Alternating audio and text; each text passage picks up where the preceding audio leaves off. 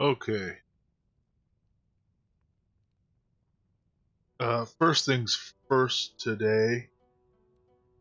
I recently had some trouble with my video card. That's why I wasn't on yesterday doing a stream. So I went in. I ended up having to make some adjustments and get the fan running again. And while doing that, I also changed it so the maximum speed for it is a bit higher than it was, which is actually the card is running cooler in general now than it was before I had any troubles. Um, but it also means the fan noise has increased a bit. So as I'm talking, if the fan noise is coming through the mic, I'm not sure. I probably should have recorded a sample and played it back to see, but I don't think it's going to be an issue. But if it is, let me know, and I'll see if I can go in and actually bring that speed down a little bit more.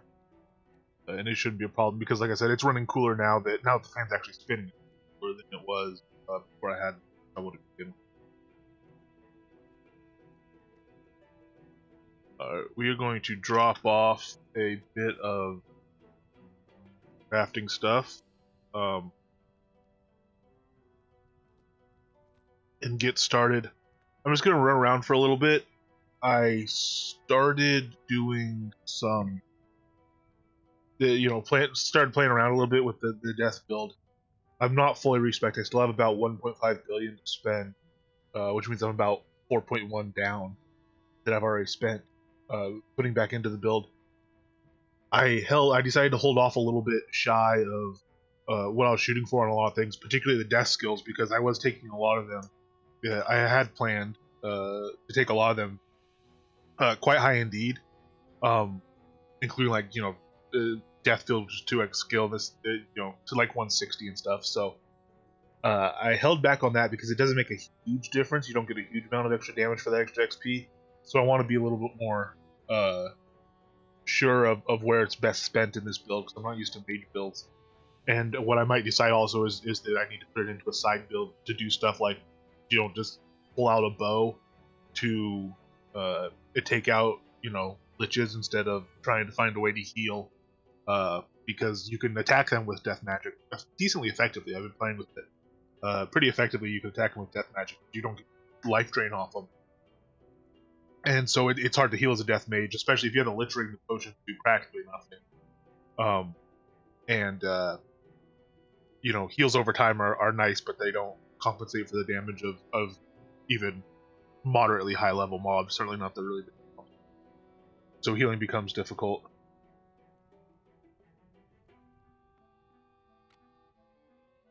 Alright, I guess we'll just run around a bit. It's going to be kind of slow. I'm still in the tank build, in my tank tanky armor for this, and it's not great tanky armor at that. The damage is a little bit lower than I was hoping still. I thought by the time I had, because I have some good gear on besides this, I'm still missing a neck piece though. We'll be making one of those today as well. We'll get at least one shot at it. I have the stuff for at least one warlock chain. Or close enough that it won't be a problem, but I did think that I'd be doing a little more damage than I am, but we do still have a decent way to go. I also did not expect to be taking as much damage to my gear as I am, so this actually could get a little bit pricey. And when I do more stuff, especially if I go to Epic, I'm going to leave a little more durability on stuff and take a performance hit, and I'm going to put durability effectiveness potentially on more stuff. I was saying as we were rolling some of this that I'd rather just go full strength on it to see how powerful the build can get, and hold off on the durability effectiveness until I see how the stuff wears. And wands are great. In fact, I think the only reason this wand is down a point of durability after all this running around I've been doing is because I actually auto attacked for about 15 minutes. If I hadn't done that, I'd probably still have a full durability on those. So those are fine. Everything else can start getting a little expensive. Luckily, I'm not too heavy into artifacts on this build. When I have one of my nicer artifacts will be the Death Offhand when I have that, and that's not a concern as far as durability. It should be the same as the wand. It shouldn't take much damage. But certainly, for the artifacts I am wearing, they will get kind of pricey to mend in this tanky build. And the damage isn't great, so we'll see how often I even end up using this. And today we will do more pieces of Carapacean gear, Beetle gear, to try to get the critty DPS suit built up a little bit. We still need a good chest for it. The back slot will be the same. We still need legs. The feet will be the same, at least for now. They'll probably continue to be the same. They'll just be different feet. I'll just try to get better on the feet. Although these aren't bad. I would like a 4-3 though on an exceptional pair probably, or 4-2 would be fine if it was an exceptional pair.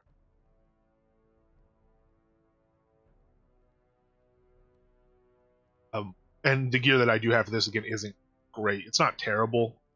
This at least has some health on it for a death mage is nice. But it's missing some hint, and these are glory powered stuff. These are pretty junk. Carapacean gloves.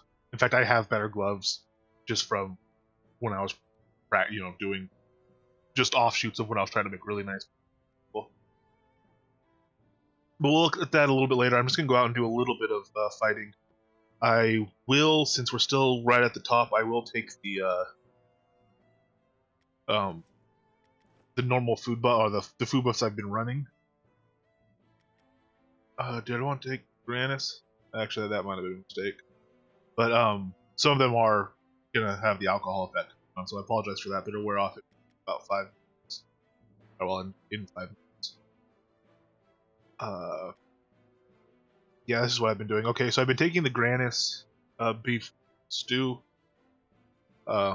which I'm not sure if I'm going to keep that one. It is 3. I think it's 3 points. Maybe it's not. Yeah, it must be. I think it's 3 points. It does give 10 Sun Attunement and some strength.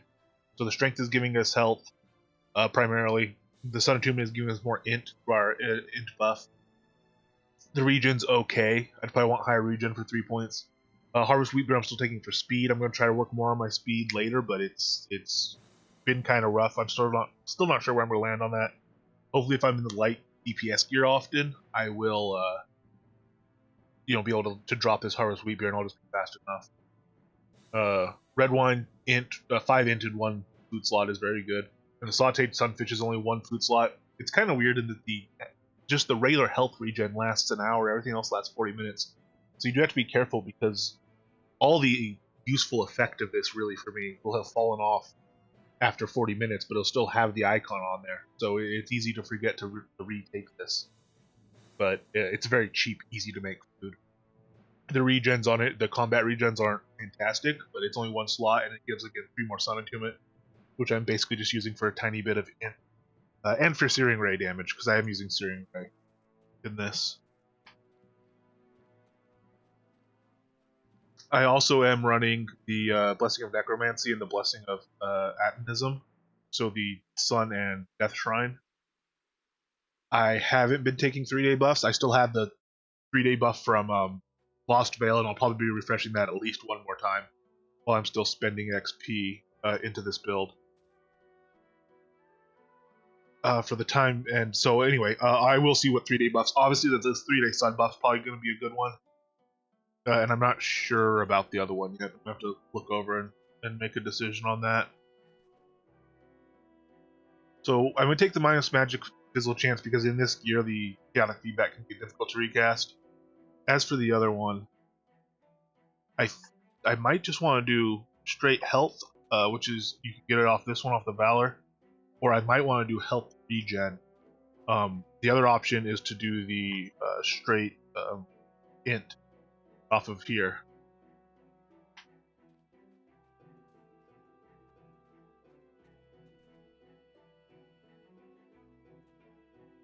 Oh, it's in focus. This is the one. Yes, mentioned this.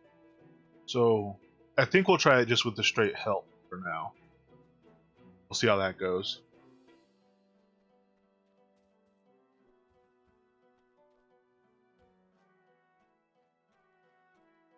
Oh, no, I took the strength. Okay, where's Valor? There it is.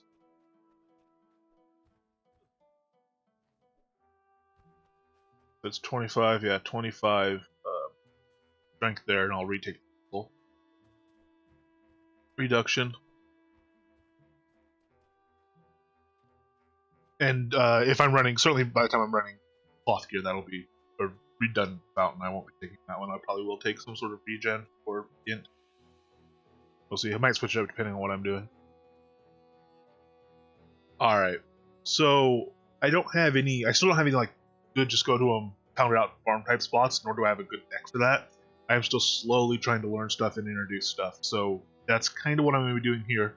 If any of you have played just Death Mage or Mages in general, I do appreciate if, anyone jumping in with some tips or anything, or alternative ways of doing stuff. That you might see as far as stacking and stuff. My stacking, I've been stacking a few different ways. So actually, I'll probably go practice some of that right now, and we'll see. But I'm still not entirely sure how I want to set the dynamic decks. I want to find something that works well for the different types of, fighting styles. One of my DPS and one of my tank, and stuff like that. It'd be nice to have just one style, but I don't have to switch between them. I might end up just keeping the tank fairly spammy, even at the cost of a little bit of performance. And that might allow me to do the stacking style that's really best for DPS, and just use it only when I'm going out trying to be almost pure DPS. And that divide with a death mage is a little bit weird, because to be a tanky death mage, the way you heal a lot is by causing damage. It's by taking, the health regen off of your hits. So if you are high DPS, you are kind of inherently tanky. We'll see kind of how that shakes out, how that balance shakes out as well. It might not end up going as I kind of am planning anyway, so we might only end up with one set of gear we're using pretty much all the time. Alright, the drunk effect's off. It tapers off at the end even after the buff ends, so we'll wait a second for that to happen.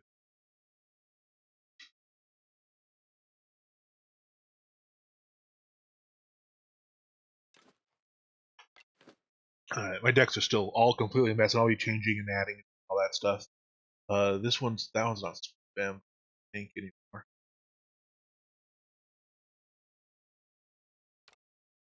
I think this is the one I was this is not the one I was practicing on.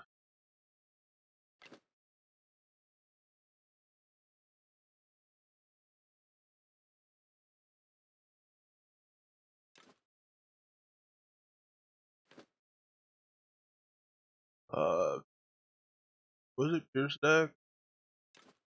There wasn't pure stacking. Okay, yeah. We'll practice on this one.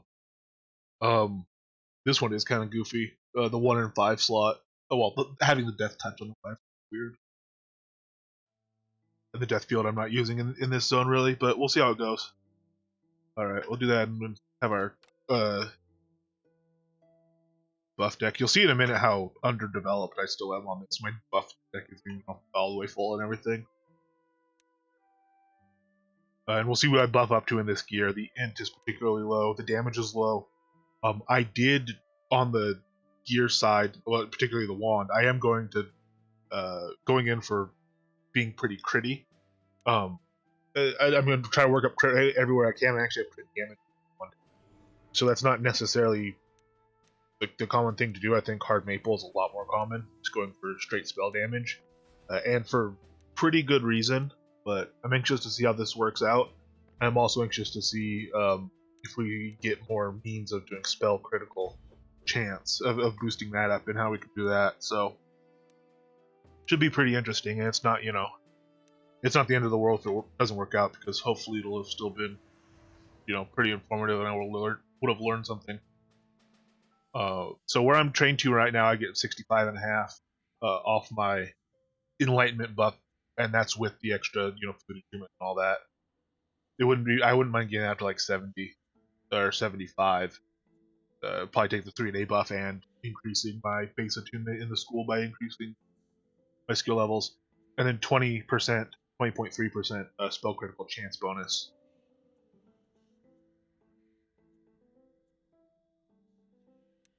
We'll see how it performs here. Oh, I still don't have a potions deck even built up yet. I just deleted all my old decks. I could have kept the potion one, but I wanted to have a fresh slate. We'll pop Deafness isn't doing a lot for us right now. It's giving us a little bit of dodge is basically it. I am taking a regeneration. Don't need. I might as well put these on the same timer. What are we likely to fight? I don't know this really. Yeah, we'll leave those off.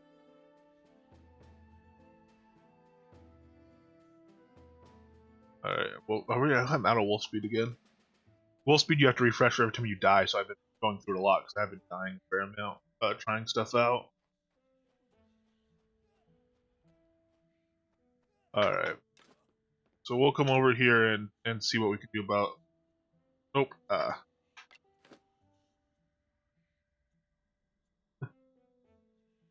about that.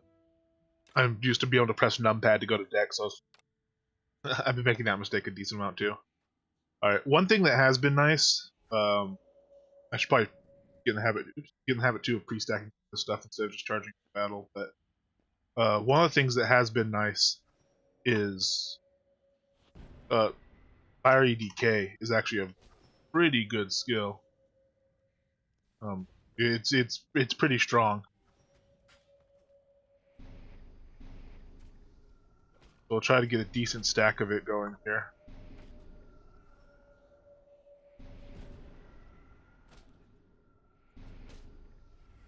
Alright.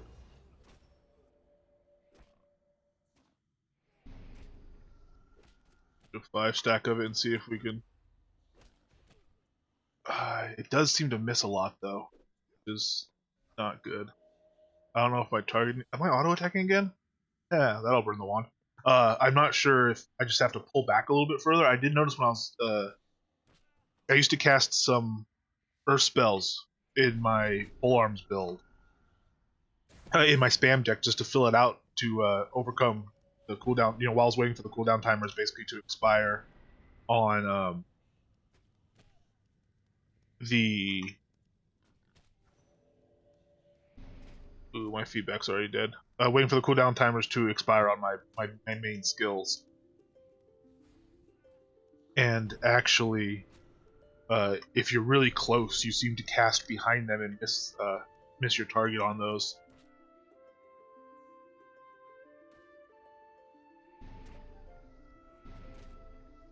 So you see, I do have a DPS meter on. Mostly a 30-second window is what I've been looking at. Oh man, I let my stacks fall. It's mostly what I've been looking at, and it's not been great. It's been a lot better than this in general. Trying to stack and talk is a lot more difficult than just trying to stack. I'm finding. Alright, see if we can finally get a Fiery Decay on him. And so that was a 5 stacking, just 36 to 142 fire damage every 2 seconds. And it lasts for 52 seconds total. And that's without much put into my fire tree yet, so it's actually not bad. It's not a bad attack.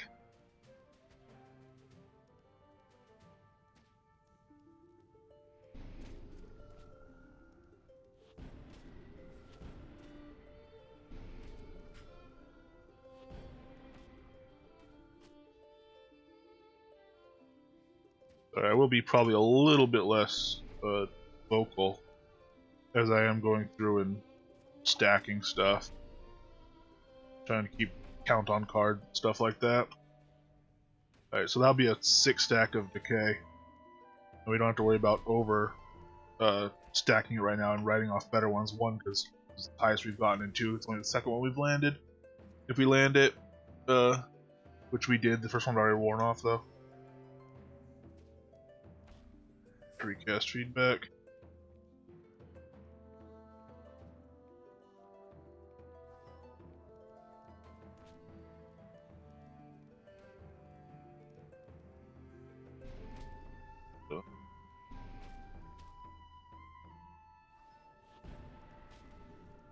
And Fiery Decay does stack separately from Fire Arrow, so you can keep throwing off Fire Arrows all the while. Pull back a little so it doesn't miss him and hit him with that.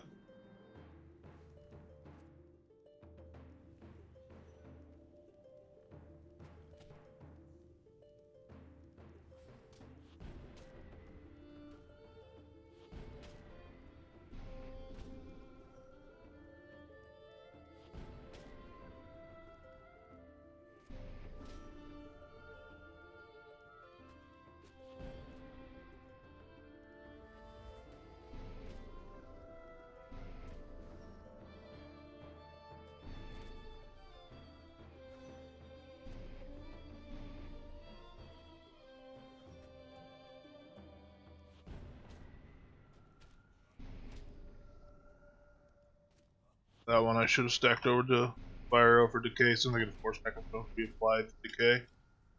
Is right there. Oh, or I'll do it as a 1-stack because I messed it up, but it's alright. Try it again. Go to a 4-stack and pull back. Oh, stack. Sweet. Get to another 6. Yeah, let's get to a 6-stack. All right. Pull back a little bit and apply it.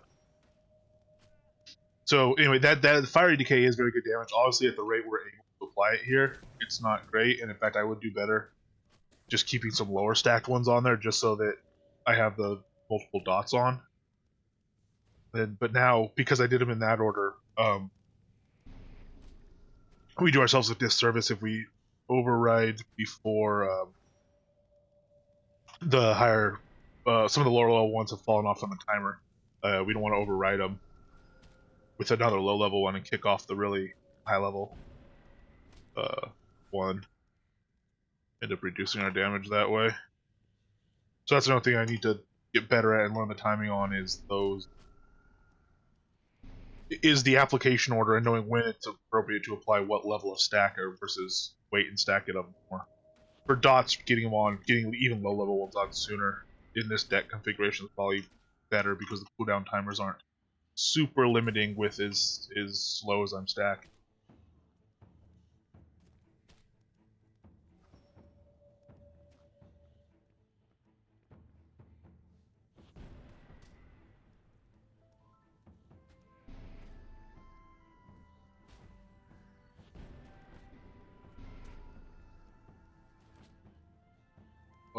Nope. Stunned for the mind lock.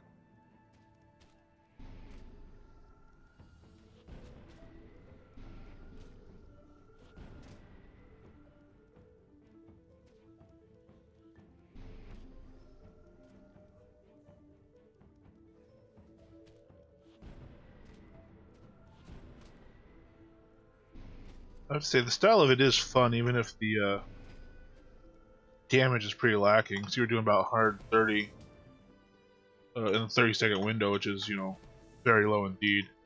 Put some more dots on, try to get that up a bit. But this in my previous build was one of the things my previous build was good at, and single target you could break 700 without much difficulty. Occasionally break 800, and dual target actually some of my highest dual target damage was here against a couple of pigs, and significantly more than this. So this also isn't necessarily the best thing for death, so it's not really an apples to apples comparison. Hey, Doom Mage, but still, that's you see how long it took just for one Razorback. That's not really practical at all for as much XP as into it. Yeah, well, it's a T2. Oh yeah, it's not even T2 plus. Yeah, it is. You come down here and this is like the destroyer farming spot, which makes it pretty much the taming artifact farming spot. If you get a decent pull of them together, and actually we could try that. We'll see if we could grab these 3. We should be able to meet them up right about here without them leashing, and we'll try to go just like spam tank and see how that goes. Is my alt on buff? Yeah. You see, even my spam tank build is so underdeveloped. My deck is so underdeveloped that half of it is still just buffs. Because when I started it, I didn't even have a separate buff deck the first time I went out. But so anyway, this is all still very, very in the works. I want to learn a little more about it before I know where to put the rest of my XP and before I get too carried away in terms of making gear. Because I'm going to start making some more gear today. Oh, you and me both, man. I mean, that's a large part of the reason I've done this respec here. It was my first time I took a little Mage vacation. That was the same reason. I just wanted to learn a different playstyle. There was so much stuff I didn't know, and I found myself the first time just asking more and more questions to mages asking him more and more about why this and how's this, what's this skill actually do and stuff like that. And then after a while, I said, I'm thinking about this a lot and asking a lot of questions about it. I might as well just go out and do it and learn kind of firsthand, and that'll give me a lot more information. And it's also more fun to learn firsthand a lot of times. So that's again what this is. This is me learning stuff right now. A bit of a slow process, but hopefully some folks will come in that there's people that know these builds better than I do and know the Mage playstyle certainly way better than I do. So hopefully when some of them pop in the chat here later, I'll be able to get some tips off them as well.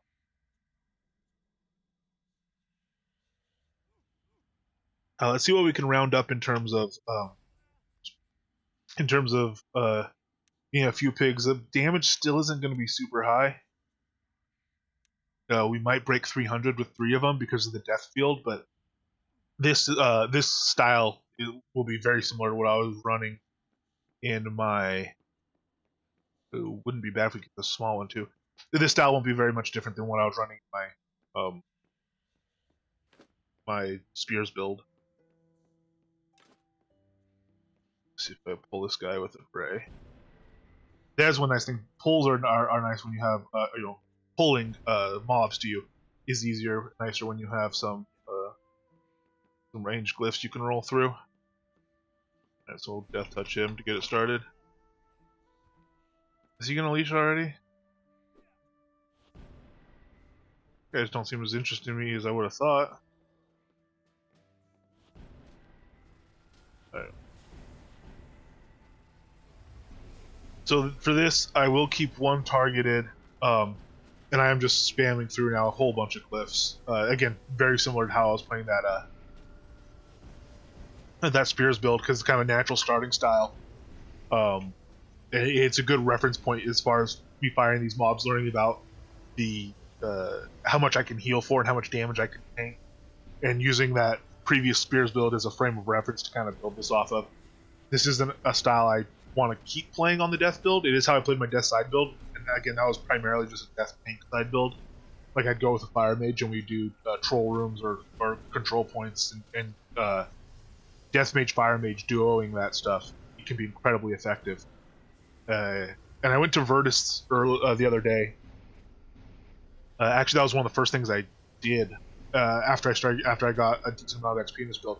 And I think if it weren't for the teleportation, I would be able to do the Virtus control point solo in this.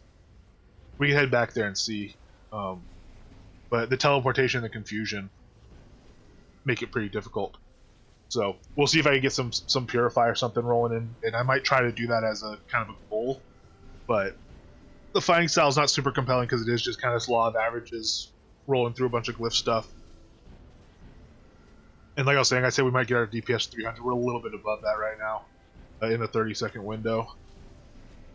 Not great. It's because I do have some AoEs here. They are all coming down. And so I have some hit multiples, but mostly it's the one we're actually locked to, targeted, that's coming down by far the fastest. Which is another problem. It's a little bit... You can hop around targeting, but it's a little bit more difficult to bring stuff down in an even manner with this build. Or at least I don't do it as naturally as I did with the spears. So something like this where you have 3 pigs and they all have to get down before you start skinning, that could be a problem because if you're slow at killing them, your first skins will disappear. You won't get to them in time to skin. And Well of Wyverns, the Well of Alder Wyvern waves have been pretty rough. That's something where I'm going to need a more purpose-built deck for, I think, to do that efficiently. It's just way too slow like this. Those huge Wyverns, I think, have some death resistance on them. Or probably some magic resistance in general.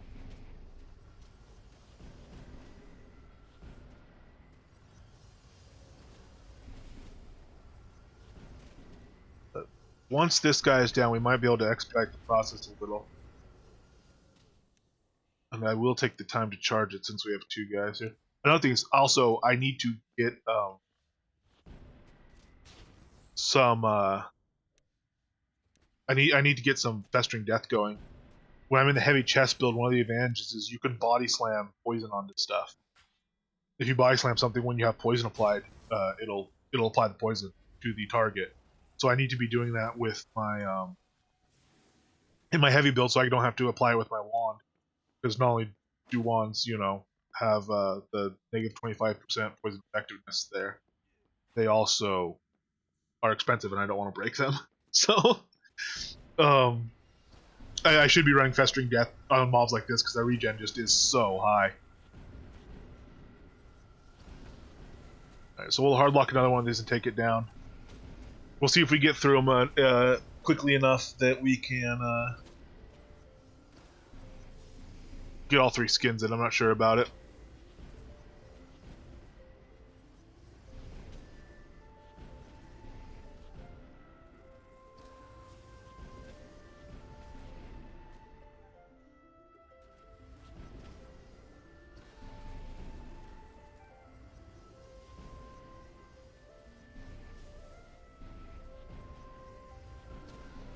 And if with the other gear, see, part of the problem is I'm only buffed right now to 260 int, and my death attunement's not bad. It's about 400. Again, I'm missing a next slot, which will be a Warlock chain, so that'll boost a little above 400. And also having the gem in there will give me better damage on my, I'll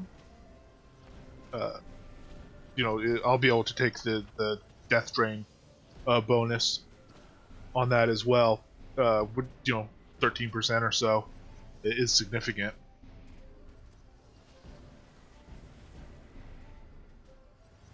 But that's still not going to close enough of this gap. Just that extra attunement and the death drain from that neck.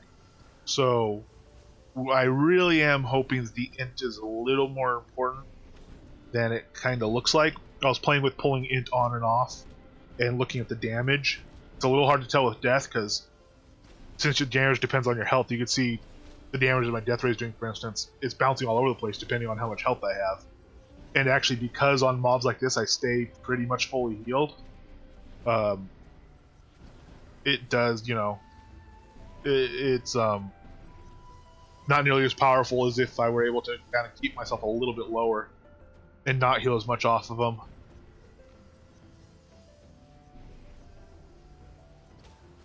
Probably not worth stacking or charging that. Stacking it wouldn't be worth it. Have it stacked. So anyway, we'll see how much the int brings it up. I think even if I get good Carapacian and I kind of max my int out on it, even at the cost a little bit of to health, I think I might only be looking at like a 10% damage boost. I'm hoping it is more, but we'll see. What's really going to help with the Carapacian is getting that crit chance up even a little bit higher. That actually, I'm not rolling bad crit numbers. If we go to attack detail here, I know this is really small on the stream. I'm sorry about that, but I'm posting. I've not been running this for a very long time. I reset it recently, but I'm posting above 30% for pretty much everything as far as the crit rate goes. Things that are really low are death decay is obviously really low just because it's a dot and the dot itself doesn't tick, so that's where most of its damage. Only its initial hit can be a crit. So dots always have low crit rate. If you just look at them, very flat, very very basically. If you don't differentiate between the initial hit and the actual ticks, which is hard to do, you'd have to do it almost manually. And then Death Touch doesn't. It has like a really low crit rate.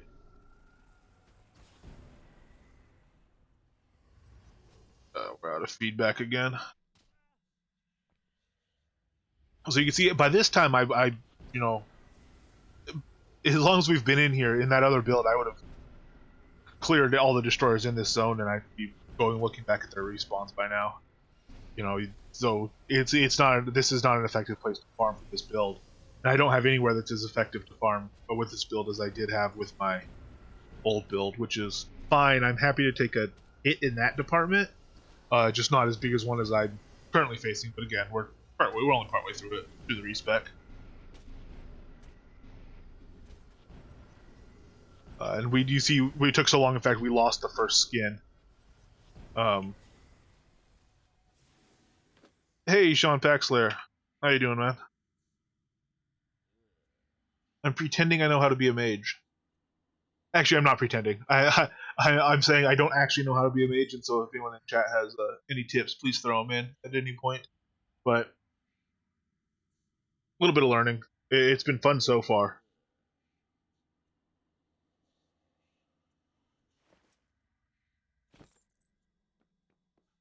I think one place it has been really good, actually. We'll pop over and take a look at it. It's kind of what this setup is designed for. Well, or it works very well with this setup.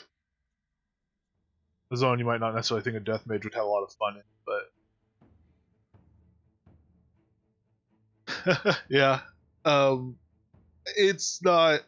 I said before, respect is probably another mage vacation type thing, which I did before, which is just last time I went from swords, which I was having a lot of fun with, and I played for a while.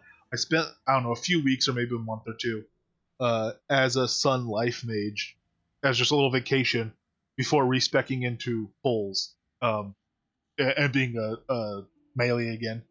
So it's kind of a break between. So this probably is a break between being two different melee classes, just to kind of get some flavor in between. Um, but we'll see. I mean, I don't know. I might end up really enjoying it, sticking with it longer. But I think I'll probably be melee again within a few months at most, which would still be longer than last time.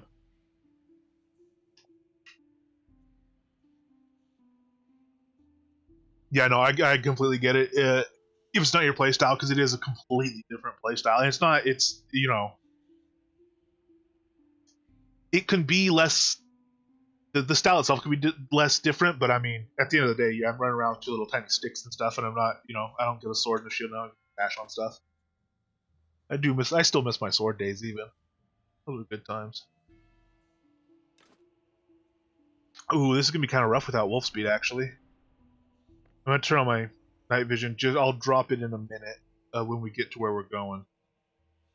I'll drop my night vision back off because we'll be able to see. But on the way there, I don't want to get lost. Without wolf speed, um, the zombies could pose a problem if I get hitched on a wall or something. I'm not able to see well.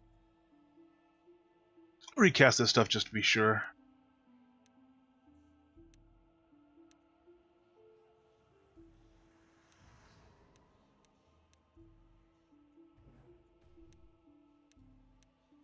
And because the spawns in here are random, we're not quite sure who's going to be home, but we'll see. Hopefully it's a little bit of fun.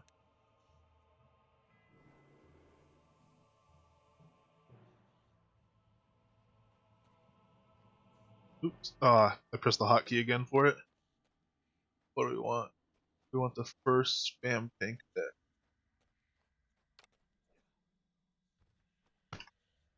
Oh, another thing I need to start doing is taking a stamina potion of obsidian potion. Because without spec, I put on full chaos and I start running. And it's 24 damage every 2 seconds, I think, or every second. Just from that's 10 focus times a 2.4 damage multiplier for my chaotic feedback. So I need to start taking my stamina potion and I'll drop that down to 12 per tick instead of 24. Could drop our night vision here now. This is actually a pretty cool looking place without it as well, especially when you see the mutilators.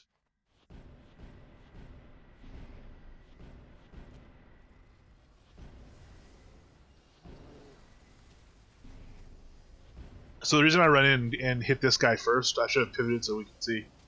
If you run all the way back here, those nasty, those incredibly harsh zombies will all leash back to where they started.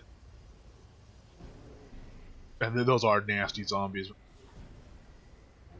I was a melee, now I'm a death mage, so I mean, I was never gonna like them. But even for people in like fire builds and stuff that are very adept at handling that sort of mob, they're pretty nasty.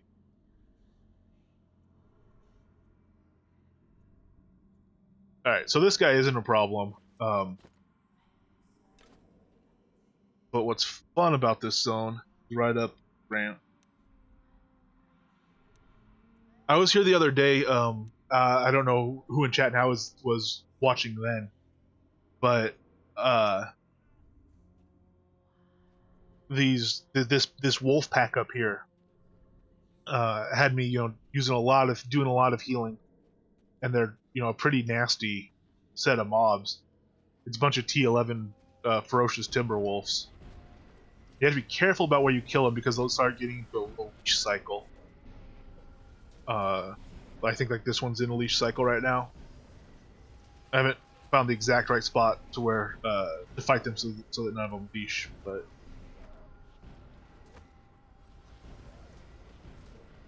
with the death field, this type of fighting is very effective because it's an AoE that hits all of them and I heal off all of them. So every time a death field comes up, I pretty much go back to full health off these guys. Oh, we got a polar bear over here. See if is he gonna come? Oh, sweet. He doesn't usually come out.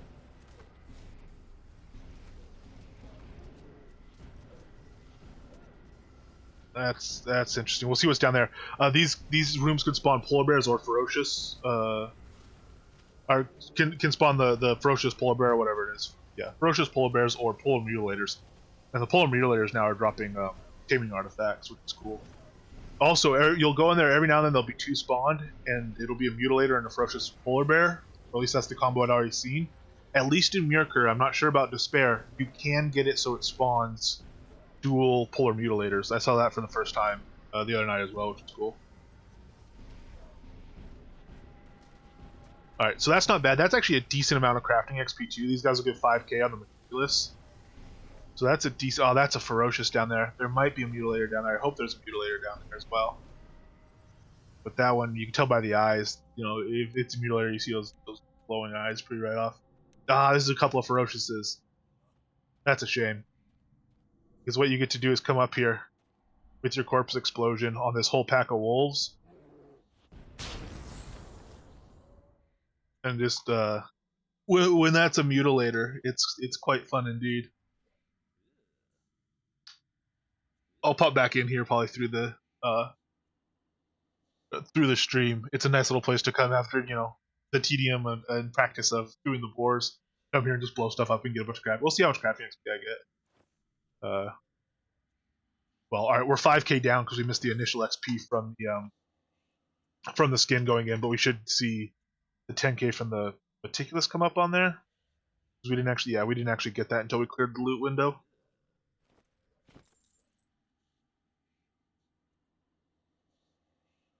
And the respawn rate, Chris said he was adjusting some spawn rates. I doubt it was here. I don't know where it was. It sounded like he was actually going to increase them. Maybe he's going to bump Wyverns back up or something. But we'll see how that gets adjusted.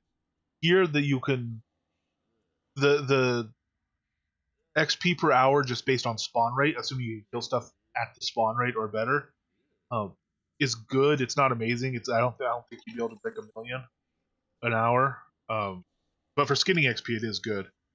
They're high level mobs. You actually get close to 1 million an hour in Raven.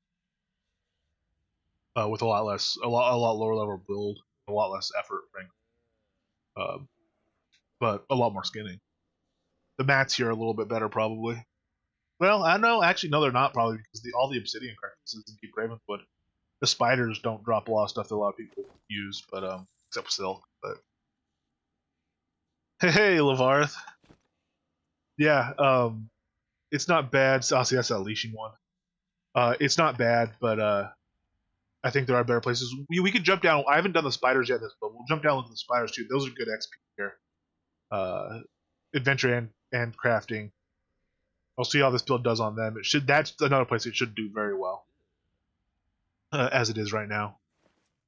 And speaking of holding your attention, Lavarth, pretty soon here I'm going to go back and I'm going to make a piece of gear or two for this build, and then I will do a little more adventuring than gear and stuff. I'll be hopping back and forth today.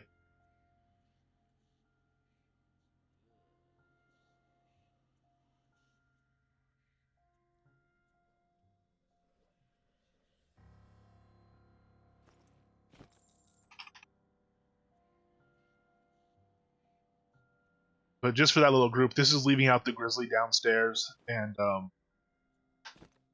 the first 5k off that one wolf. But even then, you know, we obviously that wolf. So, you know, 110k, give or take. That's not bad XP just for that little group. One nice thing, especially now that I'm in a mage build, about these spiders we're about to hit for crafting XP, is if you're going to get your XP by skinning, which realistically, you're never going to beat the XP you'd get from mining. But if you're going to get your XP from skinning, these spiders down here will actually be a good place if you want to set up for a long time, because you won't become overburdened by the weight of all the carcasses and materials. Of course, the other way of looking at it is they're not dropping stuff that is worth much either. So when you are overburdened and doing the bigger game, you are actually overburdened with stuff that's worth selling, worth processing for XP. You can't get much XP off even processing this stuff into like spider soup and stuff like that.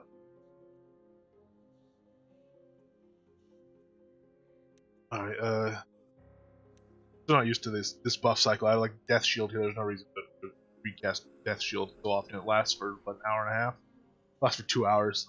So recast it 3 times now since I started 20 minutes ago. Oh, more than 20 minutes ago. Good lord. It does take me a long time to still kill stuff in this build. I'm thinking I must have just started. All I did was kill a couple of boars, but no, 45 minutes in. All right, let's see how this does.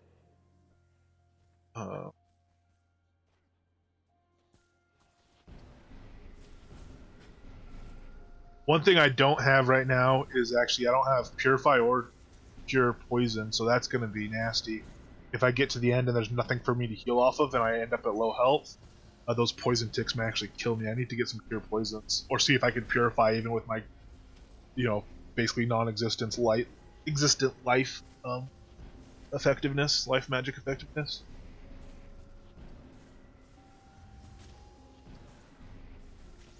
So we'll wait for Deathfield to knock out a couple more of these tiny ones, and then when we have a few, we'll actually put a couple charges into Corpse Explosion. This, what I need to do is I need to have a deck here where I'm actually stacking Corpse Explosion in the background, so that I don't have to charge it. It'll use less focus too, which with the chaotic feedback will make take less damage, so I wouldn't have to like stop there to heal off of Ferocious Blacks before doing it again. Because it can be, it's obviously a very effective skill. And the nice thing, like, see when those smaller spiders come in, they just come in and get one-shotted by the Corpse Explosion, and then they themselves can be Corpse Exploded 3 times.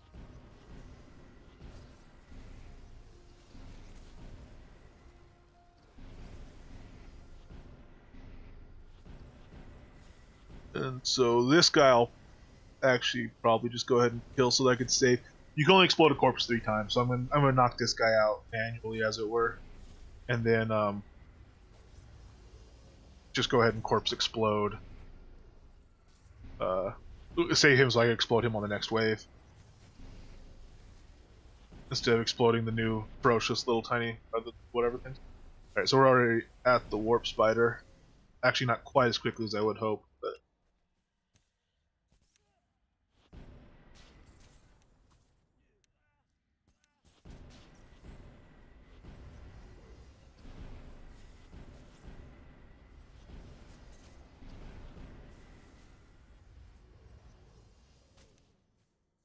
if this was just like, waves and waves and waves of these little ones coming in, it's pretty wild. I'm trying to think of other places in the game that have sort of this mechanic, sort of one bigger boss with a bunch of tiny guys that keep coming in, especially tiny melee guys, because the tiny melee guys against me are nice because of my Death Shield transfer percentage. Basically, if a melee hits me for 100 damage, I take 100 damage, then immediately heal for 43 health. So stack that on top of a decent damage resist, which is only moderate. Ends up actually being really powerful.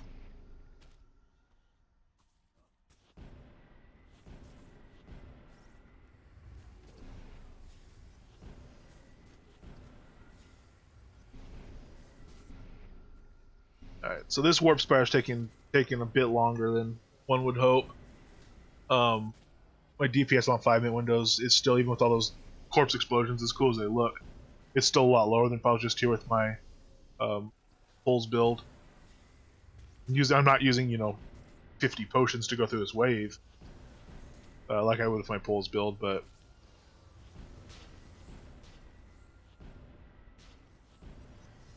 Okay, we'll reset the clock again and see. Reset the XP timer, and we'll see how far I can get. Oh, did they change that, or was I mistaken? I thought I'm taking damage from the poison. I thought those damage ticks would break the would either pull you into combat or just straight break the collection, the skinning. So either I think either they changed that, or I guess I might have just been wrong about it. But that was another thing is otherwise I would have had to wait that this entire time on this poison damage to even start skinning.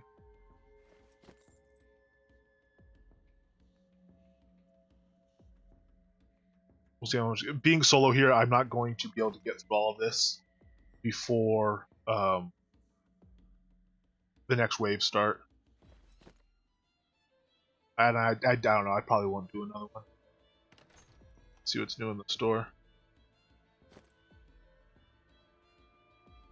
City deed.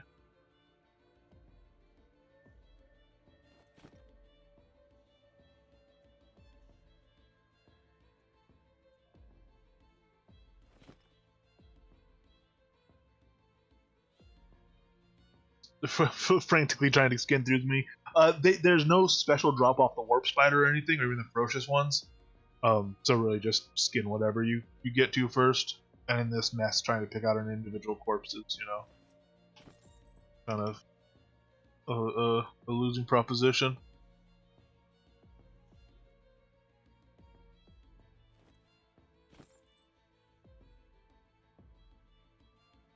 So I think with a better deck here, like I said, one that I could dynamically stack corpse explosion as I'm running, as I'm doing that, so that I don't have to charge it at the end, and one probably that had a little more manual control of death field.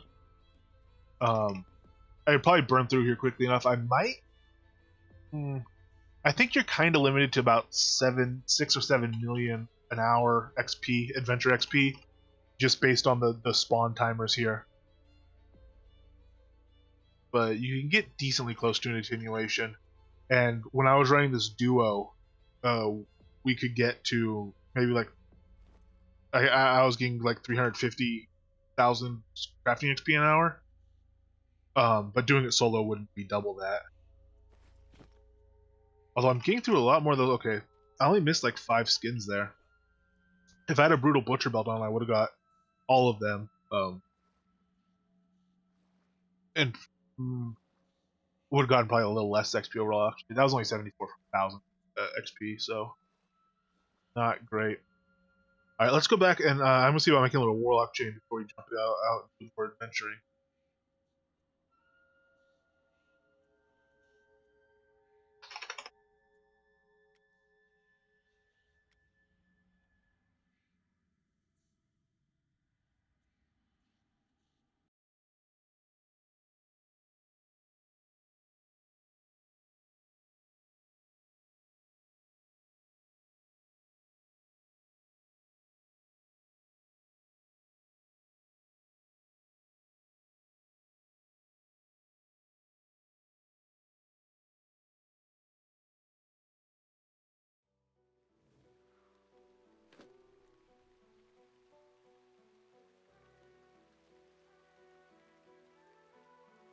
Oh, interesting.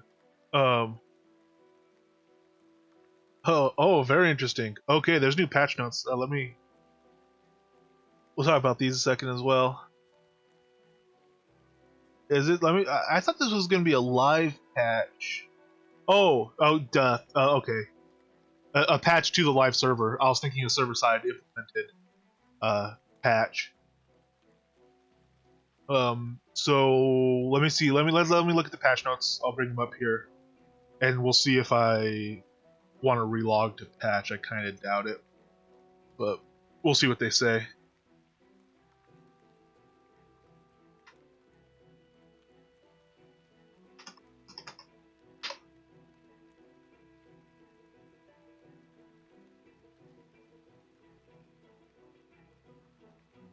Okay, build 1345. Spawn rates and count for high-level elementals in the breach has increased. Well, that's gonna make it harder to run to the wyverns. That's about how that affects me. No, that's interesting. Love seats again replaceable as Deco. Serenity, be happy on that. Let me see if Serenity is online. I'll send her a message if so. When she logs in, I'll tell her that because she's been waiting for that. Well of Alder collision. Oh, cool. I was gonna report that. I think I know where that collision issue is, and it was kind of a big one because it lets you bypass to get the 3-day buff in there. Maybe I shouldn't have said that. Maybe it wasn't that one. All 3 of the new offhand artifacts, 15 items common to Epic, now properly display on female characters. I mean, that's good. I was hoping that would end. Can now be enchanted. Disabled shrines. Scaling. No, why? Enlarge buff fields for each shrine, and recenter to rotating shrine does not affect availability of buff.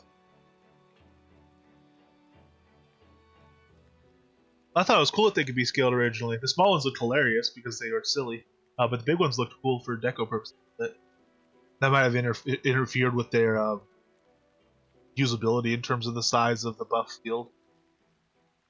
Overworld performance. Some creatures and bosses are now more resistant to Mez. Alright, cool. Mez in general. That's, whatever. Bard Mez, I think, was the big problem. Being more resistant to Mez in generals. It would be nice if the balance between the existing Mez skills and Bard was also adjusted, instead of just adjusting Mez's one, but it's still cool. Corpse Explosion actually has a Mez effect on it that's pretty, good. It ends up being a pretty big factor when I think it's only for spec, but yeah, spec chance to Mez 40% chance to Mez for 5 seconds. It seems that 45% chance to roll is rolled on every single time something gets hit. So if you explode 5 corpses and the target takes damage from 5 of them, you get to roll that 40% chance 5 times. So you're pretty much going to Mez them for 5 seconds. Fairly reliably. So.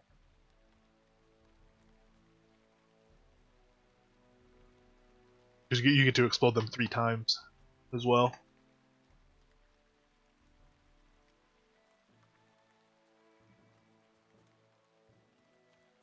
But that is nice because after Corpse Explode, especially running Chaotic Feedback and especially having it locked, after Corpse Explode, it's nice to have a minute to recoup and get some health going back on because you might have drained some amount of health to explode. Corpse Explode does pure death damage, which isn't necessarily super intuitive. You think it might do some physical, at least just because it's flying bits of corpse into people's eyes. But it's pure death magic, but you don't heal off it. You don't get a death drain off of it because the thing's already dead. It makes sense you're not pulling life out of it. You're exploding a corpse. It does. It's not bad. It's not great.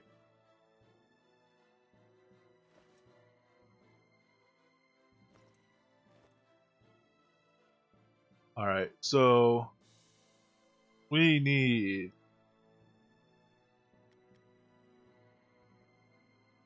Did I get that? Alright, we need moon, sun. Man, this is probably my combined stuff that I don't have any in common.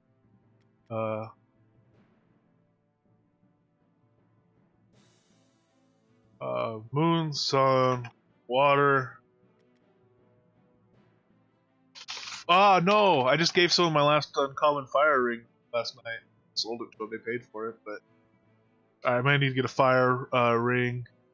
Man, I'm going to have to pay more for a fire ring than I've been selling them for. That's a bummer.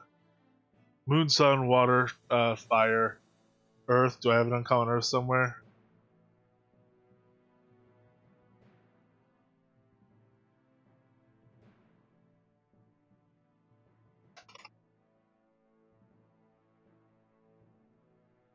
Air. Alright. So is that 5? It's 26, 7. Oh, life and death, of course. Oh, I just sold someone all my uncommon life ones too. Oh man, what a fool I've been. has combined all my death, but I didn't, and yeah, I ended up with that still. What a fool I've been indeed.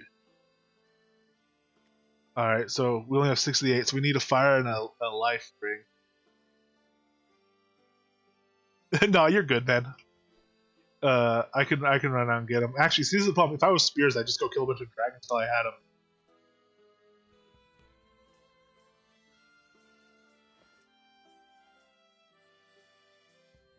Hard rule uncommon.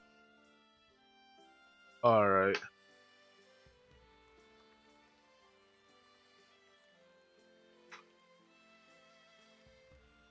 This guy, might as well.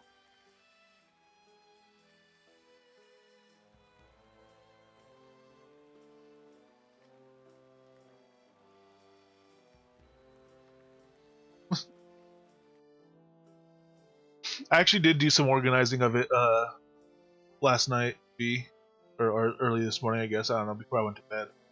But I don't know, there's still work to do. It wasn't that bad, actually. It only got that bad right before I started streaming. And since I've been streaming, I've not had nearly as much time to do that kind of stuff, that kind of basic stuff, uh, as I normally had.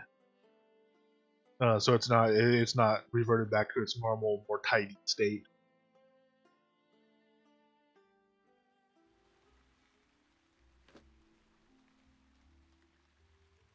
Where am I? Still getting used to making proper use of the signpost in Silverdale. I usually either go to Dock or Ancient Tree.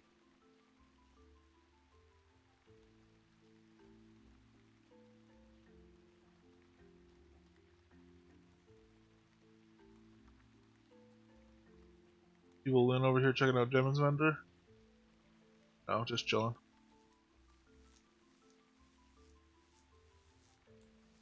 No, these Aether Orbs are going for money, man. Good lord, is he actually selling those or just posting? If they're going for that much, holy lord. I never should have dropped spears. I should just be killing shadow creatures right now. The shadow essences actually probably aren't bad either because you need 10 of them for a try. Alright, what are we doing? We're looking for life and fire. I think it's the wrong vendor for this actually. I think it's on the stuff.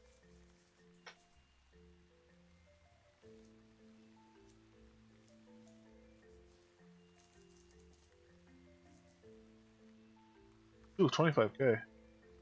I just sold a bunch of these for like between like 20,000, 22,000, stuff like that. So, bit of a misjudgment there. I should have held some off, but let's see who has a life ring.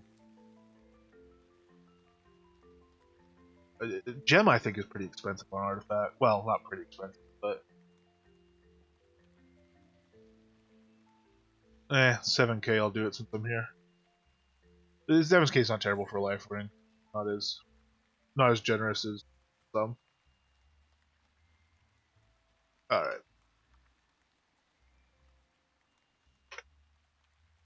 Earlier shops. Ooh. Oh, maybe I should have checked the. I might have had some of those listed on vendors actually. Actually, I should have checked the. What I should do, what I need to get in the habit, check the guild vendor first, stuff like that, and buy it off the guild vendor if any's listed there. But I don't remember seeing any last time I was in Novia Market, which was 2 days ago. So unless someone posted one the last couple days, I don't think I don't think one was there.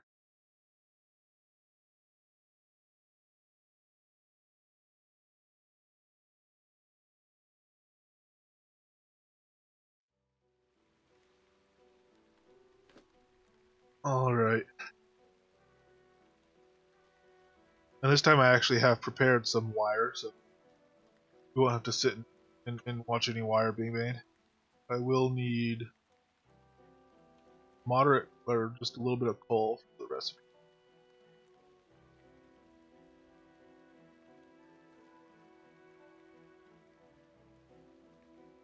Oh, the hell, it doesn't matter.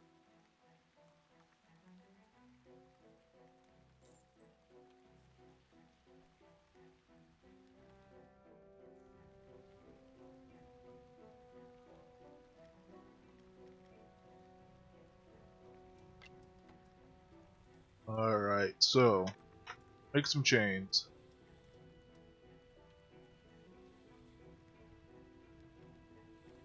See how much XP I get off this set as well.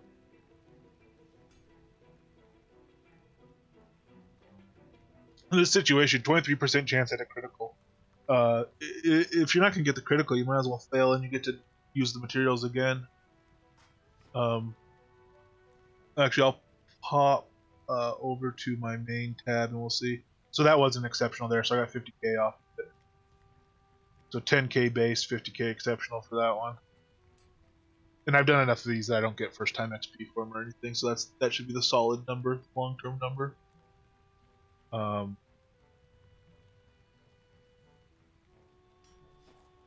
That was an exceptional as well, so that should pop up to 100k. 104.50. I got a little bit of bonus XP on that. Guess I haven't made. How would I not have made as many? Whatever. Anyway.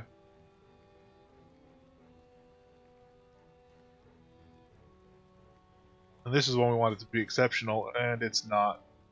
But it's also just a fail, so that's fine. Oh, those none of these recipes. I got cold. None of these actually use coal. So I got 10k for the fail there, which is the same, getting non-exceptional. Hey, sweet, we got the +1 on it, so that's gonna be helpful. And that should take us up to 164k. Yeah, 164k for making that as well, which doesn't hurt. How soon do we want to jewel this? I guess it's an exceptional, so we'll jewel it first, and we'll just push through and see what we get. See how, look at this. Look at all these things in their nice on little bags there. I've been doing some organization. Alright.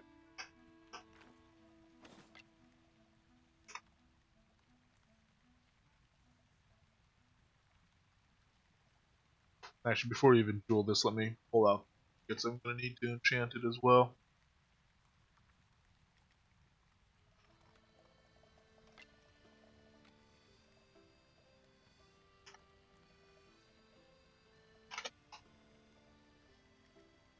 Tucker to Ringer Neck, Warlock Chain +1.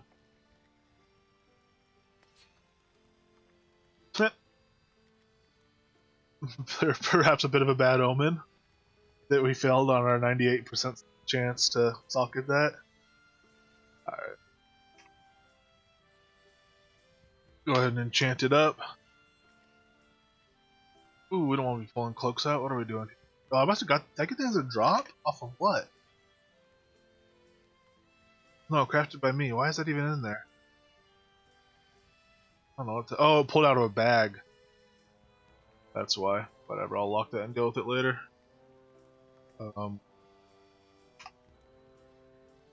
Warlock's chant. Actually, let's do.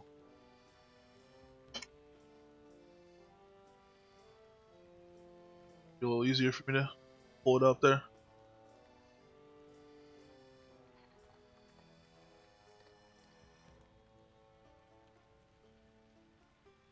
Alright, we want to hold off on the drain health power so it's higher.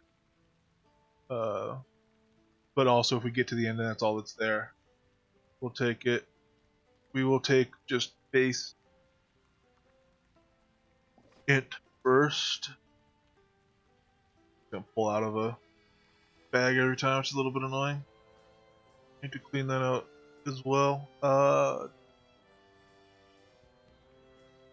ouch, this could be bad. Do drain health power.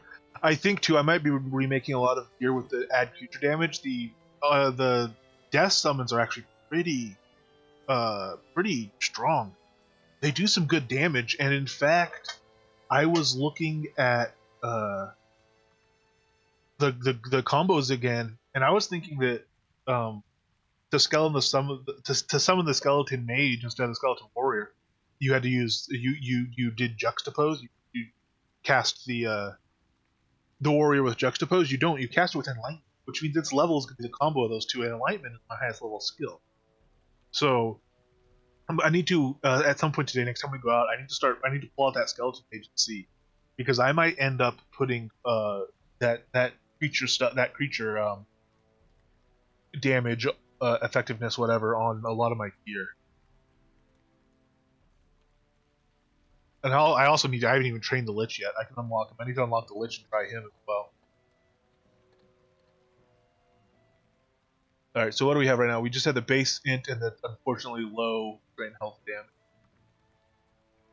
Maybe I should have taken help there, because we are going to roll for 4 on this. We'll roll this one pretty hard. It's only uncommon.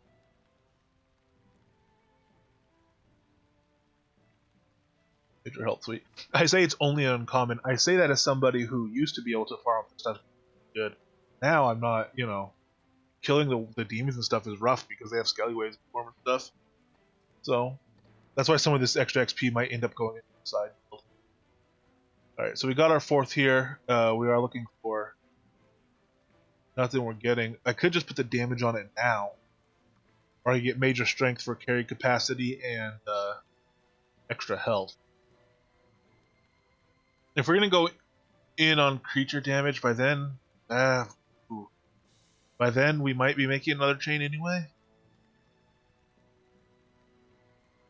Yeah, and I want to be able to compare the mage effectiveness on sort of a more even playing field. So I won't put that on yet. And since this is no fails so far, I will go ahead and, you know, it's 77 durability, so I have some durability to play with here. I'll try a little bit for a 5th. But we won't absolutely destroy it. We'll do... do we want to even do one more? It's only 12 for fail. Yeah, we'll do one. Bummer. Alright, we'll leave it there. It's missing some int, but that's okay. So major health int, major strength, drain health power. Yeah, that's not bad. That'll work for now.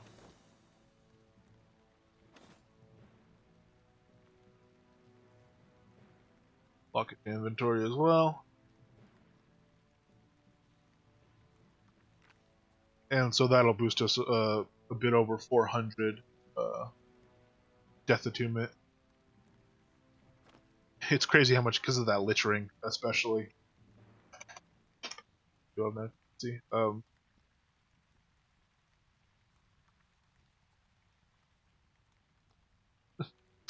100 death attunement between my rings, 25 and 75. That's pretty crazy. But anyway, it's a shame you can't wear 2 Lich Rings.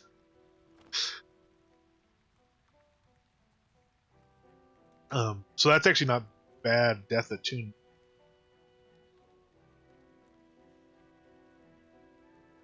What would be good is boosting up. Well, I still have more attunement I could get past, but not a whole lot. But what would be good is boosting up this int. This int is still low, but we'll work on that.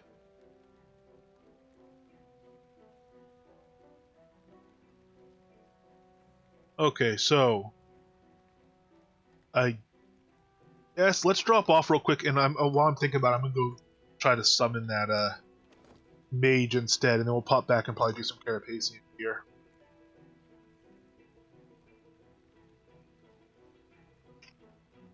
Drop all this stuff.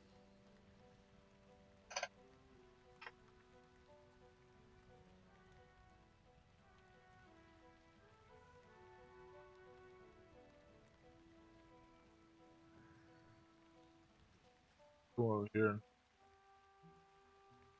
post this guy. It's a combo. We're doing both combos for 14k.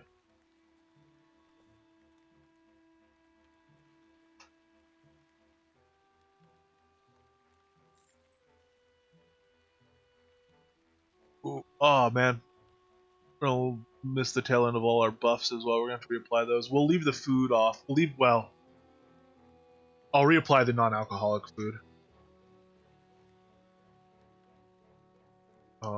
And what are we at? We're midday. Okay, I'll just go to the spur again.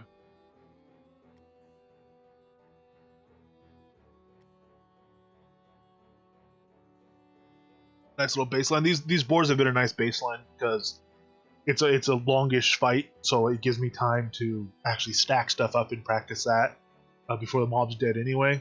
And well, it's a pretty long fight the way I'm fighting in this build so far, but they also don't deal so much damage, or like, you know, these wide-ranging crits that might almost kill you and stuff. So they're, it's a good place as far as I found for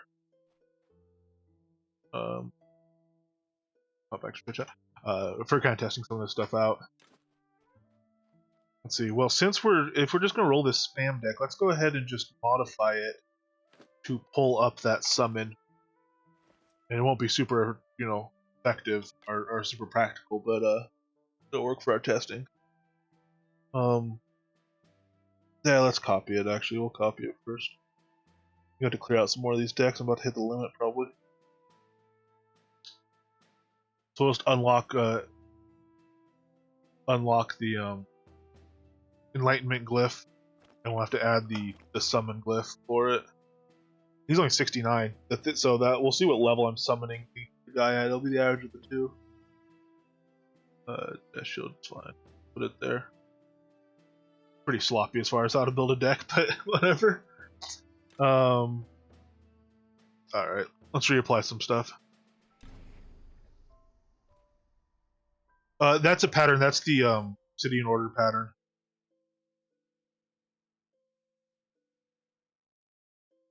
Obsidian Order plate helmet, Obsidian Order plate, whatever. The boots aren't patterned. The boots I'm going to pattern in plate, and I'll probably wear the same boots patterned in plate for both sets of armor, and then my light armor will be patterned in the Obsidian cloth. So a little bit of a death theme, and then I'll probably wear all those wings. I'll probably pattern as a heraldry cloak, which will probably be one of the only probably be some of the only pieces I cross pattern, because I do like having light armor that looks like light armor and vice versa.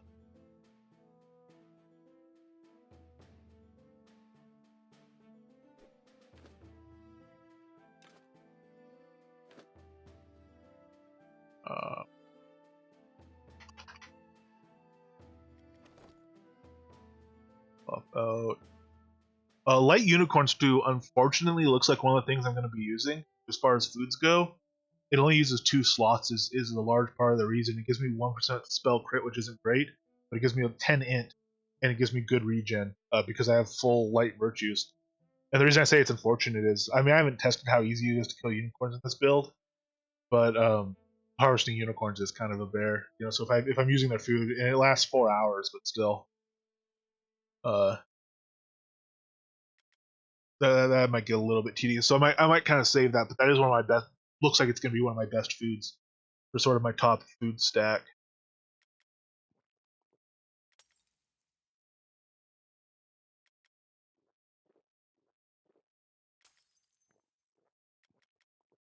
And then I'll leave off the wheat beer and the perennial red this time, because we're not going to be out adventuring too long before we go do the rest of that, or before we start working on some Carapacean gear.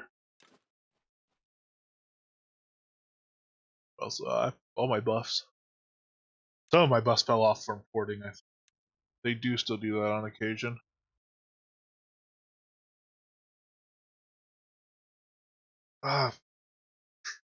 Still want a hotkey over to my buff deck.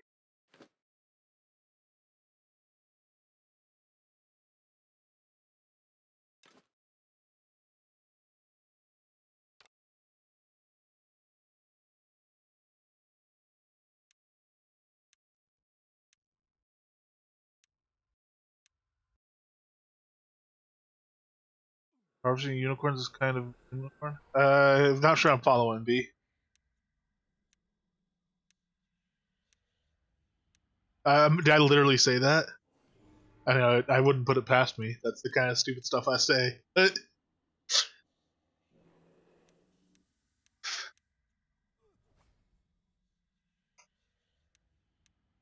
Oh, okay. Yeah, alright. Alright, fair play then. Fair play.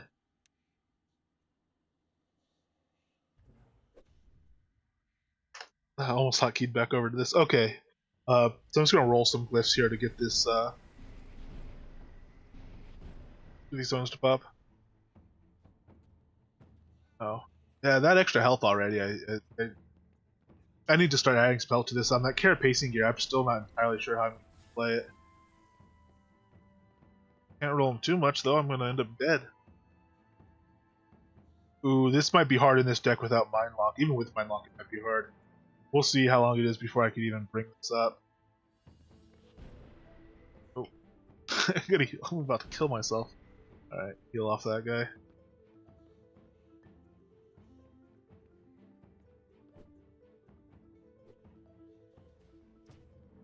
Chill out, little boy. I'm just waiting to suck your life down.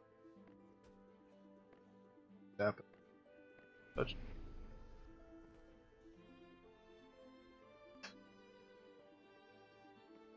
Okay. Oh, 2-6. No, 2-6. Ah! I didn't. Ah! Failed my stacking. Alright.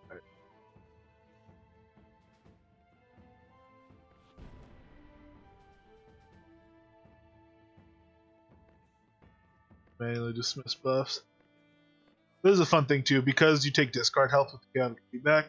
If you're a death mage, you want to do that. If you just want to do a little dance, you can right click. You can discard even when there's nothing there.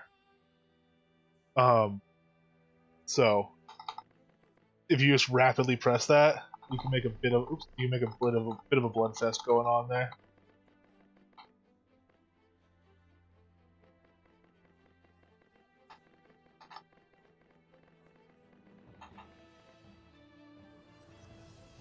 So be careful not to kill yourself. That you only used to do like 2 damage to me.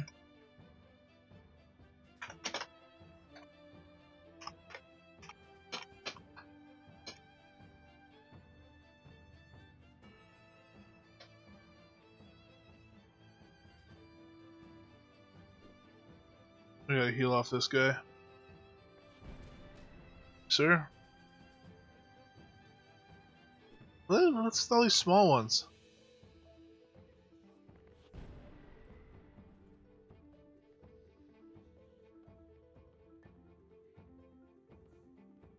I mean, they really are just little snacks with this build. Kind of amusing. Hey, wolves. Hey, wolves. Oh, we could laser them. Searing Ray is one of the cooler skills in my opinion. Shoot a laser out.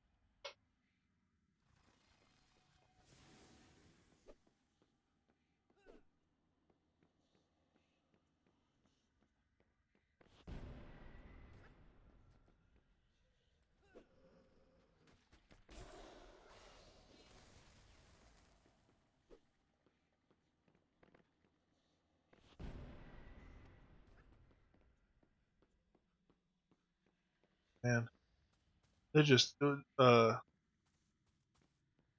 we found a big one. Okay. Yeah, as far feedback's right off. As far as uh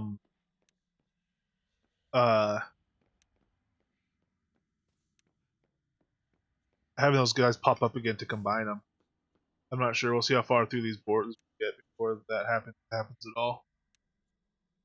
But I'm curious. I also want to take a second to look and see what the summon level's gonna be on it.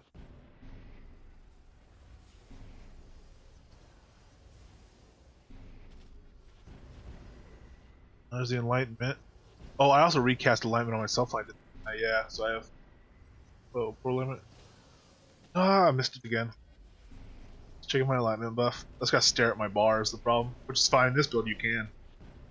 Unless you're really in trouble in this build, you could just kind of stand there and not pay any attention to anything. Should have put just a bunch of cards in there. And again, less practical, but you know, whatever. It would have popped up by now. I don't even know what the cooldown on that summon card is. That's 16.2, it's not bad.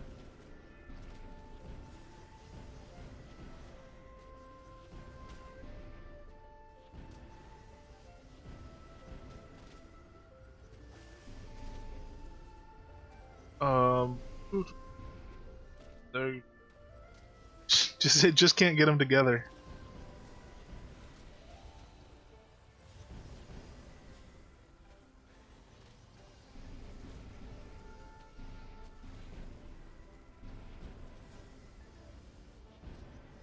There's the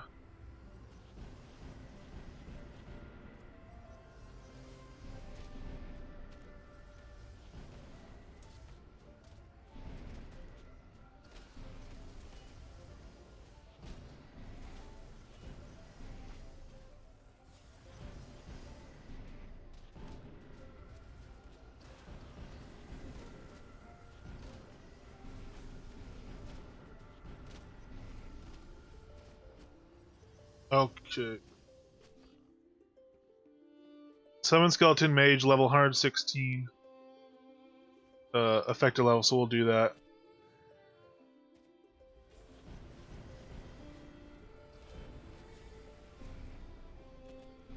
Okay, we'll watch his DPS, we'll see if he can do anything. What's he gonna do? What's he even? Is he aggressive? I should probably set him to aggressive. I've had these guys on defensive the whole time.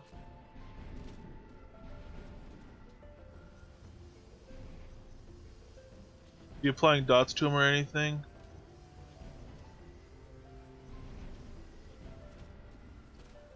Yeah, so he's casting fire on him. That's doing a little bit of a dot. 30 DPS if he could stack it 3 times. Oh, 30 DPS if he can stack it twice, really, but he's keeping it on. Attack's not bad. Death Decay doesn't give you any fire resistance. It's not really worth applying fire resistance. He's at 50 DPS in the 30. Yeah, he's doing 50 damage without any of his modifiers. I say only cast level 112. That's because he's a combo with the Enlightenment. Okay, he's dropping off a little bit now. Now he's having to move around a little bit in between. He's a combo with Enlightenment though. So if I take my if I took my pet summon up to like 130, I'd be summoning him at 145 or so. 146 actually. And plus there's passives as well that my actual focus passives are only like at GM or 110 I think for the health.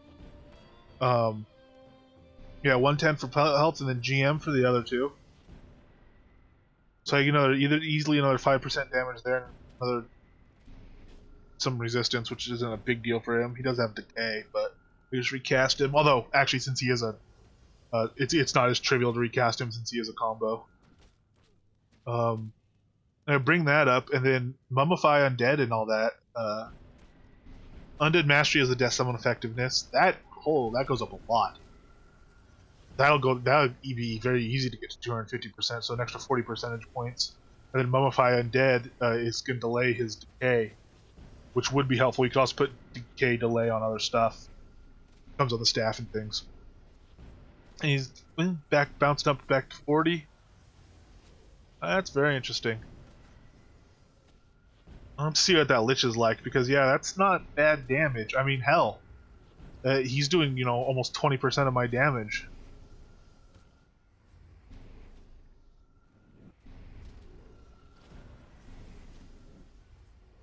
So I might want to make some of these pieces with pet effectiveness on them. Remake them like when I level them up and stuff. Which actually my Death Ring I'm not going to be leveling up because it's already oh no, it is legendary. Yeah, so when I take these guys to the next level, I might want to start adding that pet effectiveness. Of course, that does mean I'd have to lose, at least an int that I would otherwise get, or regular health or something I would otherwise get. He's not a bad little mage. That's some quality work there, Skelly Man. Oh, plus I could buff him. Oh, okay, let's look at this. Right? I could give him my enlightenment plus I.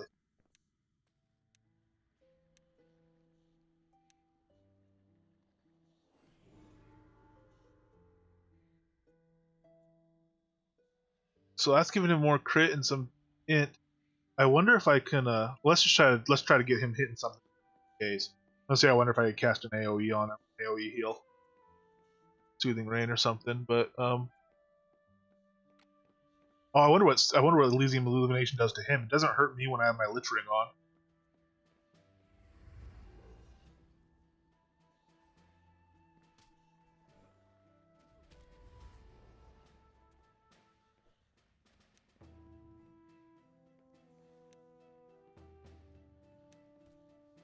Oh, 160 right there. That wasn't even a crit. 275 crit. 272. The 111 non-crit. Ticking 17, ticking 12. Oh no! Don't go killing him. No, he's my friend. Look, pay attention to me. No, oh, poor Skelly Mage. Oh, you hardly had a chance to shine. Well, I guess that's something though. He does enough damage to draw aggro. Alright, that Skelly Mage might be the way to go. That might be a decent portion of the damage I do in this build is through the pet. We'll see. We'll see about that Death Decay speed or just popping over to a buff deck to resummon him or something. I'll see how quick I can resummon him here, actually. 2-6, pop him up. Hello, Skelly Mage. Welcome back. Are you still set to aggressive? Good boy. You're not still set to smart. Give you an amp buff.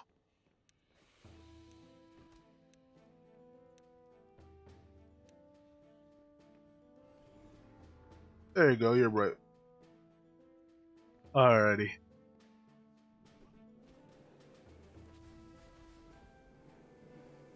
Oh no.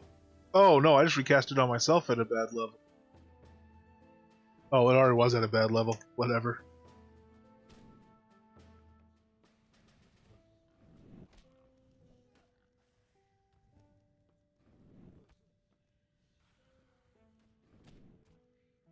Certainly the strength doesn't affect their health, for instance, and stuff like that.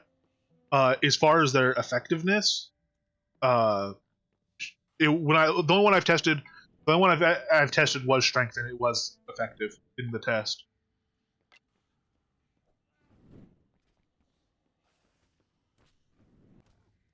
Drop out of combat.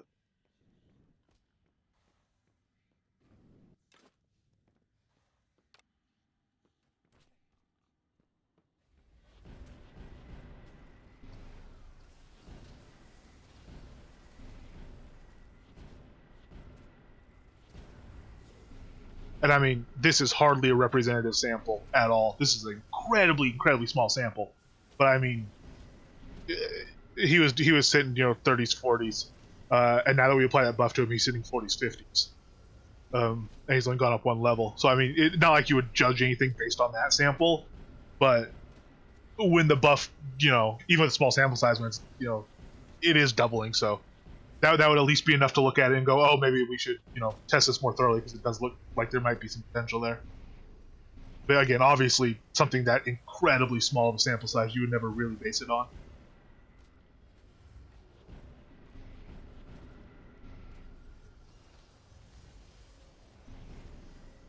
I mean, he's doing 20 to 25% of the damage I am. So my damage is actually a little bit low right now because again, my buff isn't as good. And also this deck now is rolling. Well, the rolling those two spare clips is basically no difference in this deck. But yeah, dropping a bunch of XP into that pet might not be a bad deal. That might be pretty sweet, especially if I'm going to be spending more time stacking because I'll just keep attacking while you're stacking.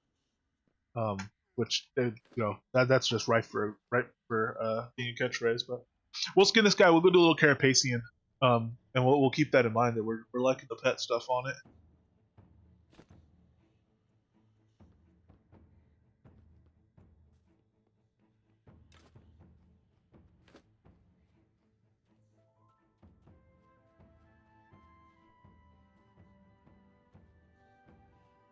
All right.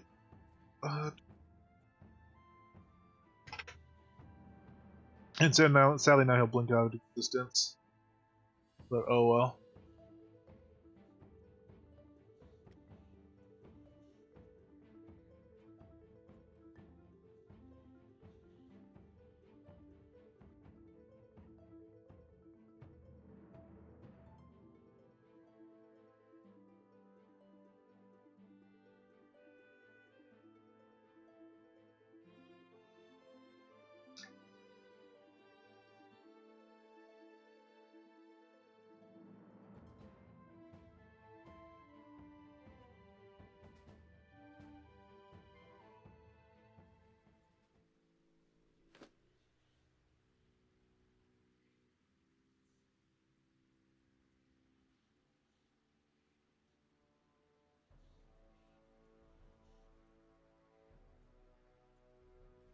Alright, so I'm going to do the mannequin method for this that I've kind of done before, where I'm just going to keep my best pieces on the mannequin, and I'm going to kind of go around and around working on making new pieces. And actually, because of that, I'm going to drop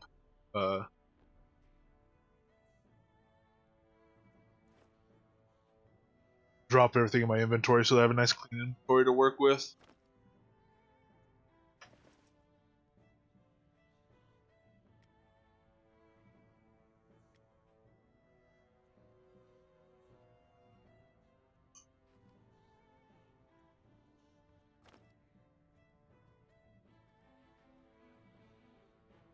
Okay, so let's see what we have to work with here. We got some thread, some cloth, and some straps already made. We'll need some wax as well, which I probably don't have loose. I have it in this.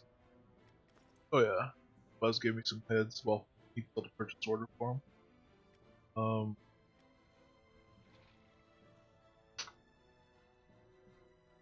Would Boney go for it too? In fact, I think you do. Okay.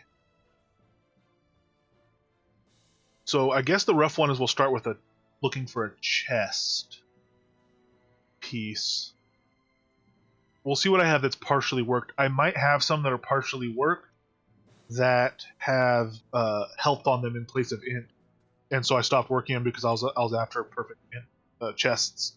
I had a couple people that wanted a 37 int chest, so I rolled through a ton of blanks, absolute ton of beetles, like 1,500 beetles, basically for a few people. Well, a couple people that wanted them, and one was a gift from someone.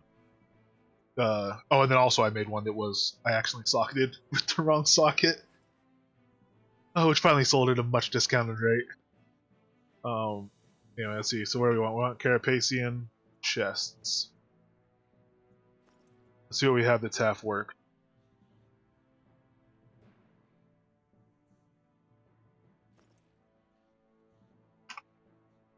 Oh, I didn't think about that. If I do have to make more chest blanks, I need either to do epic or really I need to get some binding so I could do Dragon Ball, so I can do fortified and add the 5 health from the white iron binding on it.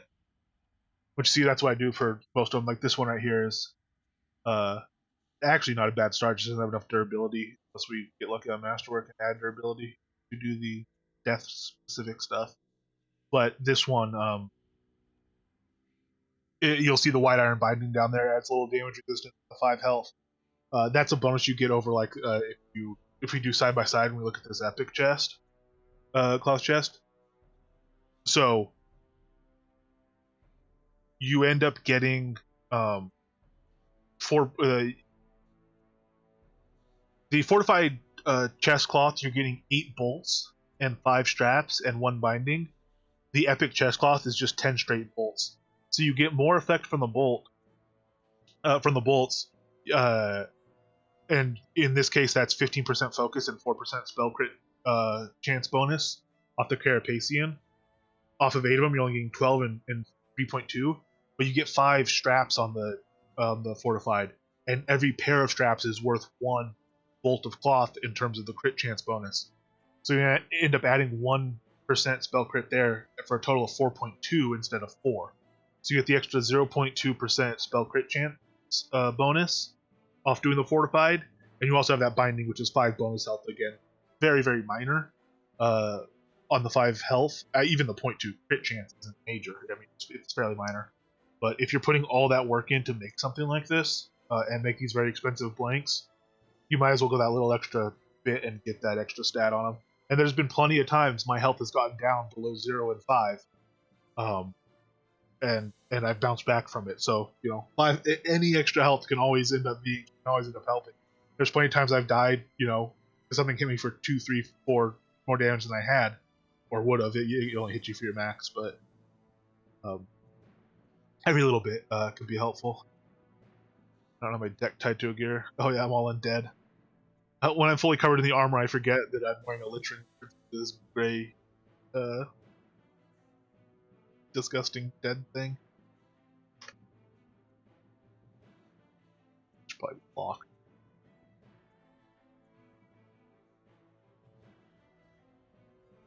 All right, so let's see what we have here to work with. This has major health and regular int on it. It already has the masterwork durable. It's the epic as a points. We don't want that one. This one, actually, we might as well sort by durability because it needs to have at least enough durability to go put on the at least the near death power. I would prefer to have corpse explosion on as well. That might end up being 2 sets of gear. We might just want to do one that has near death right now, but I definitely like both of them. So that's 60 durability, and you still have to be able to roll for 2 enchants. So really, we don't want anything with more than 2 enchants on it, and even then, we want room for a fail probably. So I don't know. We'll see if anything matches that. It's gonna be a rough thing to get though. Minor int, regular int, durability, fail. That'd be kind of rough. Health int. No, that's already got 3 enchants on it, unfortunately. Not good anyway. Minor int, regular int, masterwork. Oh, this one's viable. It won't be high int, but if it works out, it'll save us beetle. Oops, it'll save us beetles for the time being.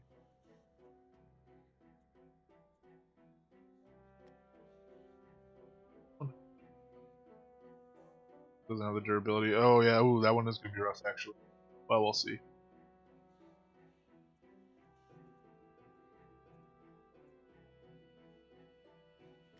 Same thing. Oh, the evasion power is another interesting one.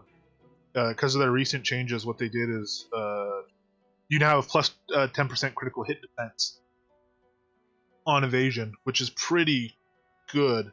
That's only level 40. You see at level 50, it's only 15%. So that's a pretty good stat. We'll see. We'll scale that up. We'll see how it goes. That's the thing. Once I get this Carapace, and if I run around it, you see all my light armor is still untrained from the respec. So I mean, it's been untrained since my previous rebuild, but certainly acrobatics we're going to want to get up for the movement and the combat dodge largely, and then swiftness will get up for strictly the move rate. I need to. It'd be nice to have wings and feet with the move on them and get it multiplied out. Ooh, ouch.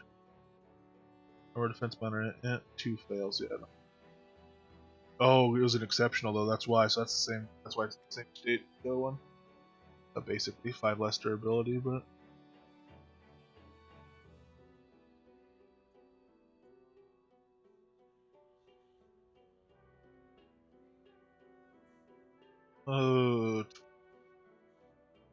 I don't know if it's worth the ingots to try for a durability on some of these other ones.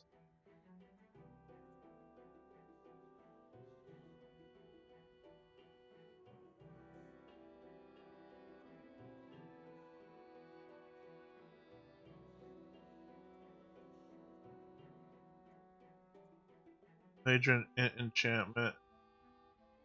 This one we could push further.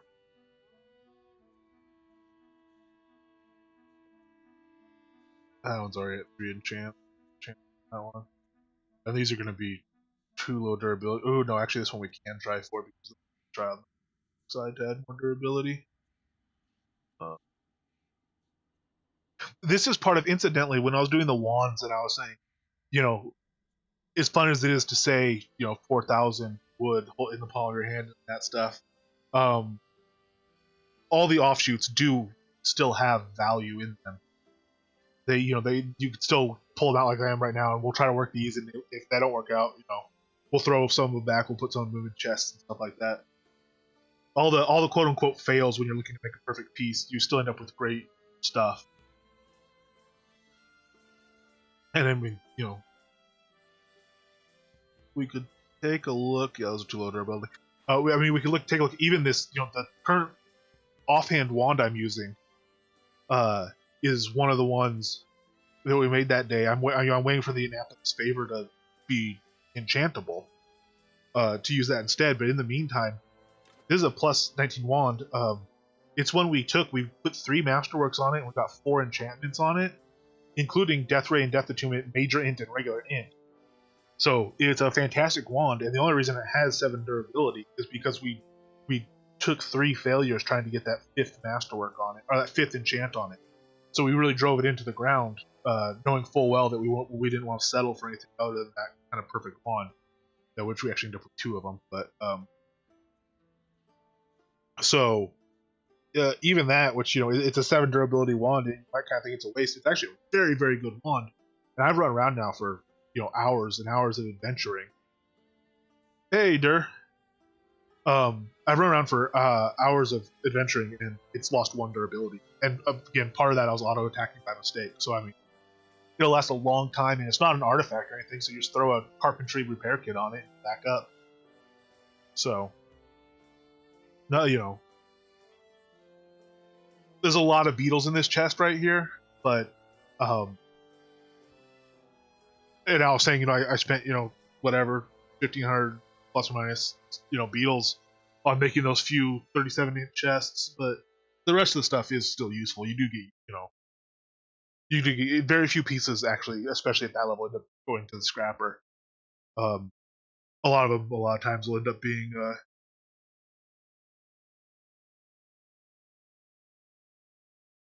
it depends on the piece and the play style, but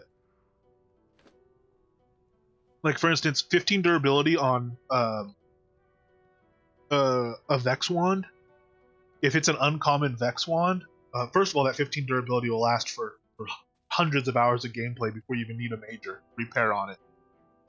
It being a Vex wand, it will be an artifact, so it's kind of expensive to maintain. But that's hundreds and hundreds of hours of gameplay. But also, the extra ancient essences you use to repair it, even being an artifact, the extra power you get from running it that low, if you're running it that low with good work on it, with good masterworks and enchants, could actually pay for itself. I do tend to post my stuff high durability on my vendors, and one of the things that's happened a few times is people will buy stuff off my vendors, and they'll say, well, not a potion vendor. They'll buy something off my vendor, and if we look at even some of the more expensive gear on here,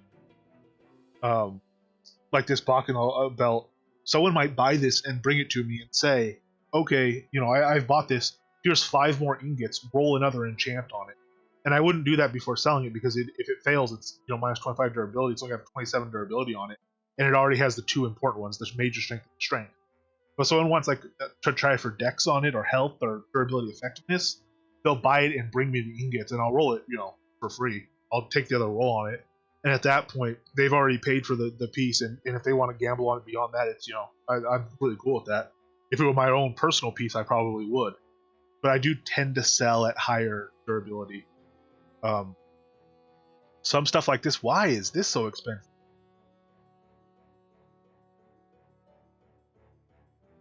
That's not the correct price.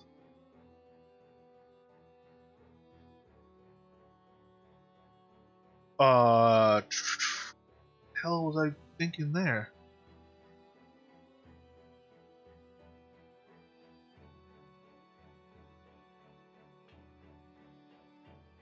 Anyway, something like this ring, which I'm about to reprice because I don't know how I got that price on it, makes me wonder if I put something else at the wrong price and sold it really cheap. I don't think so. I think I would have noticed it. I usually check when I sell gear. I usually check the receipt. Anyway, something like this Earth Ring is only 26 durability, but it's a non-exceptional epic. So there's only 2 things you could do with it. You could scrap it for 16 essences, or you can put some work on it. And the work that's on it is a Major Strength and a Regular Strength. It's the best work you can put on it, and it rolled in the right order. So 8.3 strength. Some people can get 8.4 or 5 or whatever. Some people could only get 7.9 or whatever. But it's the best work, and it's in the right order. So it's 26 durability, which is kind of low, and Earth get beat up generally. But again, you can't do any better. By the time you have an epic that's rolled non-exceptional, the only way to make this better would be to roll a durability effectiveness first, and then you have to do then you're looking at 3 enchants instead of 2, which is a lot more likely to fail.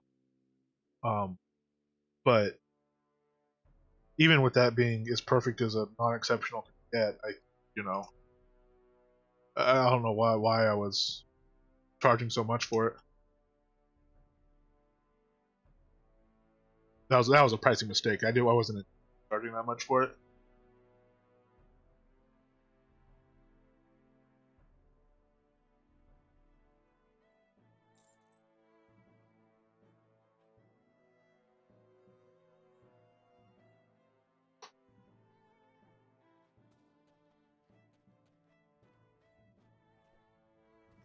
All right.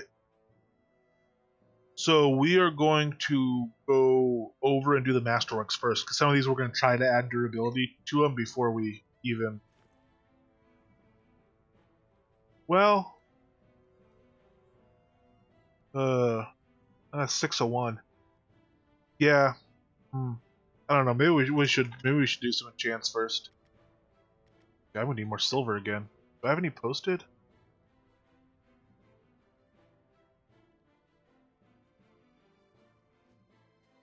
I'm trying to buy silver like crazy.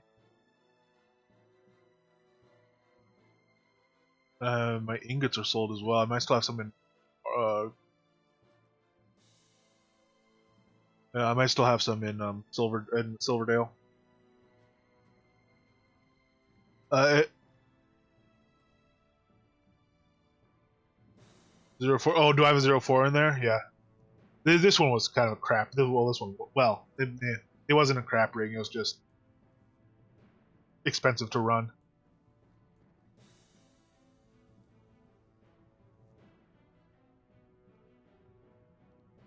It didn't have that major, so it had strength, health, and dexterity on it, so it wasn't worth running until I got that 4th. So I ran into the ground to get that 4th, get that major dex, and then it was worth using. But it's just fodder for combining to an epic, which you'll probably get combined with this one now, and we'll make an epic there.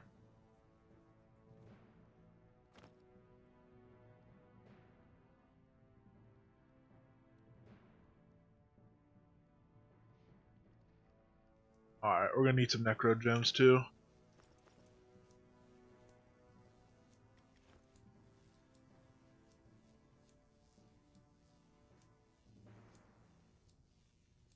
Do I have your F50 in there?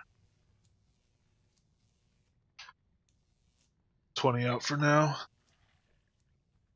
Alright. So let's see what we can do here. We're gonna have to socket pretty much all these chests first. In fact, actually, we might as well socket literally all of them, because even when we masterwork on the socket's not going to affect the masterwork side. So let's do that to make it easy.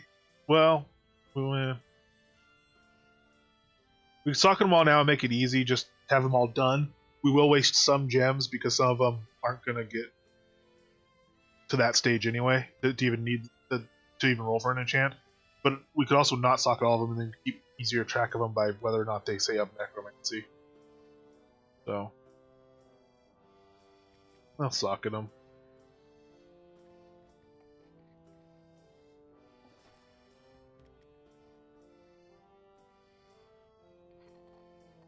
What we'll also do is put on our rings while we're at the table, just so we don't forget later.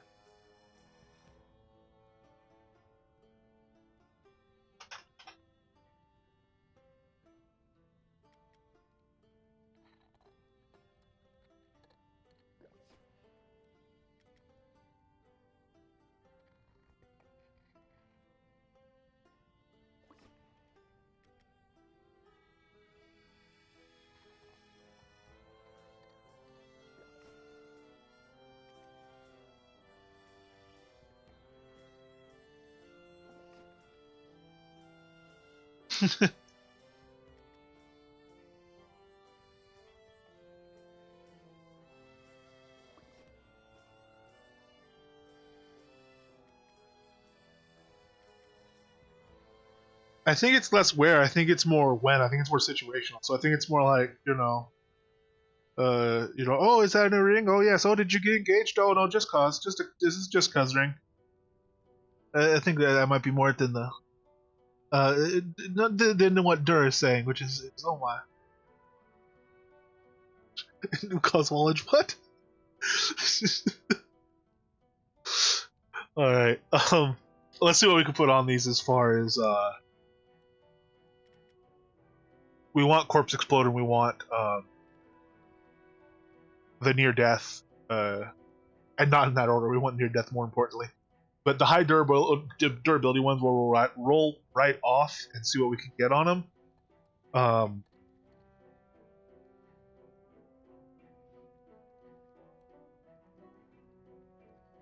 Take a regular int. This one we're going to try 3 on, and that would take it down to 30 if we get it now here. Should have paid attention to what that was. It's one of the 90 though, so be a 92 now.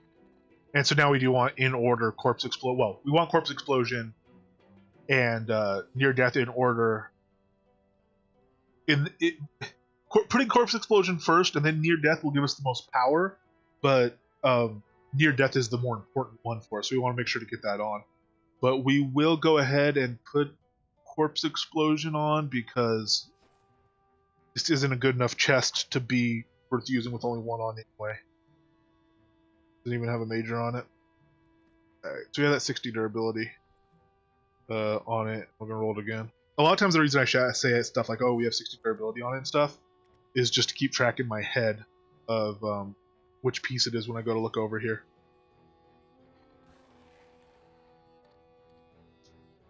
Alright, so now we did get that incidentally, that roll. It'll have 5 durability on it if we get the stat we want. Ooh, we didn't even get the stat we wanted. I could put health on it, but then it's 20. Put health on it and it'll be 15 durability. And kind of worthless. It'd be a better chest, but still be worthless without the near death. So we'll just put durability effectiveness on it. That won't drop our durability. And we could drop that in a new player chest or something for someone. No one's really going to pay for that. Well, at this point, might as well just roll it for a 4th.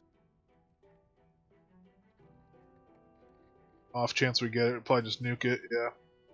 Alright. So we didn't get that one. We'll try this one. We're starting off with into minor, into avoidance. This one this one we probably could. Well, yeah, that one we technically could have tried for a 4th on the Masterwork side. We can on this one too. I doubt we will.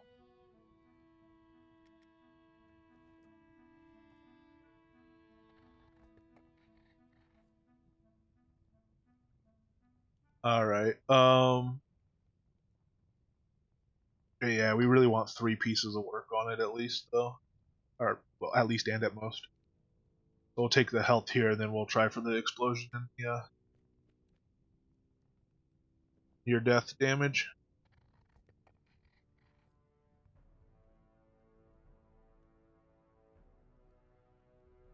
We'll try near death first, just because it's there, and it'll be a little bit safer, and we can get one in the bag, and then just try. We'll have something to beat, something that we're trying to beat. Oh, all right. We'll go ahead and do this one again.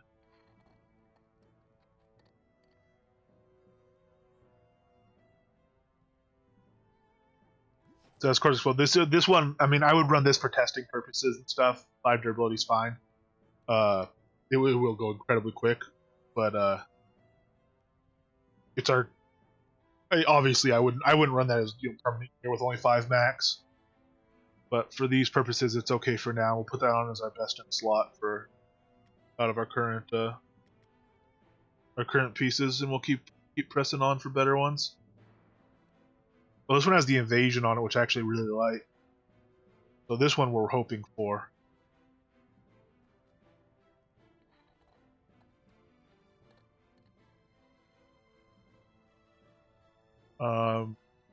In fact, this one it'd almost be worth not trying for 3. We'll roll a little bit. We'll see if we can get a major. I gotta take near death first, though. That's a bummer. Alright. Take our near death first. Drops us to 80 because we're doing out of order, so that was a minus 30 durability instead of a minus 20. Which is, fine. Could just take the corpse explode. Alright. We'll take the corpse explode, we'll play it safe on that one, and then that way if we do our third roll and it fails, we won't be able to work it anymore because they'll take it down to 25. But we'll have a little bit higher. Oh, sweet. Oh. Regular int we might just want to take now. We'll take it again if it pops up. Ooh, major health though.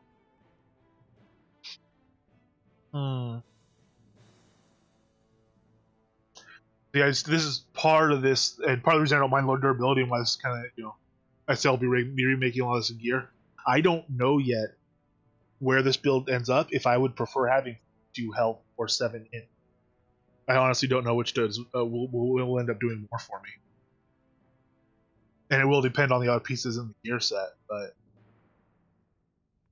I'm just going to take the major health since it's there, and we'll pop this off the mannequin. Well, actually, we'll pop this on our body so we can there. So what do we do there? We picked up an extra 20 health. We picked up an extra. We lost a little bit on corpse explosion and lost a little bit on near death. We picked up. We basically didn't change on intelligence. 0.2 points of intelligence change, and we dropped 3.5 damage avoidance for 17% evasion, power, and duration, which will also give us that 17%. I'm assuming multiplies out that crit reduction, which actually makes that masterwork a pretty major masterwork. It used to be one a lot of people just skipped right over, but that might end up being a pretty big player in future crafting. So I don't know. I like that piece. That's definitely our current best. We'll see if we can beat it, but we might just decide not to use the time and ingots right now trying. Ooh. Oh yeah, that's that one. So minor armor defense. Yeah, we'd really need to pick up a major here. Major int.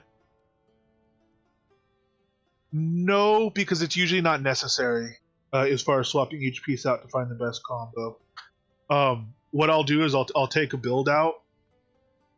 I'll make a bunch of pieces and I'll know roughly my priorities in terms of I want int more than, but if I can't get the int, I want the health in this case, or if I'm in a melee build, I'll say maybe I want the strength, but if I can't get the strength, I'll take the dex. I know I have those kind of priorities, but then when I get out there, and I'm gonna slip now into talking from the perspective of a melee build because I have more experience there, so I don't have to worry about how I know I'll be accurate there in describing it. So if I made a full set of melee gear, I might take it out and I might find that I actually did really well, and because strength was my preference, I was always taking the strength, and I did so well and I got so lucky on it that I actually didn't put on much dex at all. And I might get into the field, and if I'm a two-hander, that strength is great if I'm using a two-handed weapon. If I am using maybe dual pole arms or dual swords or dual hammers, those have an average strength bonus instead of a very high strength bonus like the two-handers have. So dex is a little more important, and those all crit different. So and have different base weapon stats.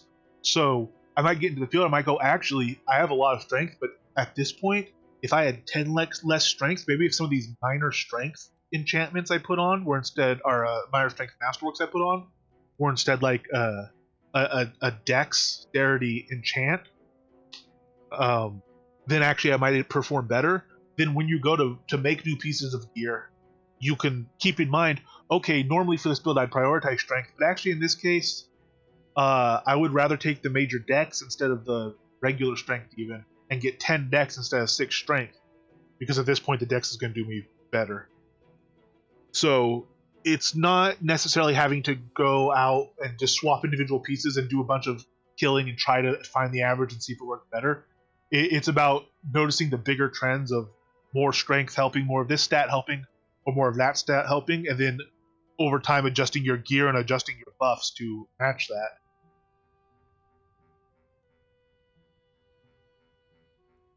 I mean, at least that's the way I do it.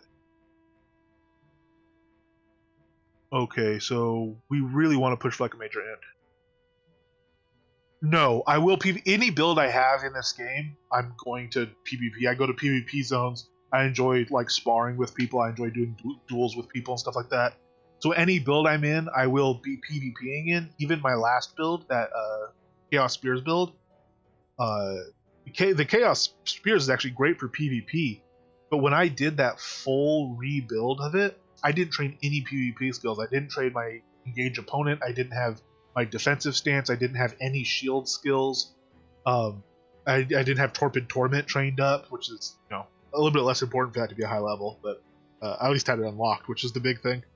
But I didn't train any of that up, and I was still going around PvP zones, and I would still duel with people a bit and beat people for fights and stuff like that. And it's still something I enjoy and that's fun, even when I'm in a build that completely doesn't make sense. The other side of that is I probably will never put an emphasis on PvP in my build, because it's not something I do enough of, and it's not one of my main priorities. It's just something I do for fun. So I will PvP with this build, but it's definitely not a PvP I'm making. A build I'm making for PvP. In general, Death Mage is a very, very powerful PvP build, though. So even without putting specific effort into it, I expect to do a lot better in PvP than I was in Spears. Even when I was than I was in Spears when I had a Spears build that I had put more training in PvP. I did have some shield skills, and I had the engage opponent, and I had the PvP deck and all that. After my last rebuild with that Spears build, I didn't have a PvP deck. I was PvPing with my regular deck, and then after like getting killed dozens of times, I finally said, okay, well, I'm gonna start dragging Torpid Torment onto it or something, so I don't die quite as much in defensive instead of Berserker, and maybe get at least one kill out of 20 in. But it's still fun. I still enjoy it. All right. Well, we gotta take the Corpse Explode here. We'll keep rolling this. Not entirely sure why, actually. We might just leave that one for now. In fact, we might just leave all of this now that we have this one on here. We might change our focus to getting a good pair of legs. They're hard.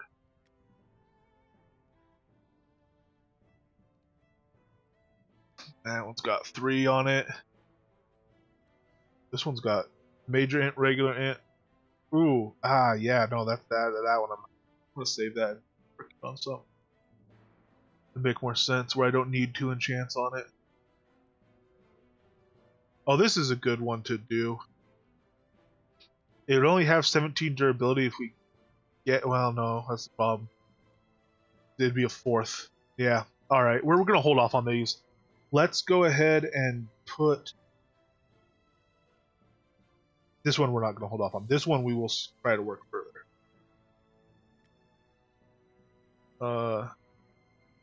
Okay, so this one we're gonna try to put a durability masterwork on, and if that works, we will try for the 4th enchant, because that one has potential to be decently better than what we have already. So we'll do that really quickly.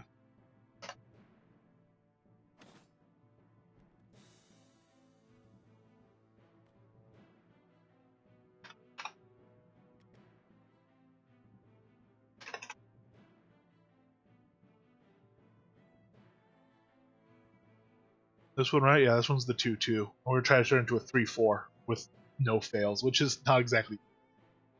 I guess with 1 fail would be okay, but 50%? Why 50%?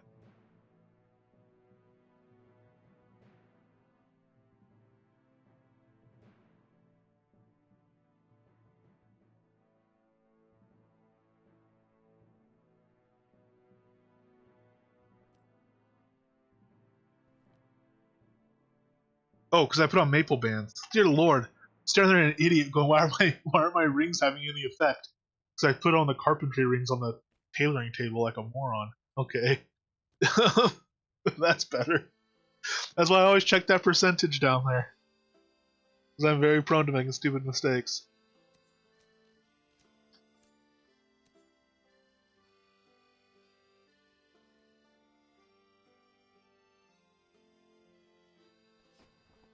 Alright, cool. Let's go see what we can turn this one into.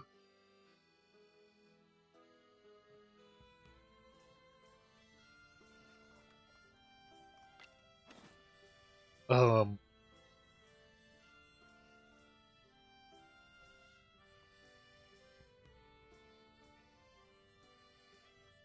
Alright, let's go ahead and cross our fingers because this is going to still be a difficult one to get rolling.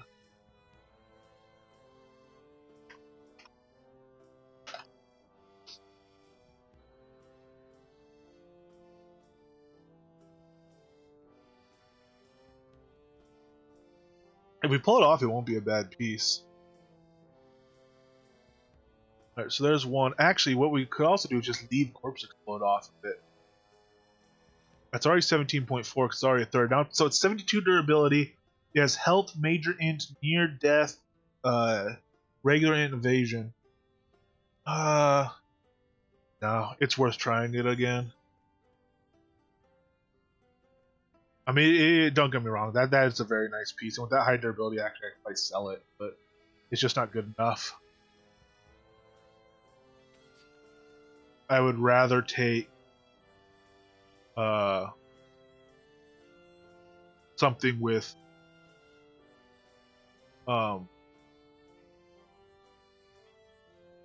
fustian cloth and the cheaper cloth and get better stats on it without the crit. Especially since a lot of people don't run Death Mage critty, they run it for base damage. Alright, so this one I'm going to take off. This one I'm going to put on and compare. So this one's at 47 now. What's our difference here? We would be losing health, we'd be gaining 6 int, we'd be gaining a percentage point of near death, we'd be losing a little bit of evasion, and we'd be losing the Corpse Explode. Yeah, I'm gonna roll it again.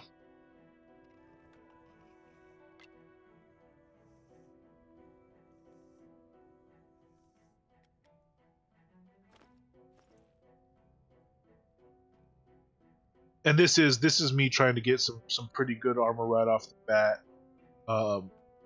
You wouldn't necessarily do it this way, if you're kind of being a little more practically minded about it.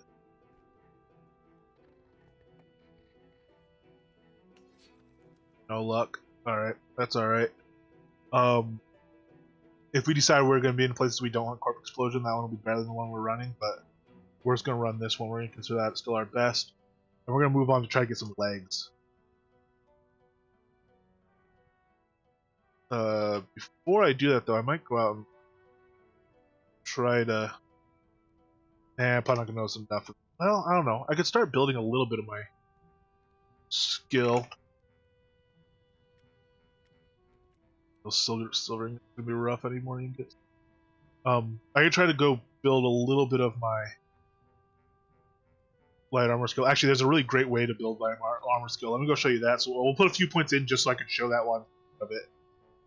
So there's a fantastic way to build light armor skill, and I don't want to do it actually in good gear. Oh, I have a gear lock deck. I mean, yeah. Once you have enough XP for PvP, if you just want a PvP, you can actually jump in pretty early, and just running around PvP zones like the fall, you'll get good XP and you'll be able to train up further. It kind of depends on what you're having fun with, I guess, but in general, I think getting some PvE skills up just so you could get a little bit of gold and you can get some XP is probably gonna be most helpful for most people.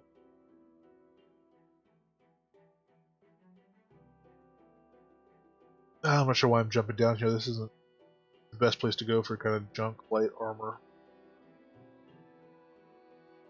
Let me see what I have here.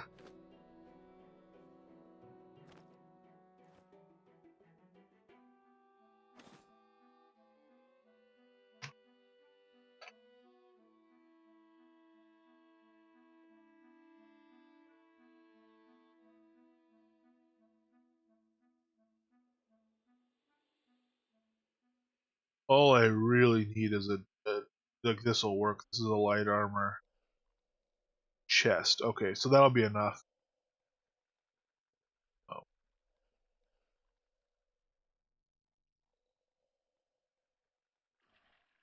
Alright, the rise is where we want to go.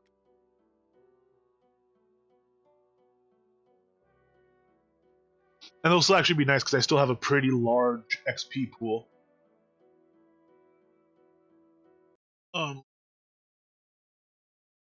So these skills should train pretty well. I still have the Lost Veil buff running, plus 50% skill, training speed, and I still have my whatever you call that thing I have. I still have my Obsidian Potion of Guidance running. So we'll run through here in our t-shirt, jersey shirt. Ooh, one thing I don't have is Safe Fall. I don't have a Cat's Grace Potion. This could get very ugly. Actually, I'll show. I was just going to jump down anyway because they would be fine. But there's a strategy. If you want to jump down by this dragon, you can jump down onto this there, onto this statue. Oh, also, before I get to those add-ons, if you notice, I do have a light source on me. This chest actually has one of the light chants on it. Oops, wrong side.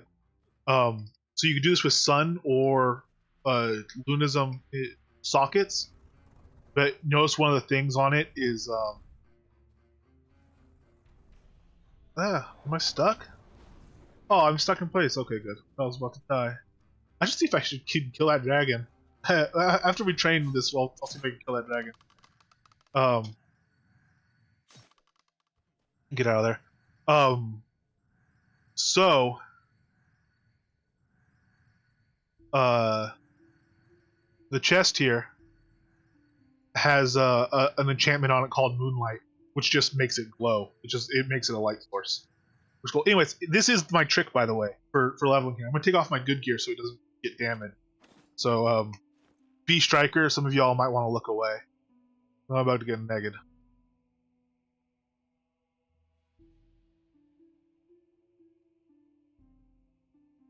But as long as you have the chest piece on, you'll train your armor skills. And the armor skills will actually train just by taking damage. So if I walk over into these spikes, and if I stand there, I'll take damage. But also, if I back out of them, they put on a dot. So I'll still just every 2 seconds when it does that, you see me leveling there, because it'll apply damage. Okay, the add-ons I use, they are very small. I apologize. The reason they're small is because I run at a high resolution, and then it gets crunched down for streaming. So I actually can make them bigger, and I should. I'm just not used to them taking up that much of my screen. And I click the attributes button thing. It's a thing.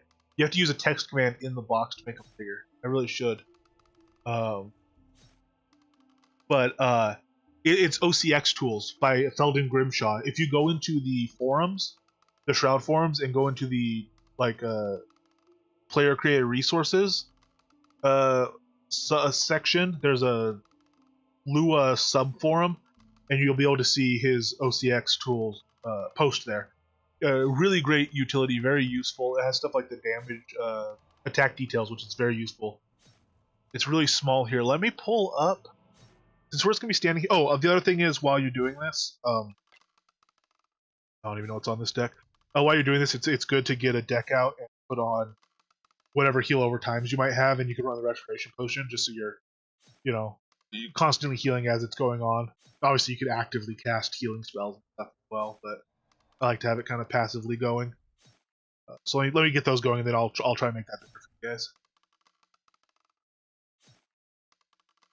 Still need to level my healings as well, but I actually placed Soothing Ring with that like an idiot.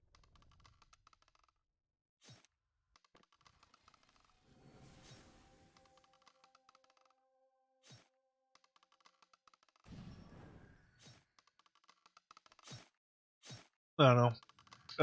I also cast Armor Defense might actually be the defensive stance might be a decent thing here, but we'll see if I stay with build over past it.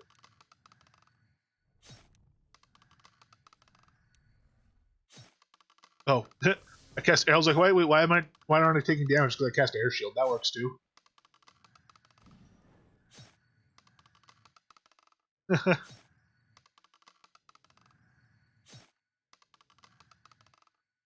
Okay. Let me see. OCX Tools is actually the only one I've run so far. An Amalgamate looks cool, but frankly, I'm not going to run a loader script. I can't actually inspect the code of myself because of the way it's implemented.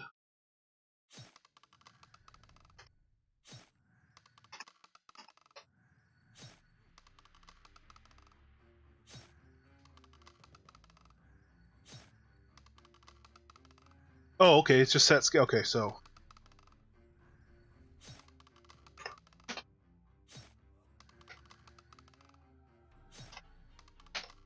there we go. So that should be better for you guys. There's a set scale command, and it's just 1 and 2. I thought you could actually choose font size, but that's actually a lot easier. Alright, so it does start crowding up the screen a little bit. You don't have to keep all the stuff open. In fact, I can close the DPS and then daily tax timer I don't need on and all that, but the attacks one is handy. We'll leave that up. Daily stats we don't need up.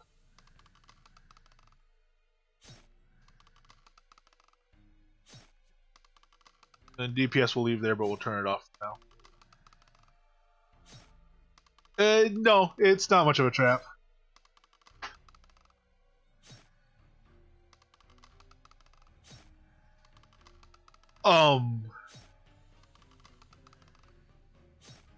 Well, the problem with it is, I think, is it's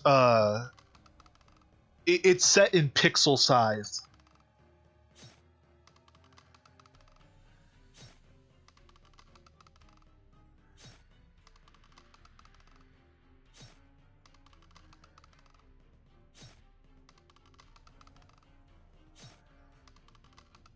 You can also just do /Lua unload, and it'll take it off, and then /Lua reload will reload it.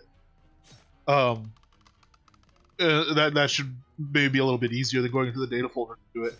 But as far as OCX tools, the thing is with OCX tools, it's programmed in as pixel size, so it's so many pixels high. So if your resolution is small, if you're only running at a small resolution, it's that set a number of pixels, so it's taking up a large portion of the screen. Yeah, for sure. The actual command is exclamation set scale as one word and then space and either the number 1 or 2. So those are the only 2 sizes you can do. So this is 2. I go to 1 like that. Oh, I just noticed. I saw when I had 5 health, I was about to die. Yeah. See, so that's what makes it hard as far as the scaling on that. 1 and 2 are the only sizes, though, as far as I know for this. I'll try 3, but that would just be bigger. Yeah, you can only set large and small mode for OCX tools, Buzz. So if you have set mode 1, or if you go exclamation set scale space 1, and it's still too big, the only way to change that would be to play in a higher resolution. Yeah, unfortunately, I mean, oops, I want to be set scale 2 for you guys.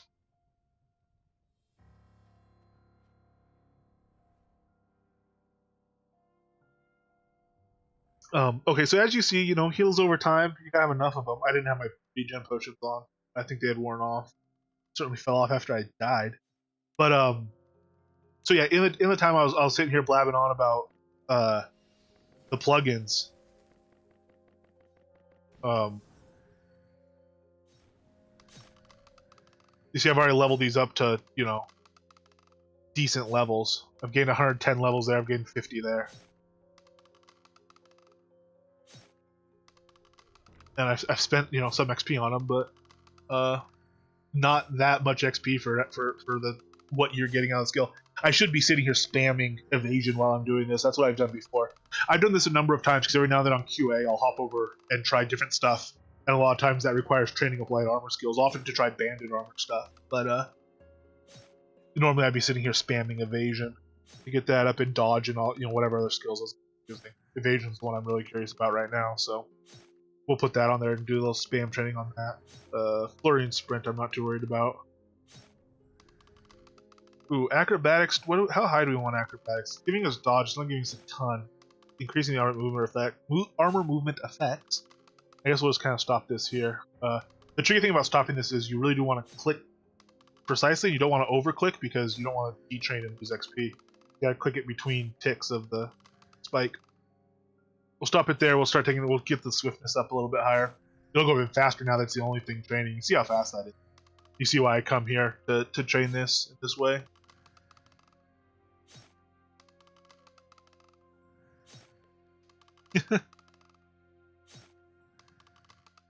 This sounds good. No, Finito. I'm just I'm respec'ing from. I was a chaos spec, tactics spec that was using pole arms, and now I'm going to a sun spec, death spec, death mage. So same character. I just used the greater obsidian item of unlearning to take all my XP into my pool, and now I'm putting it into the new skills. Get some regens going. Pop out of that.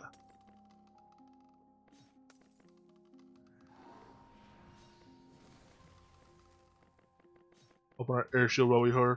What level Ankh do you need, Lavarth? Because I have some.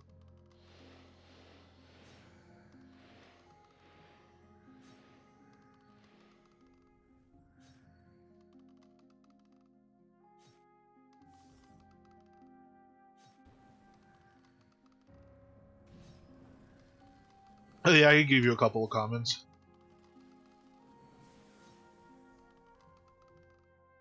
If you get, is this going to be your first? I assume you're going to craft the life shrine.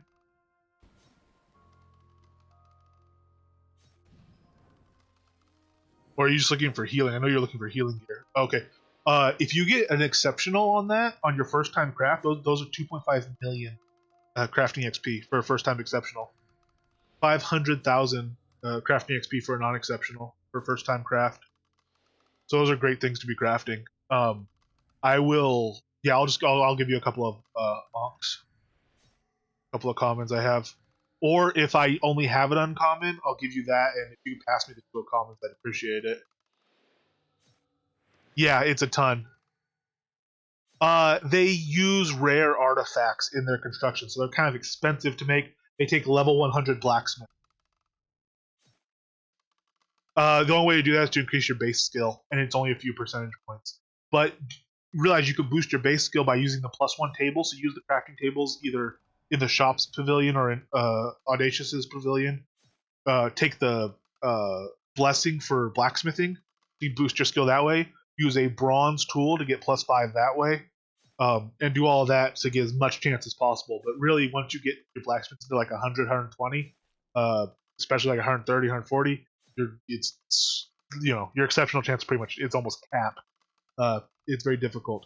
So Finito, we will look real quick here. Let me recast this stuff and jump back into spikes.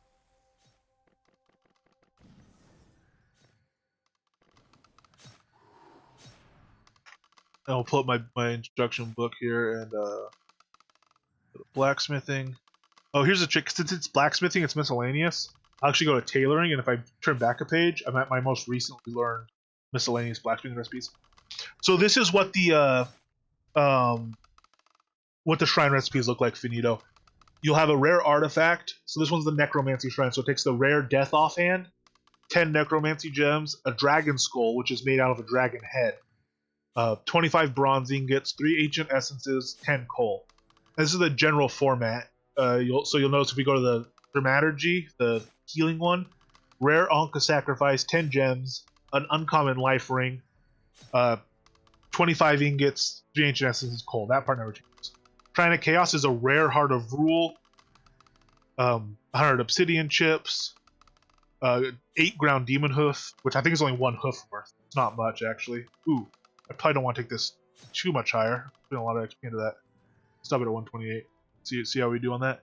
Lunism is again rare Aether Orb, which Aether Orbs are a lot easier to beat, but and 10 Shadow Essences.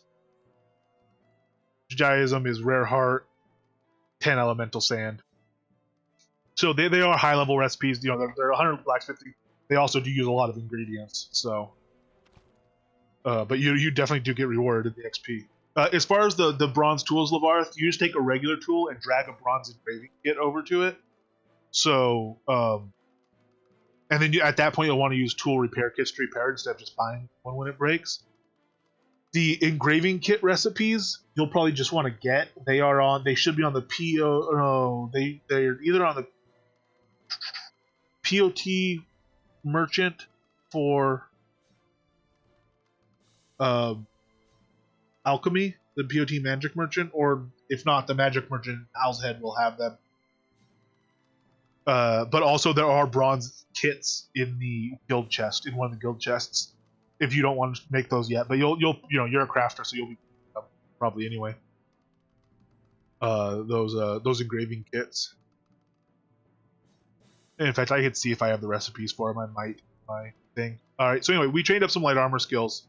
I just wanted to show that while I was thinking of it, and you see how fast is we are. We put 88 levels into swiftness, and we put however many levels into whatever.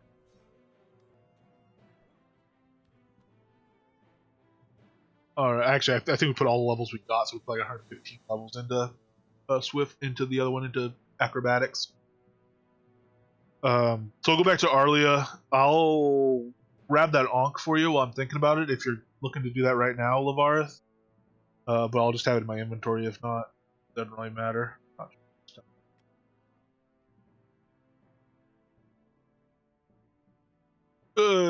It'll technically boost your exceptional chance to use the bronze tool over the prosperity tool. I very rarely, when the ones I just made, I use the prosperity tools to make them. I don't ever switch. Just it's something you can do to increase your exceptional chance. I very rarely do it. If I was doing like epic fire rings, when I smelted my epic fire rings, I think I did bother to switch for those. At least some of the times I did them, just to get that very marginal extra chance. But I usually don't bother because it's such a small boost. So the prosper, what's the prosperity tool? I think it gives +3 to base anyway. Yeah. Oh no, prosperity tool is +3 exceptional chance. Swap it out and see if it makes a difference for you at your level. It probably won't. Prosperity is probably better than the bronze. What's bronze? The rings only affect blacksmithing masterwork. So the expert station is +5, and then there's a blessing, a town fountain blessing. It'll give you +5. And then you get another +5 from against that prosperity tool. But if you're looking for exceptional chance, then the prosperity tool actually probably is better than bronze. There's another thing that gives exceptional chance, but it might not give base. Then that would be, I guess, silver or heavy iron. I could check. So that's carpentry is the health one. Blacksmithing is strength, I think.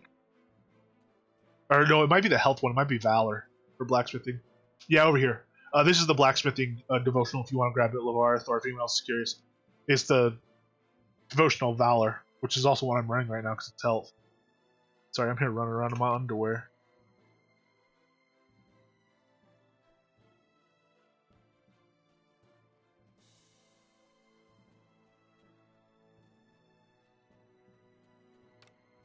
All right, let me see. Let me grab that Ankh for you, Lavar, since you're here, and I will also check if I have those tool recipes. Might as well learn them. True bronze. All right, which one? I have rods somewhere. Check.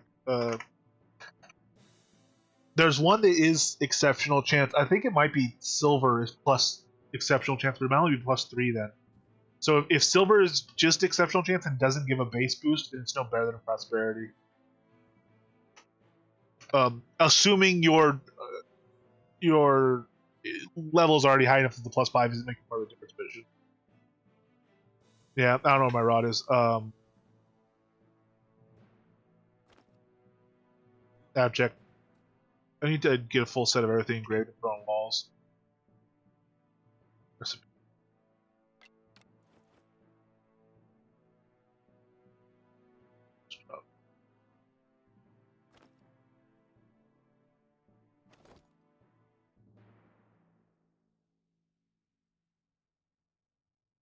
Okay.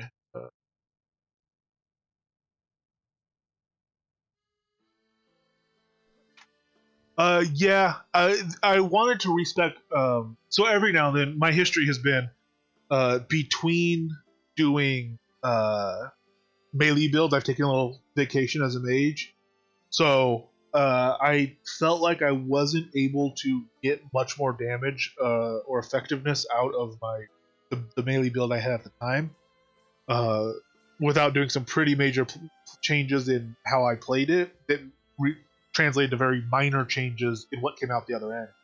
And that wasn't really, I didn't feel like doing all that so much for so little. So I decided to pop over to Mage again. I was gonna do Sun Death originally when I left my Blades build, but I ended up doing Sun Life instead just to see how high I could take damage against undead, and it actually ended up being worse than if I had just taken Fire, which is kind of disappointing. Fire Mage, I've played around with Fire Mage before. I'm not really interested in doing it for a proper full build. So I decided to do the Sun Death this time and see what it's like. It's always been one that looked kind of fun. I also thought it'd be interesting to see what it's like to go very critty with it, because I thought it might have a chance to be pretty good in that respect, or at least very interesting. And I know a lot of people play it just for base damage, so like stuff like Hard Maple over Rock Maple and all that. But I'm gonna try to play it very critty, and also Chris was saying he might throw in some stuff as far as new chances to get better spell crit. There's a lot of stuff for ranged and melee critical hit boosts. He was saying he might try to throw some stuff in there for mages as well, and that would also bring other mage builds up to the level of Fire Mage without buffing Fire Mage, as opposed to just giving everyone Int, which would buff everyone, but also Fire Mages, which is already very powerful. And Death Mage is already very powerful. But so that's kind of my reasoning for picking it. It's not super exciting. It's a very standard combo, Death Sun, but playing it with the emphasis on crit, I think will hopefully be a little bit interesting. All right, so we have onks. We're looking at weapon.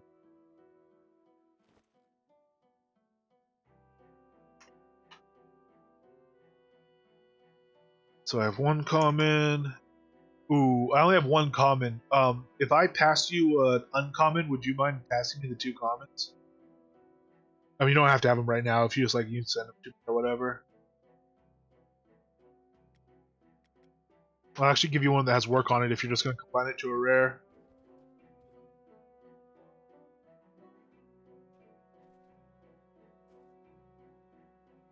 The rings you only need for masterwork. They won't help your base chance. The only thing they help for base on is alchemy. But this is a blacksmithing recipe. Oops. Oh. Why am I not able to trade with you? I think we might be desynchronized a bit. I think I might not be as close to you on your screen as I am on my screen.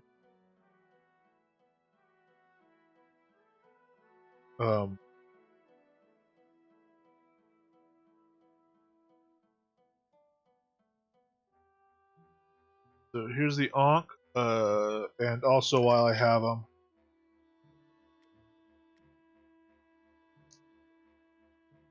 some the engraving recipes. Yeah, the new patch is in, so I probably won't bother patching right now, because it's not going to affect me. Did I have this? Did you give me this recipe, or did I already have this? Why is it highlighted?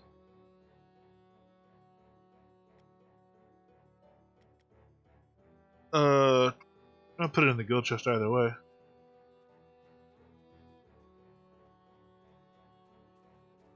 Oh, thank you. I'm gonna put it in the guild chest.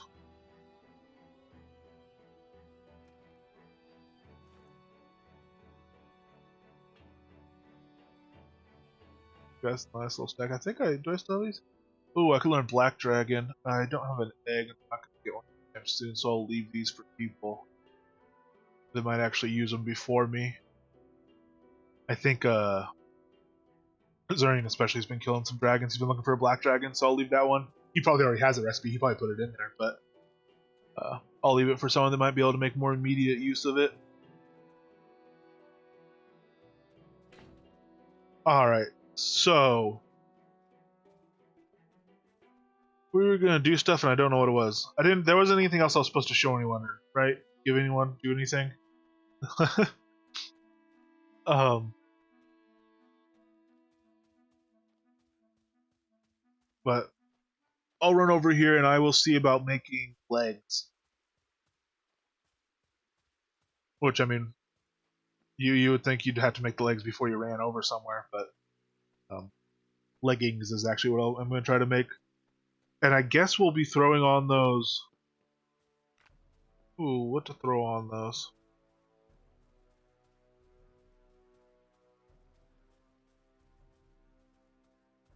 I think escape is what comes up besides dodge. I think it's only dodge and escape. We probably want the dodge on them.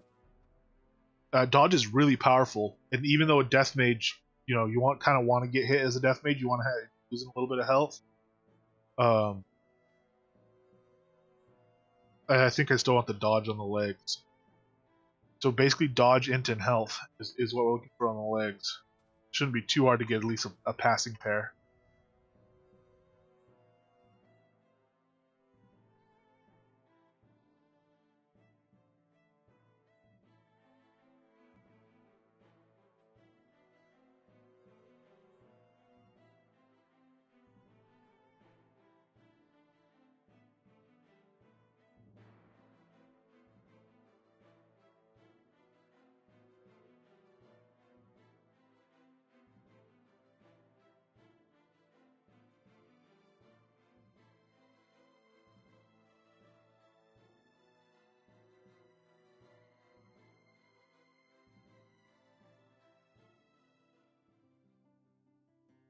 Oh, I couldn't even rezone without it. Okay. Um, I am going to obviously have to patch that. So I'll pull up my screen real quick here and give that a go. Shouldn't take too long. I don't know, I guess I shouldn't say be right back. I'm not even going anywhere. I could go somewhere. I could grab another. Oh, I can't grab another bottle of water. I'm out of bottles of water. I'll have to pour myself a glass of water. Alright, actually, I am going to do that. I'm going to go grab some more water while I do this. So grab a soda or something. While this patches up.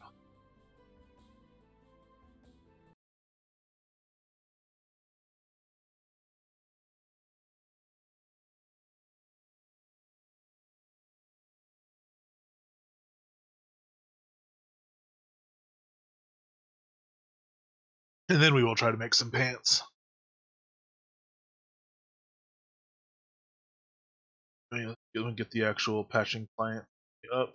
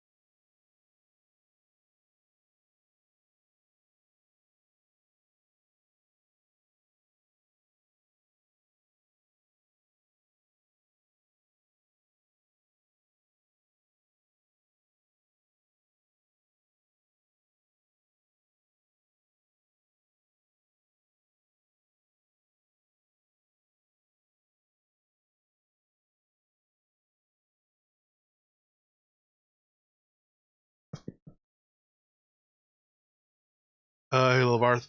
The gemstones you should be able to refine via a recipe from that one is from the POT Magic Merchant. I think they might be teachable. I don't know how many I have that I can teach and how many I learned, but they're not expensive. Just go there, grab all of them, grab all the gemstones, the warding gems, and the jewels, and craft them all, 5 times or whatever. At the alchemy station, you'll be able to throw in you'll be able to throw them in a chest and a bag, so you always have them for when you're masterworking and enchanting stuff, or enchanting and socketing gear and making gear and stuff. So you'll just keep the ones you make, like the first 5 you make probably. Um, so you have a few around, and then the rest of the stuff you just sell to an NPC, the magic NPC, and it'll be good first time crafting XP for you. It'll be well worth the money of the recipes.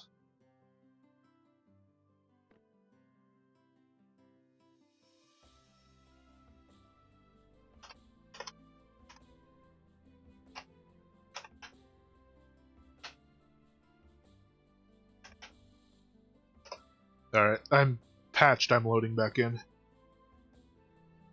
That's for making that's for making actual unrefined gemstones out of fragments. And you should get all those recipes and do all those a few times as well for the XP. But 400 fragments sells to an NPC for 400 gold, and it makes a gemstone that's worth 200 gold in reality. So I've never used that recipe other than for first time crafting XP.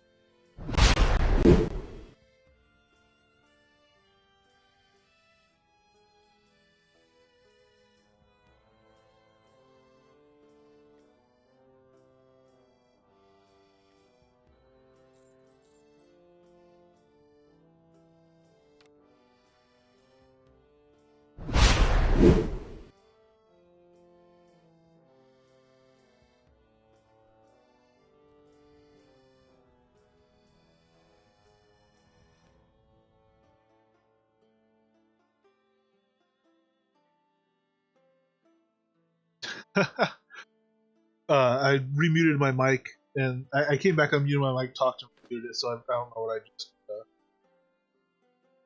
I don't recall what I said since then, but yeah, for the 400 fragments, only worth it for the first time XP in my experience, because you're better off just selling the fragments and buying gems otherwise. And yeah, you have to learn the recipes. I think they're teachable. They're not self-teachable. They're not discoverable or re-teachable. I think you learn them and they are teachable, then pass them on to others.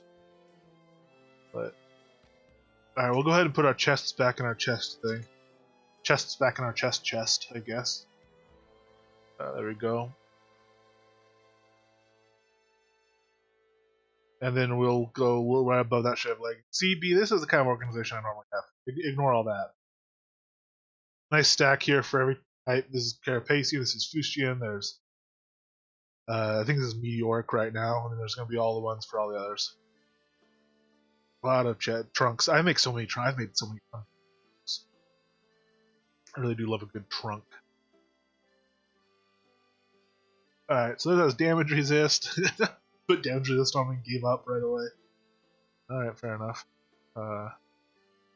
Durability, an int, and a fail. Ooh, because these are not exceptional, so by the time you have that fail, we can pull that over.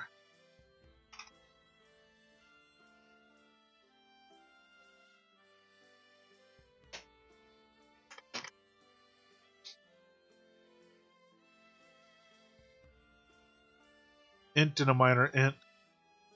And I stopped on them.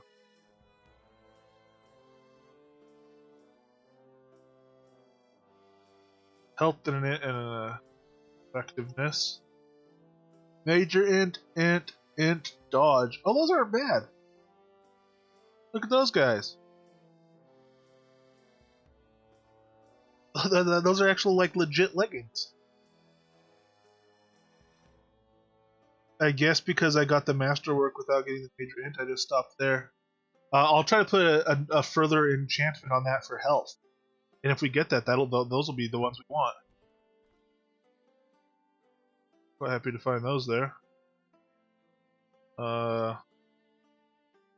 Dodge, int, health. We could try these for another masterwork too. Kind of blew past these. I probably shouldn't have, but 2 fails. You know, they have an exception. Yeah, we'll try that. That's probably going to get us a good pair out of these. Actually, I should check the lower durability ones. They might already be a good pair for us. They might be in here just they don't have the whatever. No, they're not. Those ones definitely aren't.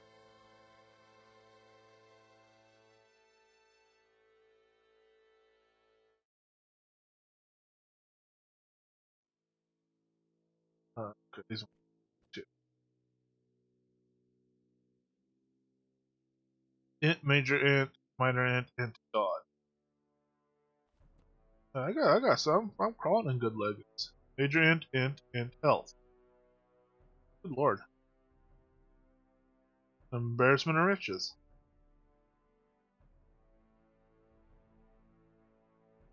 Ooh. That one will leave.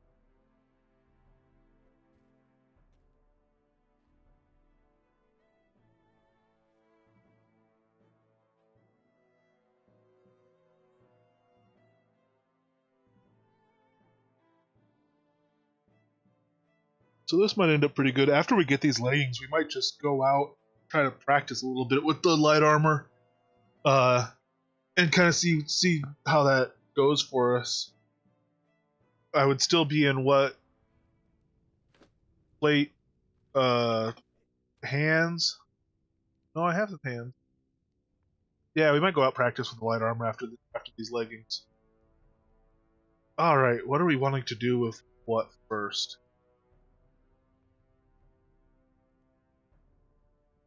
Honestly, we probably didn't even have to grab all of these. We could probably just say, this is... We could just try to put a major health on those if we're lucky. Any sort of health, really. Hope we don't lose the 50% roll on them. Let's pull that gold out, because we're going to do it on the enchant side. Let's get our enchanting rings on. Oh, we did that new warlock chain. It's not on our deck anymore as far as the deck we used to that I tied my all my gear to. I did that before I made this warlock chain, obviously, because there's been this morning. So we want to make sure to reapply that. Grab our gold ingots.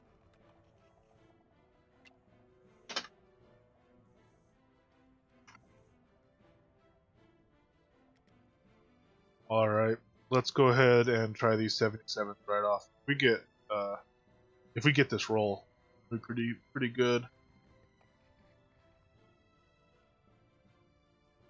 Regular health, I almost want to take it. We'll take one chance rolling through. Get the major, we didn't get it, but we'll leave that here. These are 3 threes then. They were not exceptional start, so they do have one of the 3s is the durability. They don't have a lot of int on them. There's 17 int. Or no, 23 int. Oh, yeah, because they have 2 ints on the masterwork. Okay. So yeah, 23 int and 40 health isn't bad with the dodge. I mean, it was non-exceptional pairs. That's 57 durability. I'd almost want to roll for a 4th, but we'll just save these for now because I'll probably use these for a while. And these will be one of the last pieces I upgrade of the Carapacian.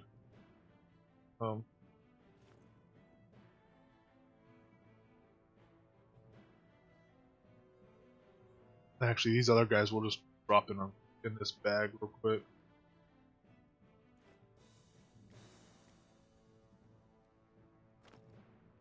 Okay, so boots I'm going to keep the same. So I do have everything I need. So let's go ahead and see about cloth. Actually, first let's buff up and we'll see the difference.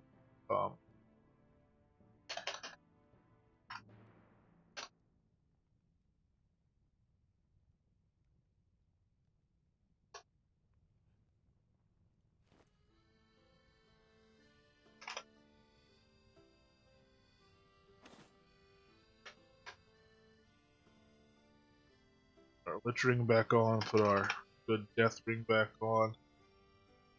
A zombie skin. All this gear, aside from taking a lot of damage, is looking pretty good.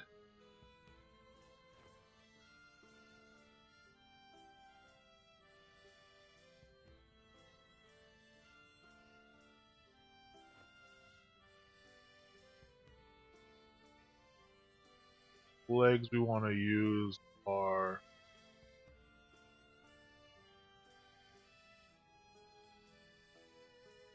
not in here. We know what's going on. Oh, they do have 62 durability on them. Yeah, goddamn.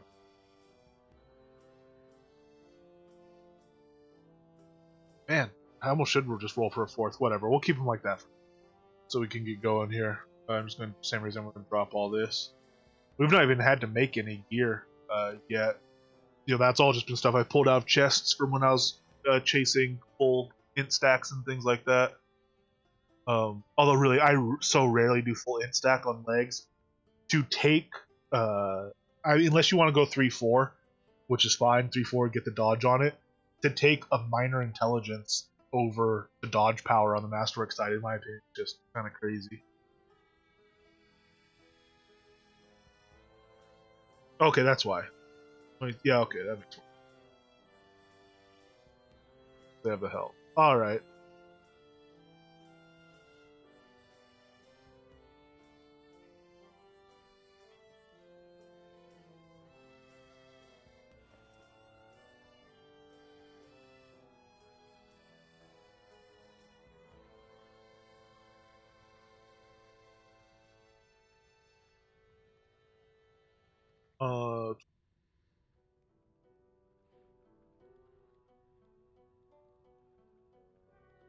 What did I just do?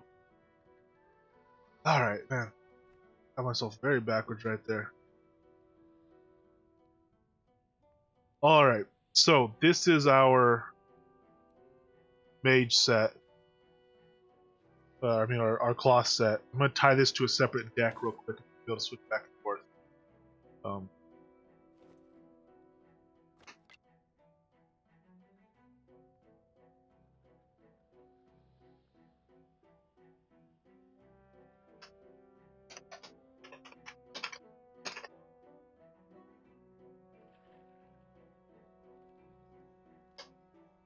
Off gear lock, use current equipment. Alright.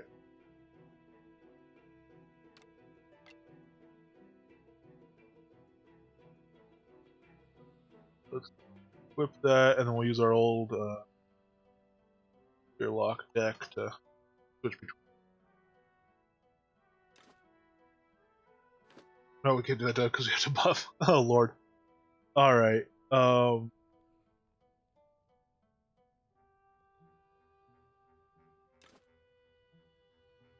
We're going to go adventuring, so I'm going to take my full buffs now, again, including, unfortunately, the alcohol buffs. So...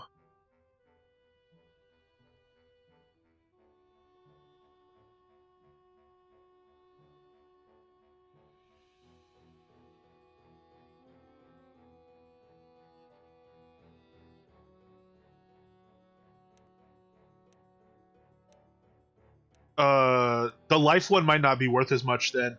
They might have made the life one worth less because it's a lot easier to make. You're sure that's an exceptional though? Because that would be online for 250, which is all what I was observing on all the other ones I looked at. Also, was that your first time craft, or was that the first time you? Oh, not exceptional. Sorry, oh, EXP for experience, not for exceptional. Yeah, that's what's to be expected. The exceptional crafts are 5 times as much as non-exceptional. So first time craft is 500,000, and if you hit an exceptional, you get the 5x multiplier to make it 2.5 million.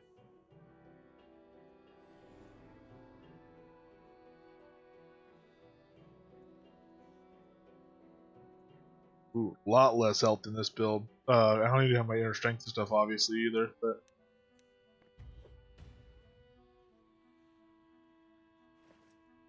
okay, let's go ahead now and take those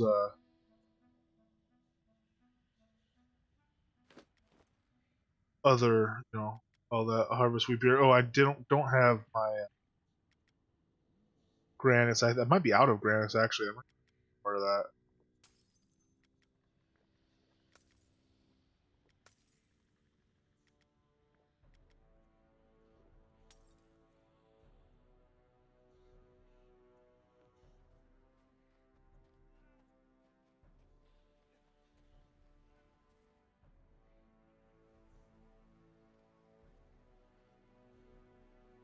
No, I'm out of granites. Okay, so this won't be a full-on test, but let's see. This gets us 311 in. Yeah, that's a lot of health to lose in very little in the game. So we got 1305 health, 311 int in this build. Death attunement shouldn't be affected at all for 11 death attunement. And if we switch now to our other deck, we drop to 254, 254 int, 258 int. We go all the way to 1586 health. Interesting. I don't know. We'll try it. Let's go play a little bit with the light armor and we'll see. We're gonna have to make a deck for it though, I think. Because, well, no, I could just, well, yeah, we will make a deck, but it's just gonna be a copy. So, soft gear lock will equip.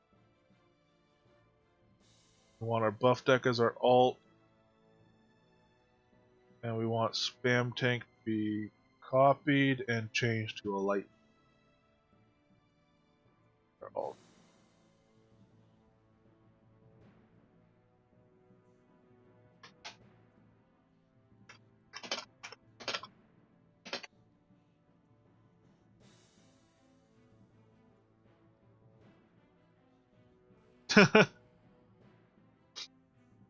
Oh, that's good though. That's a really cool deco piece. Is that one? Is the ground floor settee? Is that one that you could only place since the patch? Because I know some of that stuff was bugged. And in fact, when Serenia came on, I was gonna try to tell her when I see her. But I know a lot of stuff was bugged for a while there.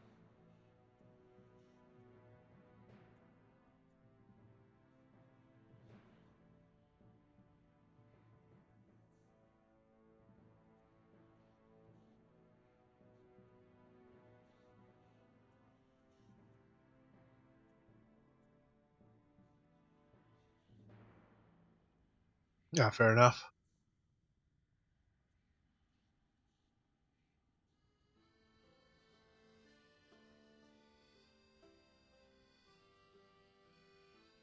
All right.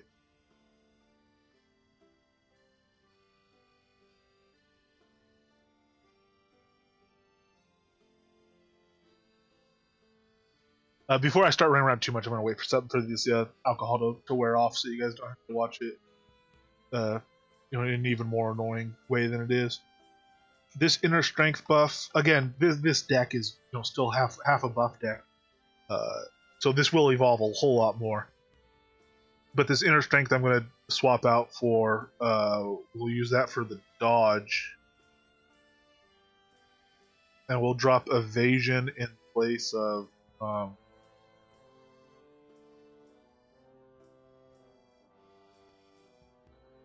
Glancing blow. I guess it kind of makes more sense. Yeah, no, yeah. Okay, and then I do still want to be able to summon that skeleton mage, so I think I will just unlock it and do it here, and just whenever I notice it pop up, try to go cast it. If I recast it every time, hopefully I'll be able to cast it while he's still pretty hasn't decayed the way all the way, because his death drops down whether you're using him or not. Whether he's taking damage or not, his health will drop. But I also do need to then switch to buff deck, I guess, to rebuff him every time. I don't know. We'll do it that way for now. That's not going to be the appropriate way to summon. But we'll go ahead and do it like that. Alright, we'll port now. These buffs will have fallen off. We'll just go to the spur again. Oh, I was going to try to kill that. Then we'll go back to the fall. I was going to try to kill that dragon in the fall. I'll go south spur. South spur, north entrance.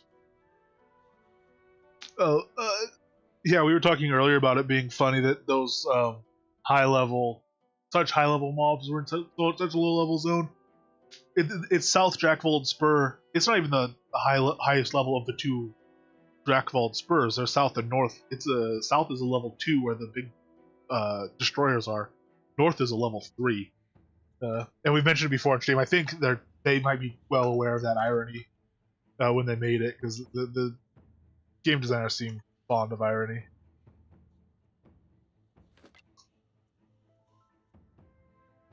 Oh, okay, so we want light spam is one of our decks, and our other deck are buff.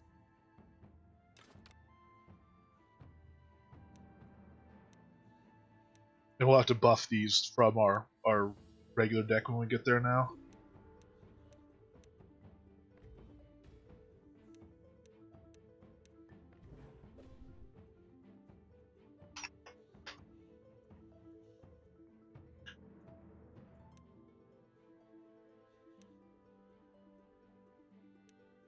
Let's see.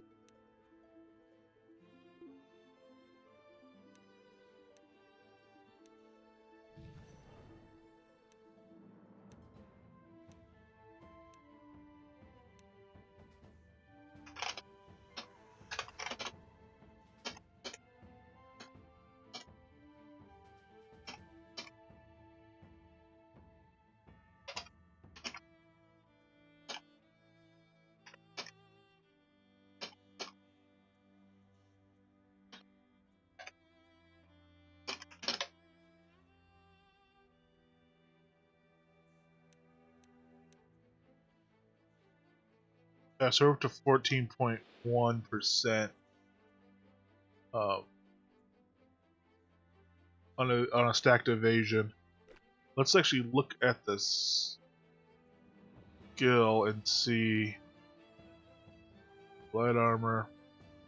The 12.3 crit hit defense chance. And there it's 12.3.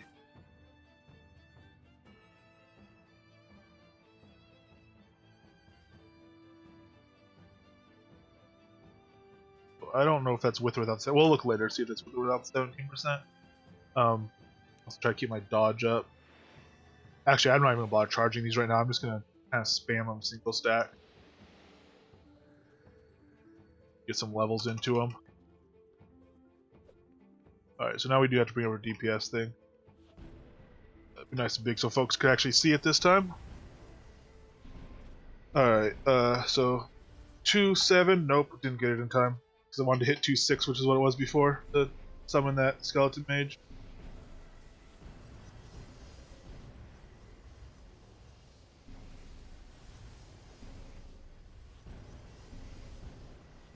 Being a little more mobile this time because I don't have the advantage of the extra health, but it's probably not necessary, and actually it means I'm going to miss some of my death touches. So I will stand here, and I'm just gonna kind of keep an eye out for something that Mage as well.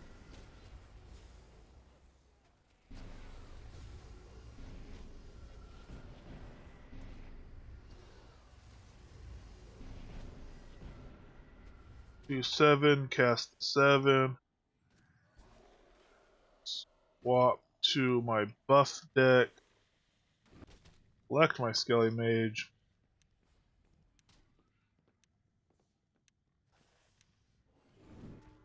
Give him an enlightenment buff. Self-select. Switch back to my other deck. Go back to DPS. These are things that took me. I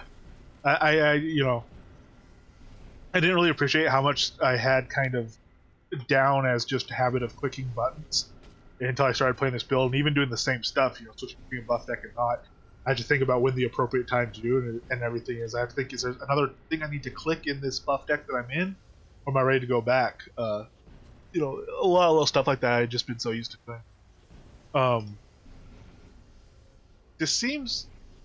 Oh, that's 5-minute DPS. That's why. I'll say this seems like it's going faster than the DPS would indicate. I was looking at the 5-minute before we're looking at the 30-second window, which 5 minutes more valid for proper testing, but for these guys, I kind of need to look at the 30-second.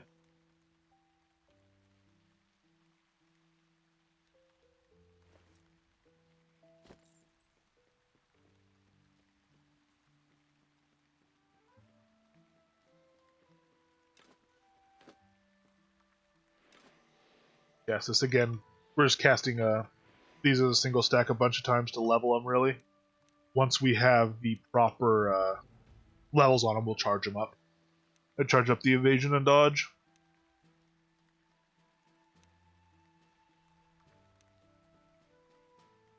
Nice thing is chaotic feedback doesn't fizzle in this build even when I'm moving now with the light armor.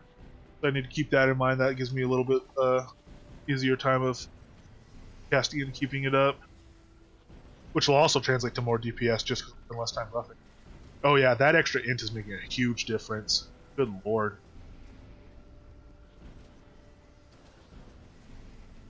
Some of it is the warlock chain. Let me pull off the warlock chain actually. I gotta drop combat because that's an actual gear change. The weapon.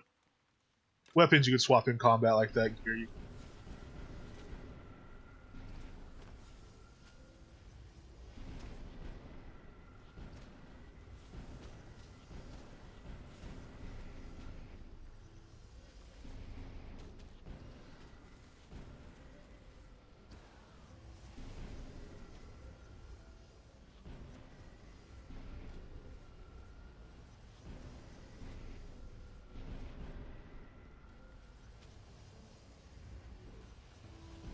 Now this also is dropping our int back down again and our attunement.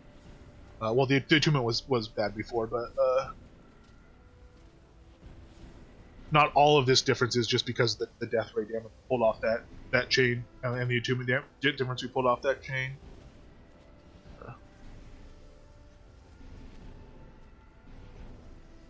Yeah, okay.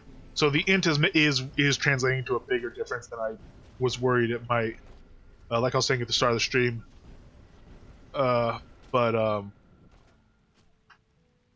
So the way to play this is definitely going to be prioritizing int a lot more than health. I've been too heavily prioritizing health, I think. And this is pretty low health, but at least for this spam style, I can't reliably be down here. Where I'm in the lower percentages where I'm getting that health bonus anyway. Oh no. I've lost 1 durability in what must be like 5 or 6 hours of adventuring now in this build.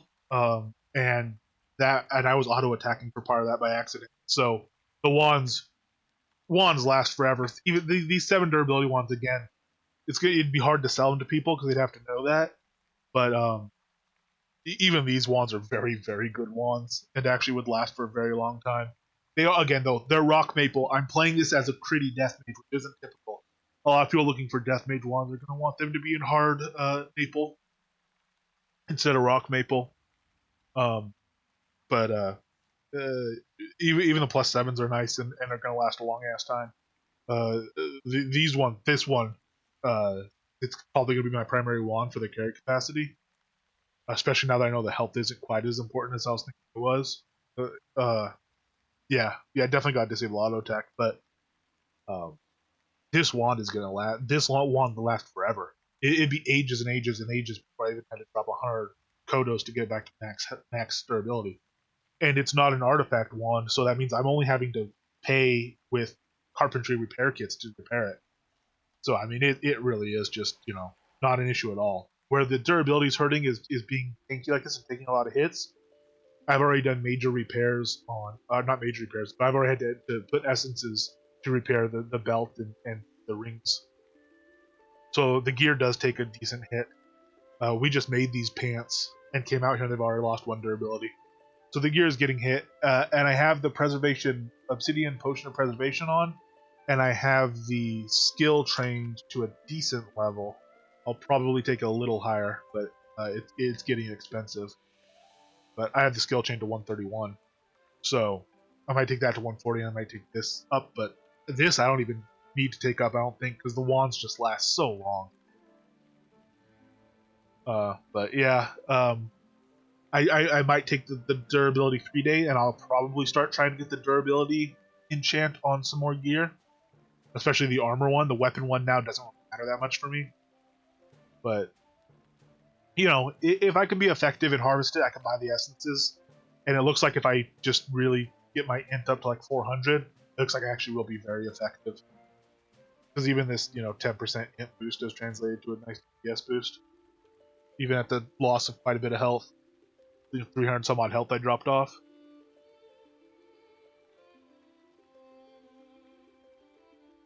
This will also influence my choices for food, which food I use. I probably just will be stacking a bunch of int if I can.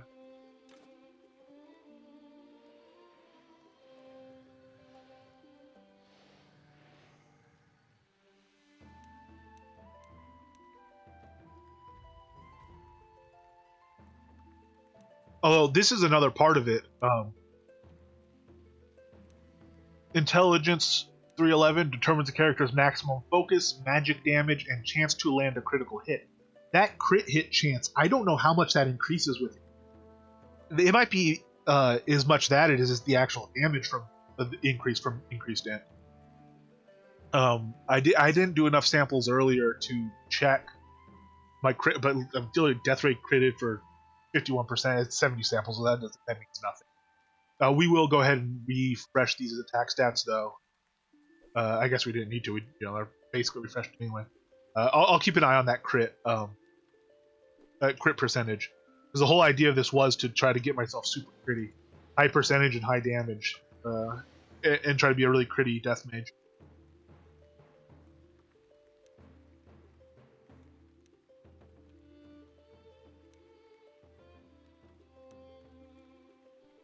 I will lose some of the crit when I go to the. Actually, I'll lose quite a bit of the crit when I go to an Annapa's offhand, which is my plan right now. I might find that actually, with this build especially, that isn't the way to go. That might only be the way to go with a straight spell damage build, or even then, it might not be the way to go. We'll see how much of an effect that has and how well I can take. I have enough for a few epics, so we'll get a few shots at it, a few shots at the legendaries and a few shots at epics. But without it being a +1, without me getting at least 4 enchants on it, I don't think it's good. Luckily, they are a high durability offhand. They start at 100 and go to 150. Some start at 80 and go to 130 for an exceptional. But yeah, no, this isn't bad. Ooh, I just missed it. Just barely missed it. Getting that Skelly Mage up. 2-7, got him. Okay, there's a Skelly Mage, and we'll switch and buff it. Ooh, that's not the right... Oh, I tried to switch with a hotkey. Oh, well, this is a good time to see if Elysium Illumination kills my Death Mage, or kills my summon. No, it doesn't seem to cause him any harm. Does it? Is that a 1 ticking off of Elysium? Doesn't look like it. Okay, now I have to go back and and assign decks, different decks. So I have alt on light spam, that's correct. And once I kind of fall in line, I'll reorder all those decks so they match my old numbers that I'm hitting by accident. So my buff deck will be on numpad 2, and my primary DPS deck will be on numpad 1, stuff like that. My watering deck is already tied to numpad 5 where it should be. Alright, now I need to actually do some damage because I actually get some heals off this guy. Oh, I just did it again. Just pressed number 1 to try to go my primary DPS. I'll get those sorted tonight probably, and then I'll try to keep a decent order. It's a little more work when you're dealing with a lot of decks, but well worth it. Oh, don't take me out of combat. I'm just gonna have my skeleton mage kill this guy while I do nothing, apparently. Whatever. I'll switch to it.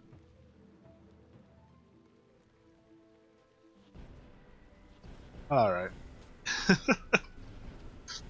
What a disaster. Oh, also this means this I should probably go switch over my shrine buff from 25 health to 5 int.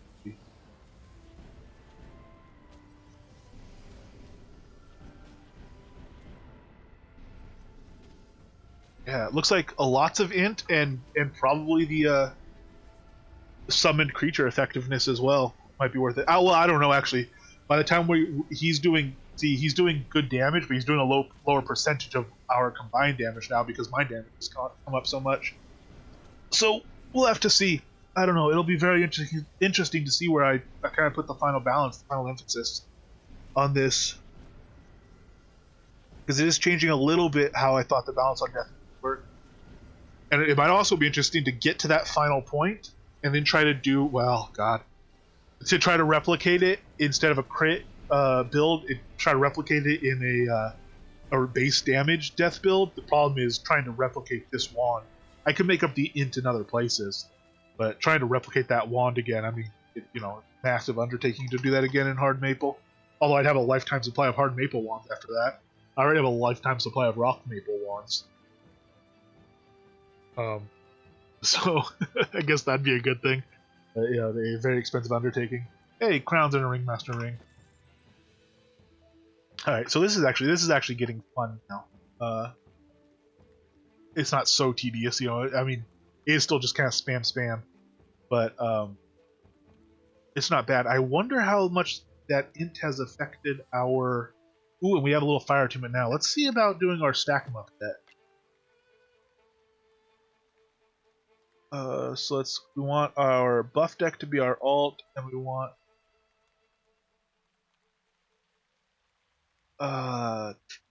pure stack, I think, is the one we were running. And we won't be able to resummon our death mage, but he's got. Oh, Elysium actually makes up for it. Oh, sweet! Elysium Illumination makes up for his death decay already. So he actually won't. Death decay won't be an issue much with him. You know what? Let's go ahead and go in here. We're gonna bump some more XP into these guys because they're definitely gonna be worth that. Take those to 120. Oh, very exciting. Okay. Get our chaotic feedback back up. I guess we'll kind of, when we switch this deck over, we'll just kind of neglect our light armor skills for now, probably.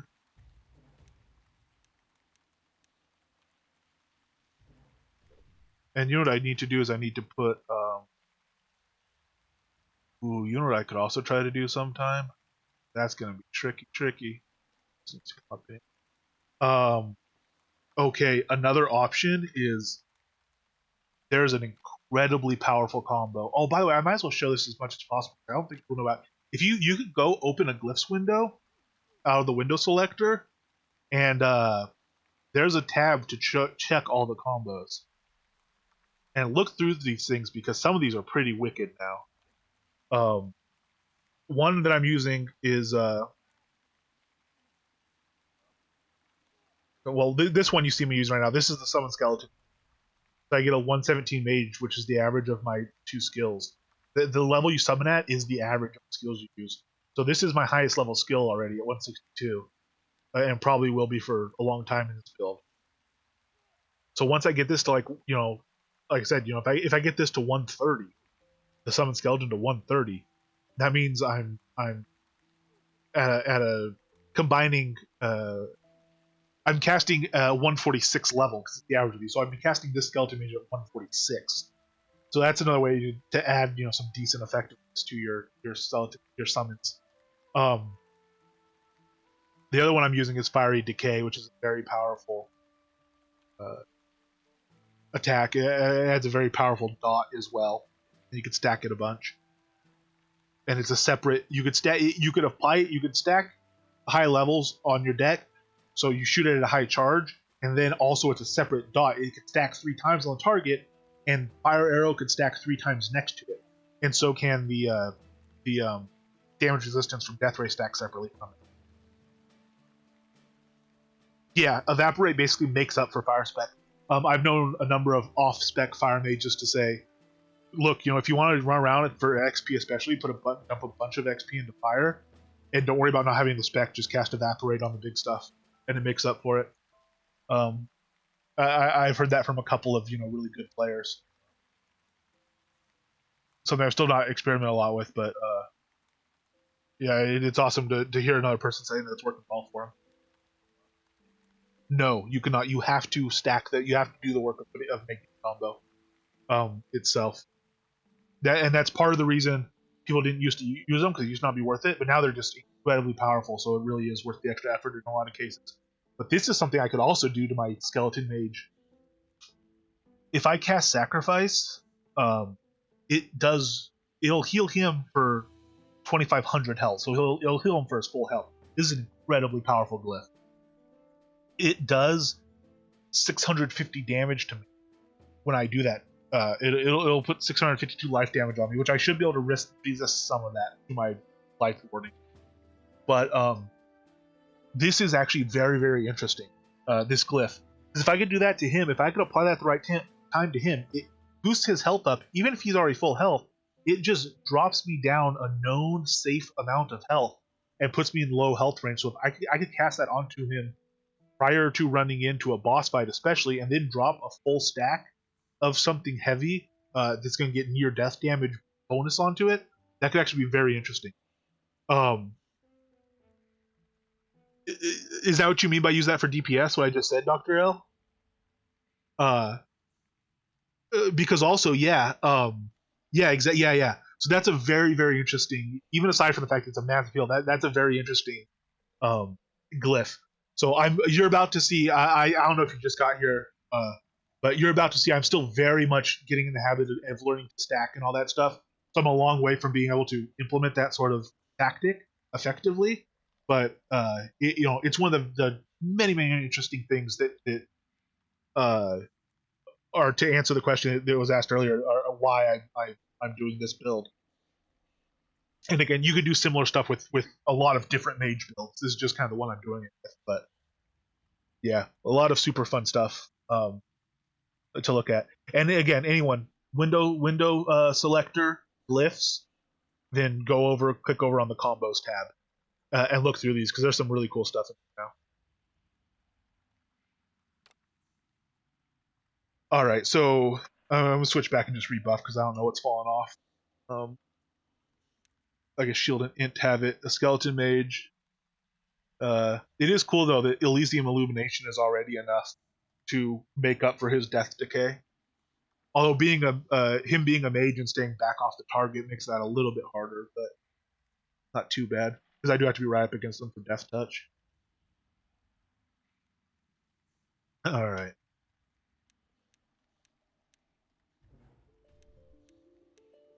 Oh, we came over here. We don't even have a big one. We'll go back over to this one. All right. Switch out Soul Tap. I don't even need that. I'm not running out of focus on this, but go ahead and lock that up. Ooh, miscast that. 4.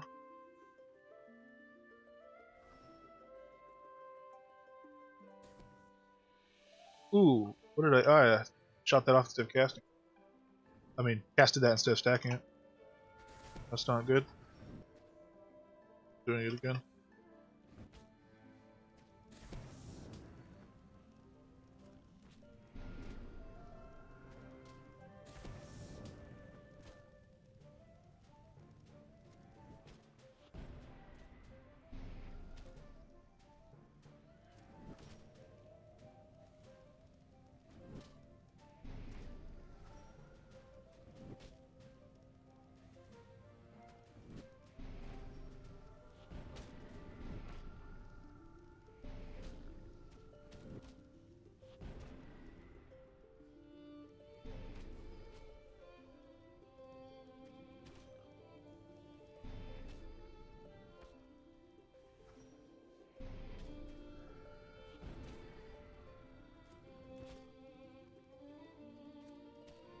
Alright, so we have this full stack of Fire Decay.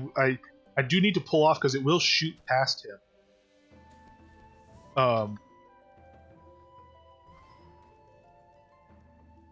Well, we obviously don't want that after we put on all that work to make that stack of it. But also, I probably should fire him a little bit sooner. Yeah, see, that's really nice damage there, and it lasts forever.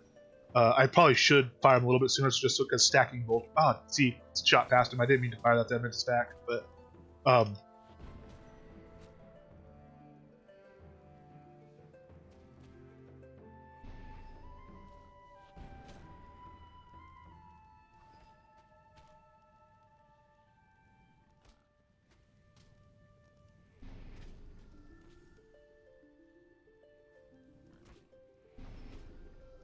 it's probably worth it having multiple lower level stacks on him more often than I do, than waiting for it to be full like that.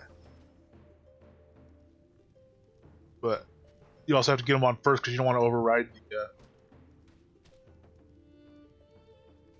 higher level ones. Pull off and put that one on him. I have a glyph in one, but okay. Bug so I couldn't see it. And I don't even have time to get over and do the death field. That needs to be the mouse tide, or I just need to give up on it and do something else. Save it for a different deck.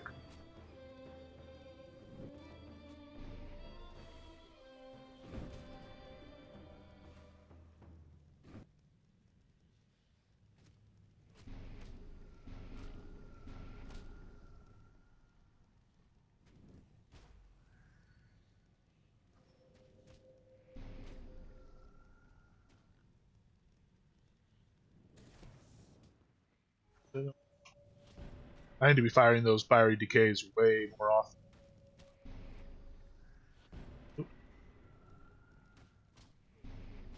And also, just occasionally stick some fire arrows into them since it's a separate stack, and they draw plenty fast.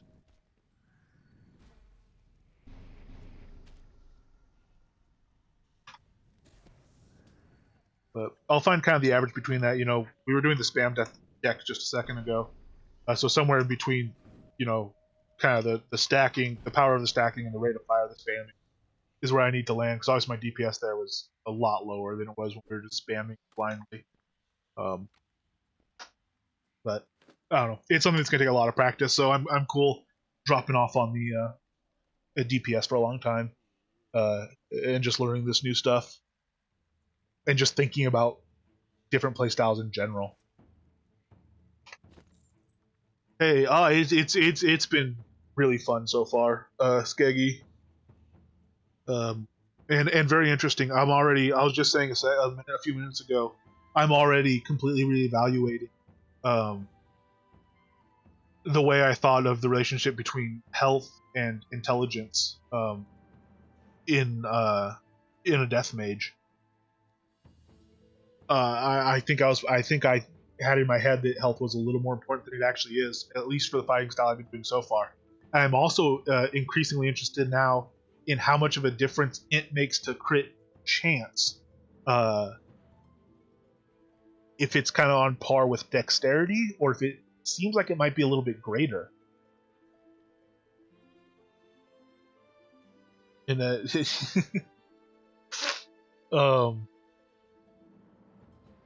but yeah, no, it's been a lot of fun so far. It's been really... Oh, my skeleton mage is about to die. Quick, let's get some Elysium Illumination on him. Oh no. Oh, poor guy. Poor guy. Oh, I tried to heal anyway. Oops. Oh well.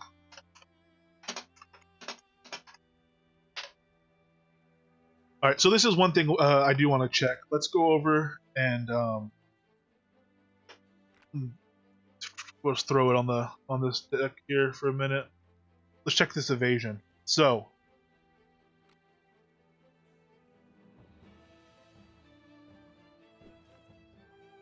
14.8% critical hit defense.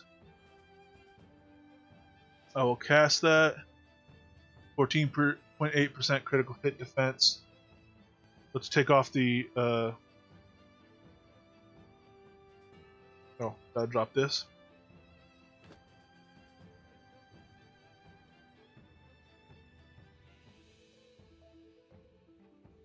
Oh, that's interesting. It zeroed out everything. Oh, because I don't have a light armor chest on. I have to have, I have to have another chest to replace it.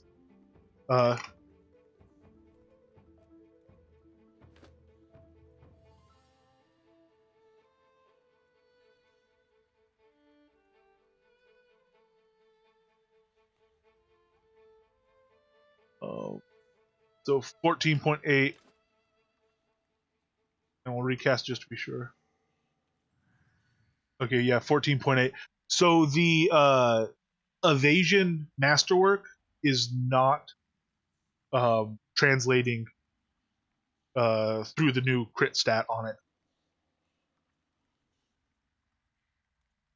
14.8 without 14.8, 14. Oh, because I love leveling it. And maybe don't level your skills as you're trying to confirm numbers. So 15%, 15.3. So it's just showing the rounded number up here, which it wasn't a minute ago, was it? Okay, it leveled after I cast. All right, 15.3, 15.3. No evasion stat. Drop combat.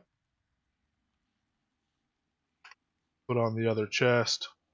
It does have the evasion stat on it.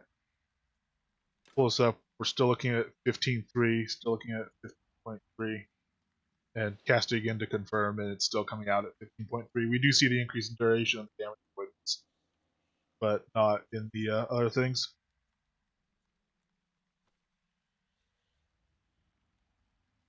Yeah, that damage avoidance is another really interesting thing about doing this death build. Um, it just it's interesting to want to take a certain amount of damage and figuring out not just how do I mitigate as much damage as possible, but figuring out how to control the incoming damage and mitigate it to a point that it's taking you kind of down into the range you want to be, but also that you're protecting yourself against those massive hits. So yeah, it's been kind of interesting looking at the avoid and resist so far as I'm doing this. Ooh, I know what I want to try with this now that we have this. This I got explosion on this, right? Yeah, this explosion. Okay, I know where we want to go next. Let me make sure I have the right decks in the right places.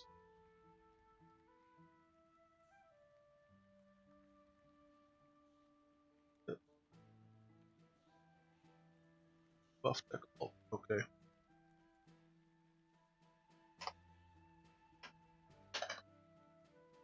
We'll do this again. We'll hope the mutilator is home this time, because this is really fun.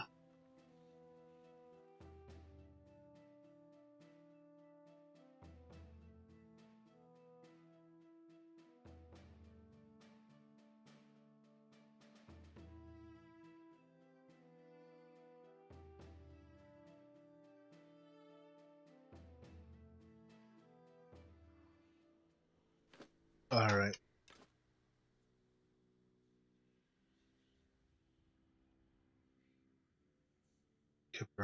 Buff.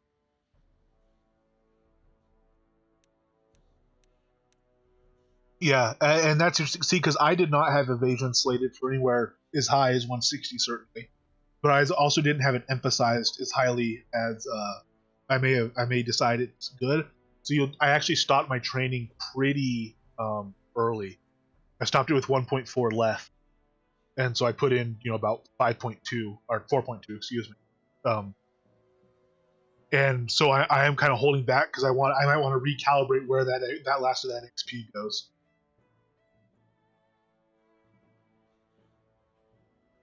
Oh, for sure. Um,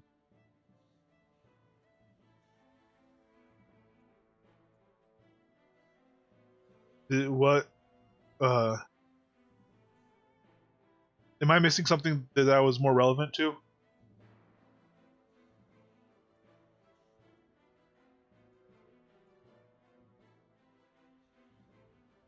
Oh, for the damage reduction? Yeah, I know. Which is also part of the reason that the fact it doesn't scale with the masterwork maybe isn't so big of a deal. I don't necessarily know if that's intended. I kind of doubt it is. I think that was probably an oversight. It probably was supposed to scale with the skill. But yeah, it's a huge crit hit reduction. And again, that's one of those things that, as far as mitigating those big hits, but still wanting to, basically what you want is you want a low pass filter for your damage in a death mage, right? I mean, that's kind of how I think of it. And that's an amazing way to do it. That's like perfect for doing that.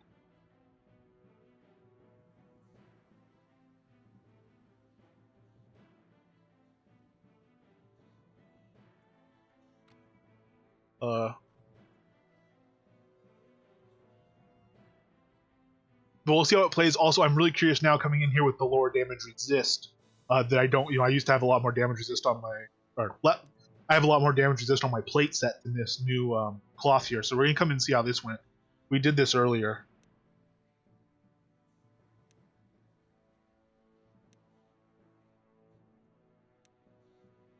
Get these buffs up. I'll get. Oh, maybe I could run there on illumination alone. We'll see.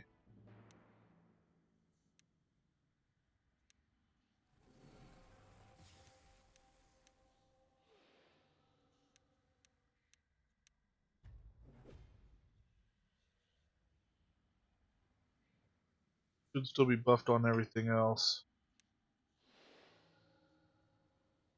And just is my spam. We'll see. Maybe I'll get to cast my. Oh, with this lower health, I really need to start taking that stamina potion though. There's no point in waiting until it lines up with my buffs. I should just go pop one next time and I'm not running through a dangerous zone.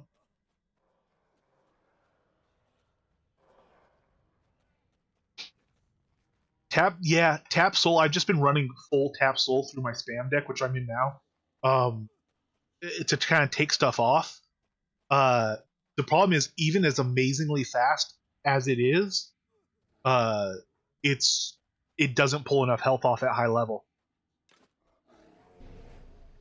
So even whoa, yeah. By the time I got here, I had no health left. Oops. I burned it all with chaotic feedback running. All right, that was stupid. Right. So that didn't go well. We'll pull out and redo that. Sacrifice really does look very promising and very interesting. I'm going to need to come a long way in my personal skill as far as playing the decks and stuff to be able to do that. But that does look like a lot of fun and look very interesting. It also looks like it has great potential in parties. It'd be great fun if the person people were looking to for the big heals was actually the Death Mage.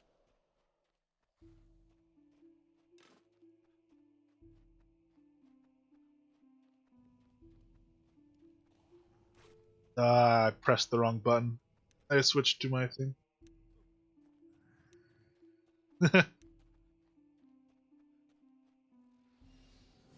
Alright, let me get right back to the decks.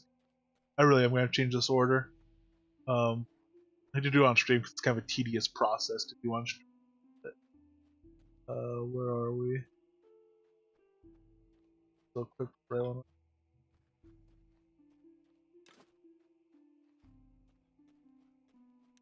Yes indeed, V. I ran myself plumb dead. I had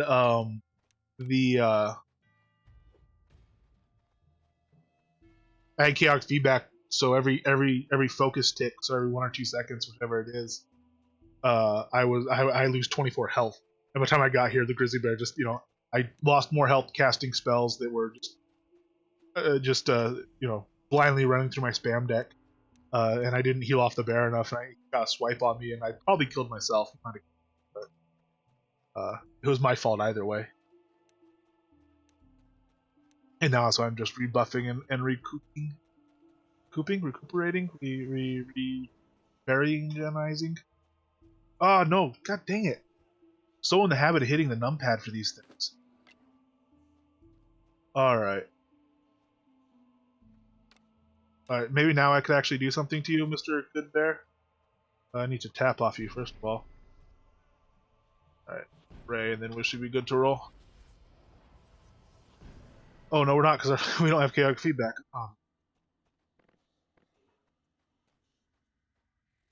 Making a real mess of this. Alright. Now hopefully the mutilators with this lower health are going to be interesting.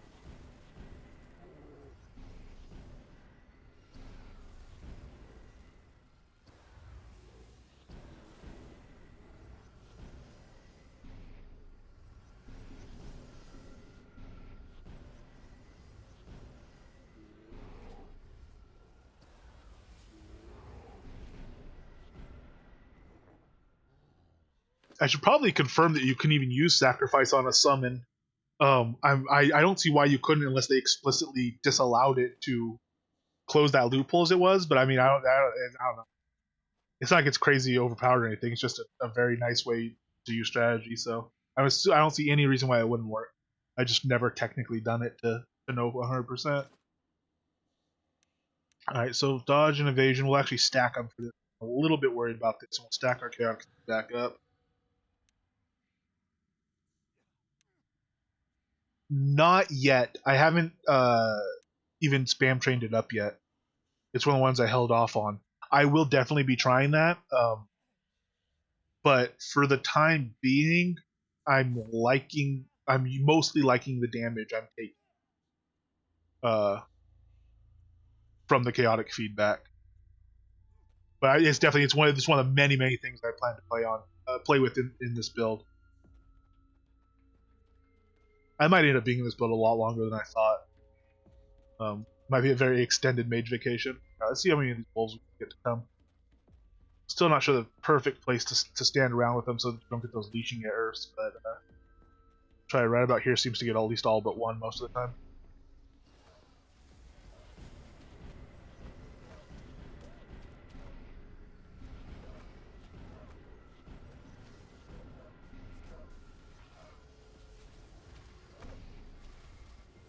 Ooh, I need to pull that field out. There's the field. Alright. Yeah, this is an area where a little more health and that extra damage mitigation from the higher DR, higher damage fist, was a lot of it, I think.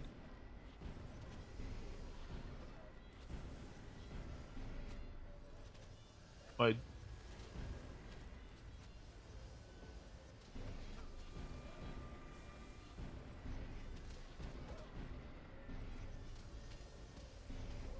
Yeah, for sure.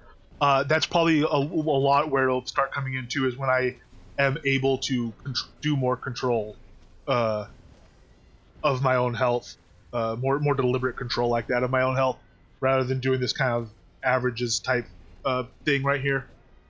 We'll see. I don't know. It's been a lot of fun. I feel like I'm learning that stuff at an okay rate. I'm satisfied with my progress in it, certainly. So unless I hit a wall on it, I really am looking forward to playing with that stuff. Oh man, there's not even a bear there at all? Oh, I'll be so sad. I don't think this one over here will even come this far.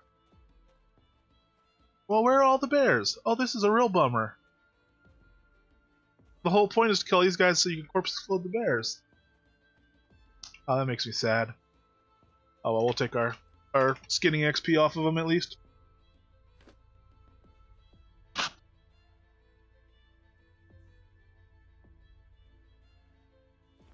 Yeah, well, there's one thing. I mean, I've been, I thought I was going through durability a lot before. That armor durability enchant is definitely going to start coming into play on this gear. This is still, especially in the light cloth, is still kind of test bed gear. So that's the guy with the leashing problem. Still test bed gear in a sense. I mean, it's high level, a lot of it, but these would be weapon effective anyway, which doesn't make as much of a difference to me now. I guess it does though, because this is where my artifacts are still. Yeah. Oh, I don't need to fight you. I need to just, corpse explode you. One of my favorite skills in game right here. Absolutely ridiculous on every level. I also didn't ever really look at it too closely. The actual uh, glyph for it. You notice the skull and the bone and the intestine coming out the bottom. I'm pretty sure that's an eyeball that's flying off out of the bottom. Which I don't know. I love it. I love everything about this skill. It's absolutely ridiculous.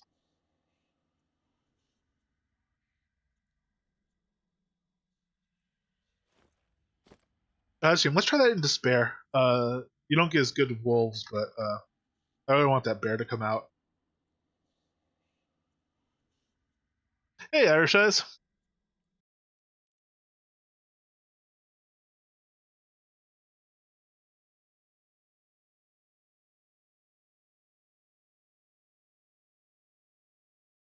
Oh, the corpse explode skill in the death tree. It does crazy amount of damage. It has a hilarious noise. It has the most brutal animation. Even from a little tiny scroll, you just get like buckets and buckets of blood and gore out of it. And the glyph on it, it's an exploding corpse, but it's a skull, a bone, like a squiggle of intestine, and I'm pretty sure an eyeball that's flying out of the actual explosion in the picture. It's just it's like the most ridiculous thing, the most ridiculous skill in so many ways, and I love every one of them. Oh yeah, we got a patch. Oh, if you see Serenia too, tell her. In the patch notes, was it those love seats and those certain deco pieces that were bugged so they couldn't be placed? Those should be fixed in this patch. Hey, Dur, I'll see you later, man. Thanks for coming by. So yeah, Irish, when you see Serenia as well, tell her, pass that on because yeah, all that stuff should be fixed.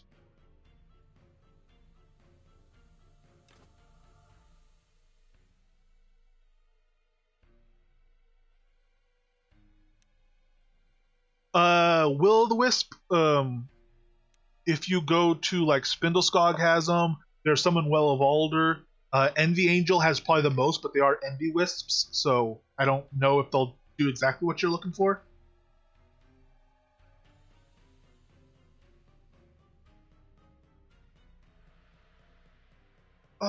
Let me pull them back up because I know we focused on different things in patch. Alora, the patch it's 13:45. You might already be on it. It was earlier this morning. It was a few hours ago. But it might not be on Steam yet. I know sometimes those builds get out of sync. So the spawn rate in the spawn rate in the breach was changed for the elementals. Air elementals actually spawning more of them, which hurts for me. The love seat fixed. Well of Alder has a collision wall issue which is fixed. I want to test. I want to see which one that was because I think I know which one that was, and I was negligent on reporting it. But it lets you circumvent the puzzle to get the 3-day buff, so it's good that they fixed that one. There's the offhand artifacts now display properly on the female character, which I didn't even know was a problem. You can't scale the shrines anymore. Oh, that's another one. You brought that up in stream. Disabled shrine size scaling, enlarged buff fields for each shrine, and recentered so rotating shrine does not affect availability of buff field. This was reported on stream as shrines didn't work facing west. So that's been fixed. It's a shame you can't scale them for deco purposes. I thought it was really cool that you could scale them. That was one of the first things I checked. But if that was not driving right with the buff field, then fair enough that you can't. But I will miss the thought of really big ones for deco purposes. And performance increase on Novia Overworld, and some creature types and most bosses are now more resistant to mez effects, which also is a good improvement. I do think it'd be cool if they prioritized the I can't resize them anymore, unfortunately, but maybe if they get a chance, they'll go back and add the resizing in, and if they could like manually assign a buff field size to each scale increment or something. I don't know. I don't even know if that's the reason you can't scale them anymore. That's all I could think of. But you know, yeah, exactly. Buzz, are they insane? Yeah, not necessarily what I'm looking to do, but it might help if you can do them. If you have a build that can do them, and you've got a way to do them, I mean, as far as farming that stuff out, if you've got the skills and the effort and the ingenuity to make that a good farm spot for yourself, I think you probably deserve a lot of those lusters that they're dropping. Um, but yeah, I would like Mez effects. Hopefully, a lot of more of the Mez changes come are more melody focused, because some of the other Mez stuff is, it'd be nice if it came more into balance with Bard, instead of Bard Mez still being the go-to only worth using Mez and everything else just being an all B shifted down. But um, overall, I think it's good. Well, this is only in Well of Alder, so I don't know if you were farming there. But the Well of Alder Earth element or air elementals can, like, you know 3-shot most builds pretty easily, and a lot of builds they can just 1-shot right off the bat. So I mean, if you farm Well of Alder for days, I think you probably do deserve a pretty hefty reward.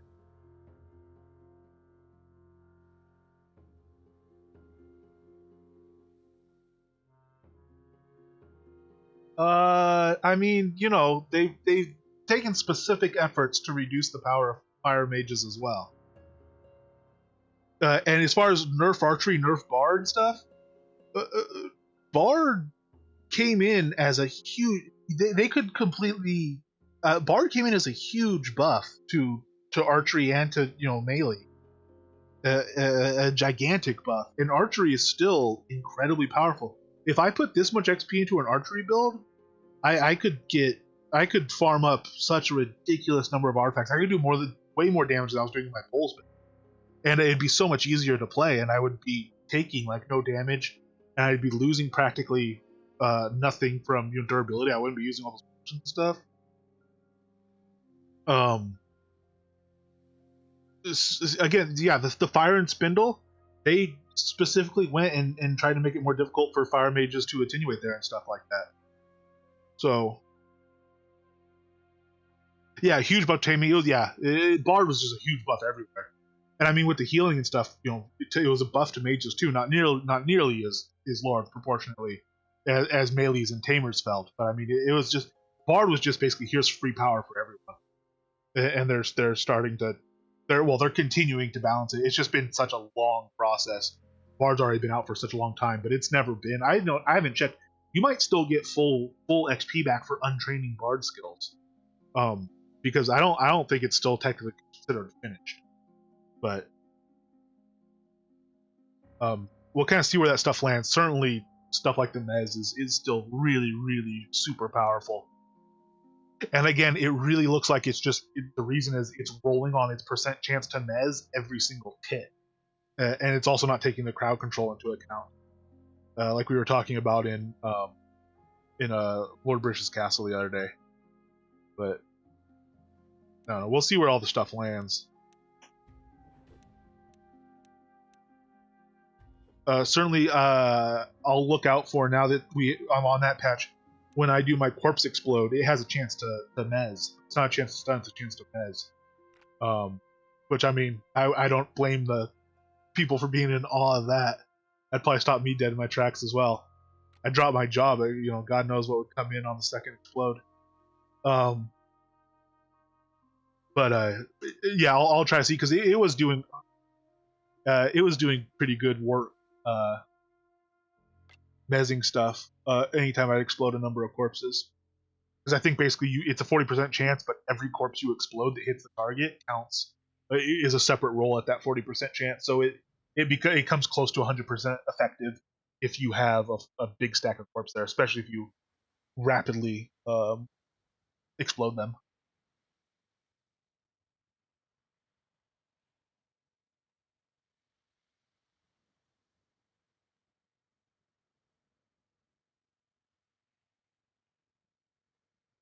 Okay.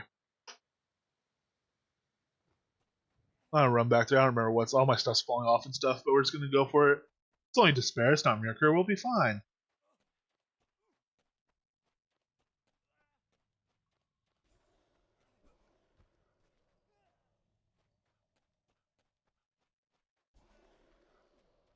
Oh, I don't know. I doubt I know who.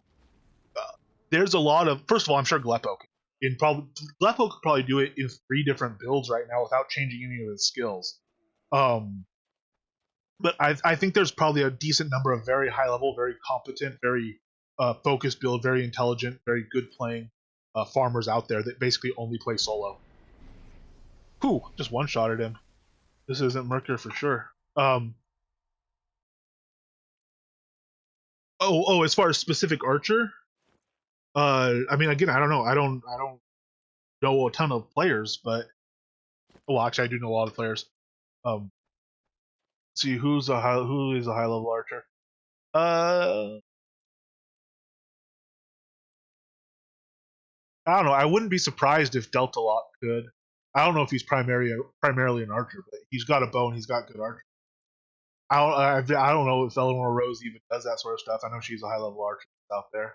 I don't even know who that is. That might be a character I know. I just don't know that that's their current name or whatever. Um, I'm guessing Billy Bonds probably definitely can. He runs primarily archer. Uh, Actually, Billy Bonds almost certainly can. The whoever the Banba that guy, I'm sure he can. See if he's online. I don't remember his name. No, he's not online right now.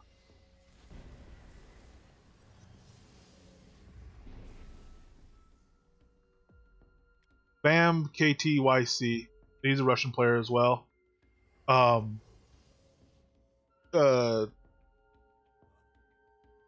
yeah, that guy. You'll if you run around PvP zones a lot, you'll see him. He's a high level farmer. I've seen him farming a lot in an archer build. But again, he's a solo farmer that just runs around. He just kills stuff, man. I've run into him a few times in Grunwald Shardfall, and I've watched him work. And I'm sure he could do that Wyvern wave better than I could.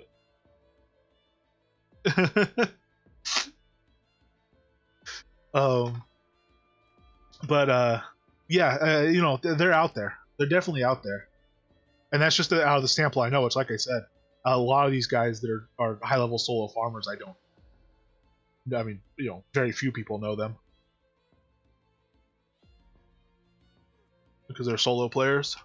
And this game makes it very easy to be a solo player, where the only time you show up is maybe a name on a vendor listing or something like that, because you're always in a private instance, especially if you don't farm PvP zones.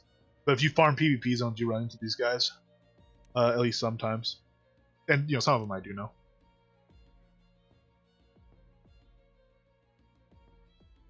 All right, we probably should retake our potions, but again, we're gonna pretend like despair isn't hard, and run up here and get ourselves killed, or use a death field immediately to try to heal some.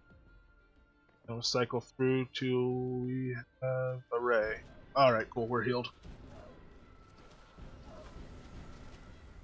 Ooh, we need to not kill these guys over here. No, oh, you're dying too soon. No, little ones. Come. Oh, poor little tiny Arctic wolves. These guys used to just beat the absolute loving crap. So, man, I would come here like with blades and try to kill these guys, and I would just be getting destroyed. Let's take those passage real quick. I'm just gonna fire off some skills here to take these passages and lock them. All right, cool. We'll see if we could find. There's still mutilators in despair. Unfortunately, none for us here.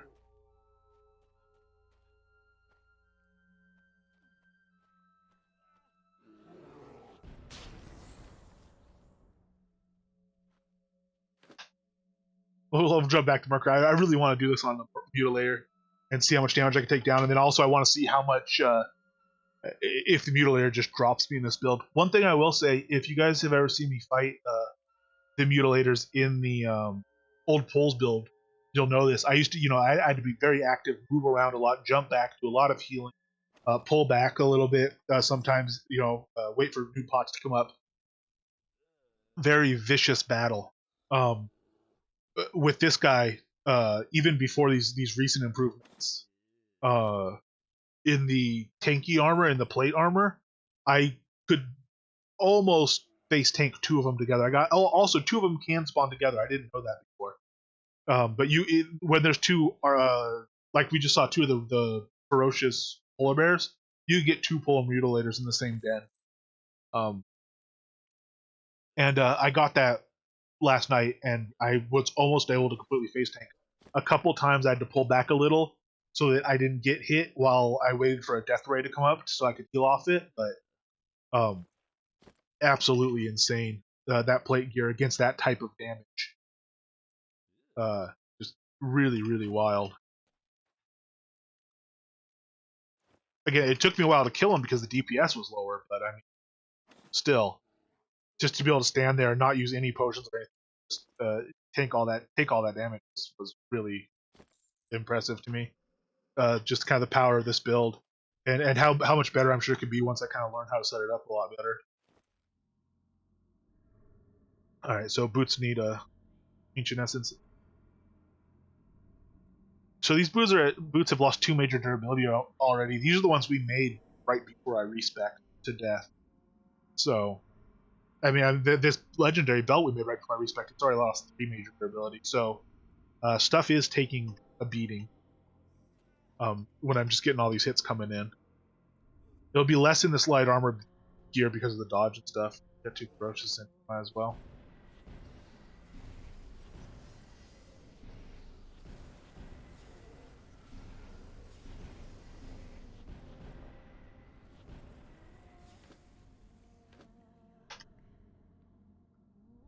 But another thing I am thinking about is I was talking about doing this respec and then saving up all my XP that I made during it, and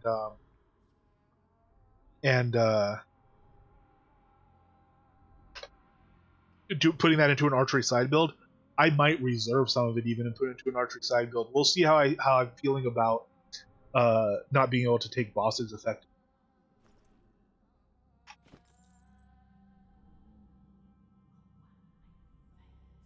Check something in chat tab real quick here.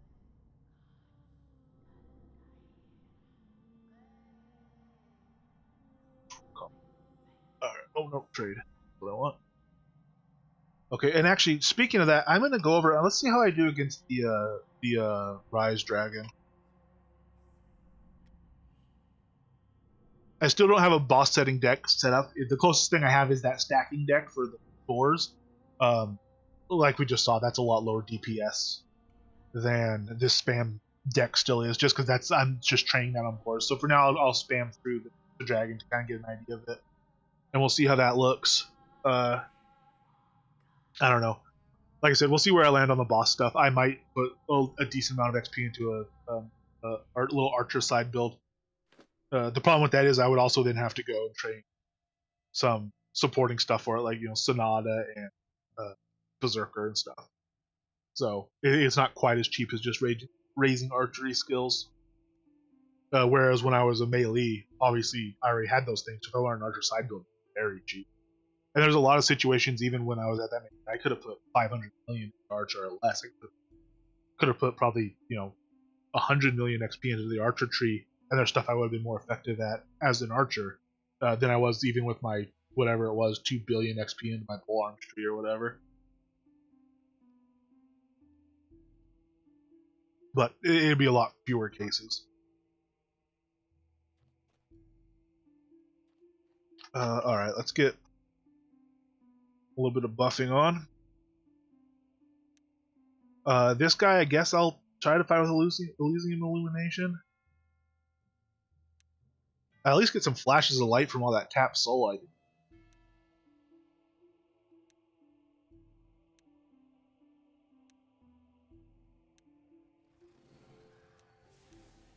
Oh, Elysium lights up more than I remember. Death Shield. Oh, I never even recast Death Shield after I died. Oh, that explains part of the reason why those wolves were chewing me to pieces.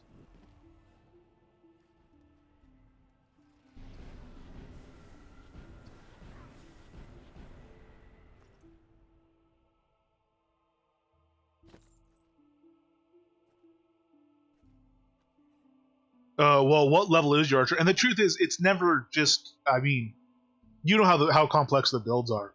The reason archery is very powerful, and the reason my pulse was very powerful, was partly because there's intrinsic power there, and there's more intrinsic power in archery than there's in pole arms, in my opinion.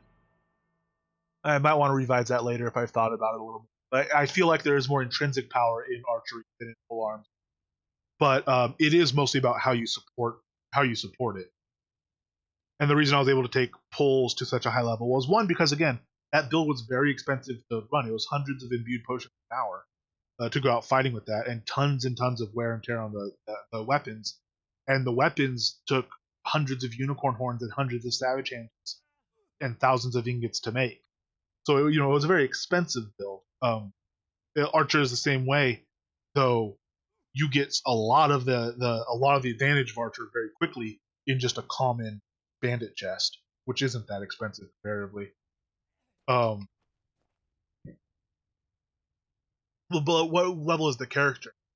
Those are probably good there, good at that level, but you need the tactics support and maybe the air support if you're doing air. If you're trying to do a strength archer, you need strength support, stuff like that. Yeah, at adventure level 119 worth of XP, you can make an archer build that's much more powerful almost everywhere than level 80, level 65 sword would be. I might die. I'm gonna die. I thought, I'll drop down. That'll be good. It'll give me good damage. Nope. Gotta actually have a death glyph ready to roll if you're gonna do it that way.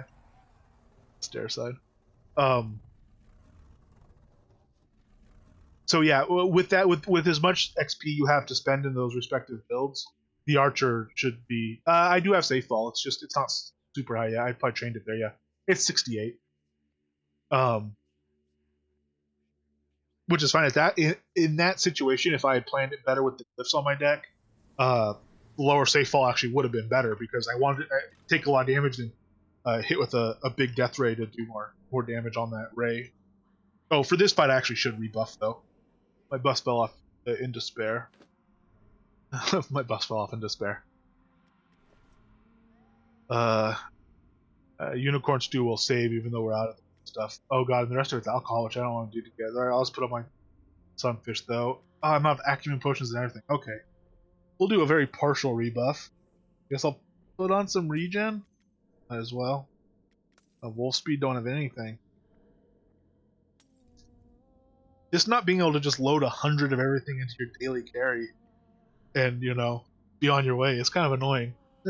I did put more XP into carry capacity yesterday.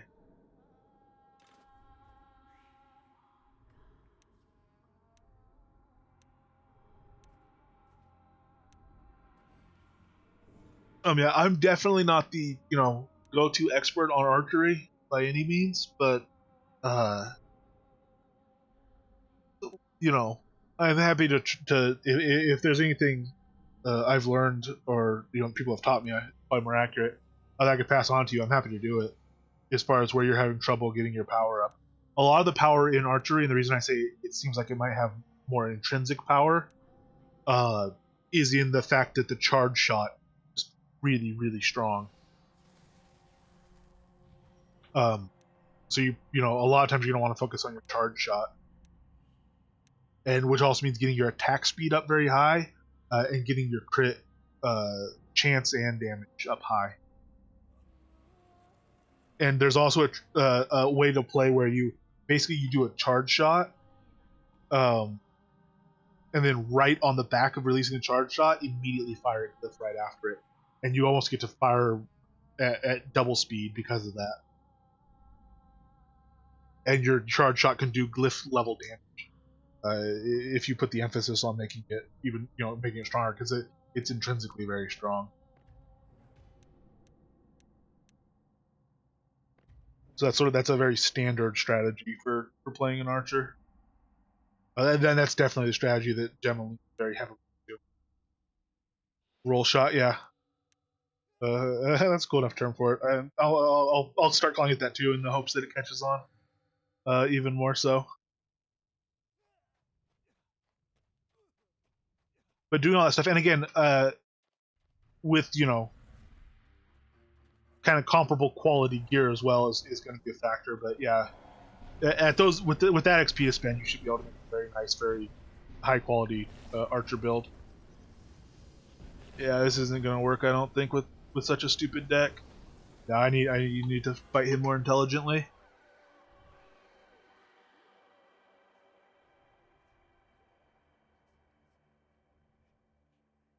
Alright, I'm gonna go jump over and check out Mercury. I just want to try that. Uh, I'm still very much in the feeling around stage. I actually had leaderboard reporting on for a little while yesterday. I wonder if I popped up on it.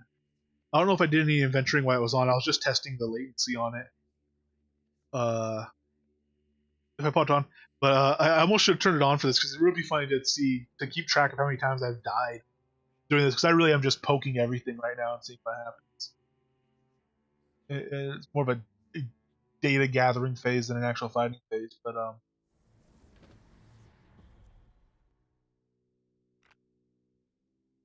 see PVE kills. Let's look at the worst kill to death ratio. Everyone that's actually killed something, because I wonder if it's me just for the time I was recording. If I did any adventuring, I probably died a lot. The lowest kill to death ratio. Oh no. Well, I'm just gonna look if I'm on here. I don't even know if I'm on here. No, some of those names I was saying before, they're at a very high. They have tons of kills and not many deaths. And a lot of these guys do kill bosses. They go around boss fighting, kind of numbers. So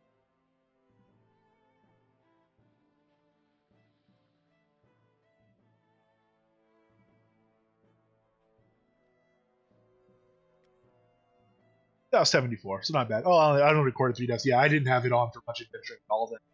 I've been dying a ton. Where did I kill? Oh, I probably had it on when I did.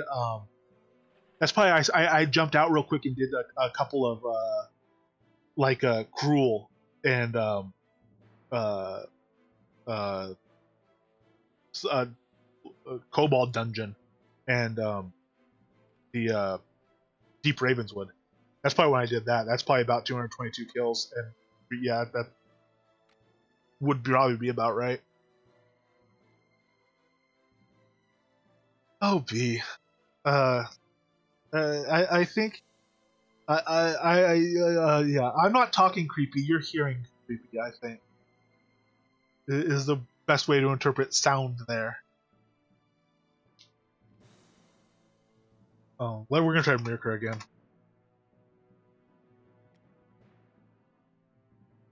Because I really want to see about this.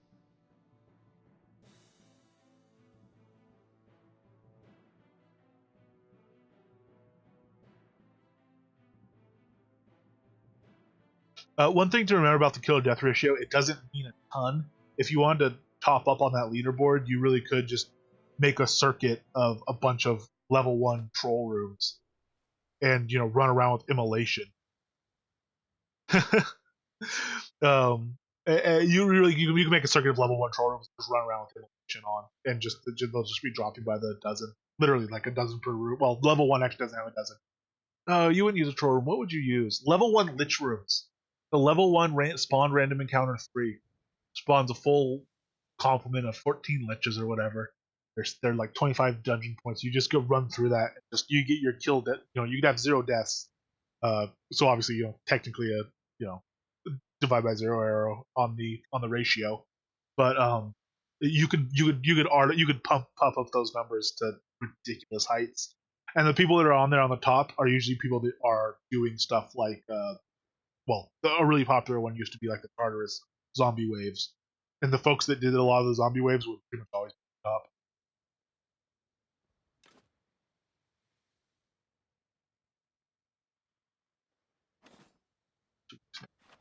Sweet.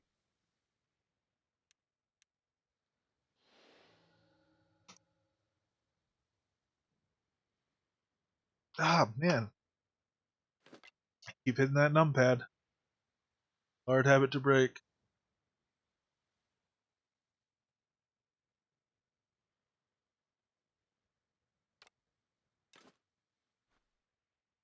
Because I don't report to public stats. I was reporting public stats for like an hour. If I reported to public stats in my old build, there were days I checked the leaderboard and the entire portion of the server that reports to public stats, which is not a representative sample, by the way. It's anything but a representative sample. I had consumed more potions than the entire population of people that reported to public stats in that day.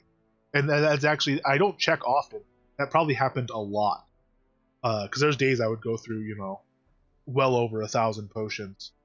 So, if we pop up the leaderboard again and take a look at consumables, like imbued potions, restoration imbued, yeah, 357 in a day. There's days I did way more than that personally. Right here, upper right, there's a cog. Enable tracking for leaderboards, and then there's a cooldown for turning it on and off. It seems that you start reporting or stop reporting as soon as the cooldown ends. I'm not entirely sure, but that's kind of what it looks like.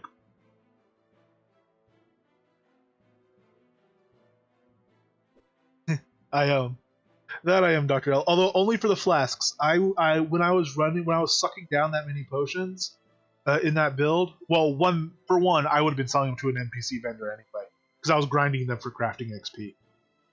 Otherwise, I never would have kept chaotic feedback for a PvE build. The other thing is, if I used 300 potions in an hour, I would harvest maybe 1,500 obsidian chips just off dragons in that same hour.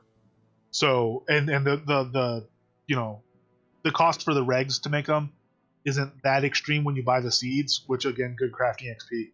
And then obviously the corpse wax I was actually also buying a ton of, both from players and NPC, and then the flasks were the major gold sink. But yeah, no, I definitely that build was very expensive to run. That's another thing I was saying. When I could kill stuff very fast and get a lot of loot, but I also had to get I had to get more loot then than I'm getting now by a huge margin just to break even. Because it was a very expensive build to run. And that's another thing. Like Archer isn't that expensive. It is another reason it's very nice, because you get dodge so high. A large part of the reason. Oh, Pavel's another guy. I think Pavel runs Archer too. He's another high level, primarily solo farmer. He might not run Archer though. I saw him the other day and I took a look at his window. I think he does run. He might run Fire Mage. I don't know. He might run multiple things, but he's another high level solo farmer. Incredibly prolific farmer.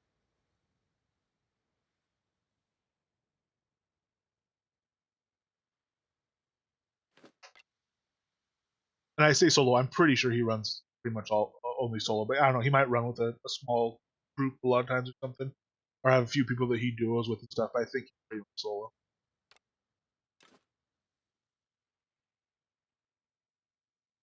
But the reason he's using so many zone scrolls is because he hops. He hops. He boss hops.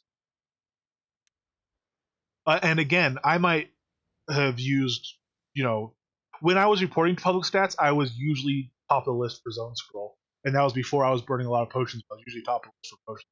And but if you boss hop, you just burn a ton of zone scrolls, or if you flip zones with scrolls, you just burn a ton of them.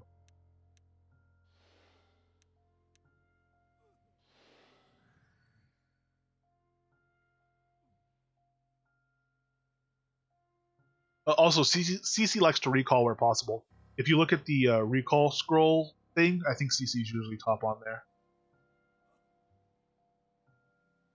All right, how buffed are we? What are we? We're not buffed at all. We need our int and everything. Ah, man, I cannot keep the right deck assigned to the right key for my life. All right, we don't want pure stack. We want buff deck alt, light armor spam, equip. Okay.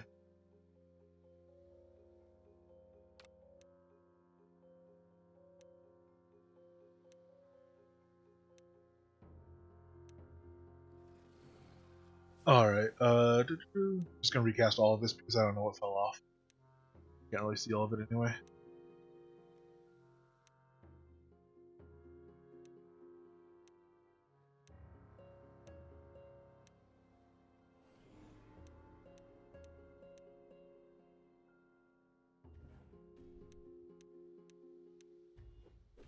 And again, as far as just like spamming evasion and dodge instead of actually stacking them, that's not the only reason for that is because I'm still leveling.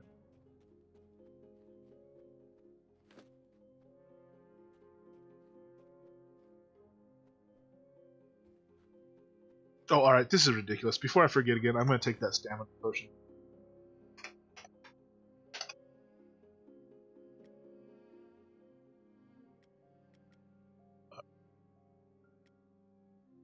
If I report to stats now, I probably will be on top of the list for stamina potions. No one takes them. Actually, I am reporting stats, aren't I? I forgot to back off. Report.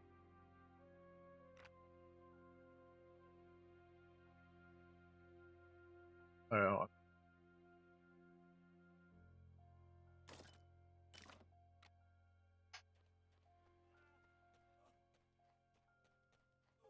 Acumen's a lot rougher to get, is why deafness is easy. Wolf speed is super easy. Might is super easy.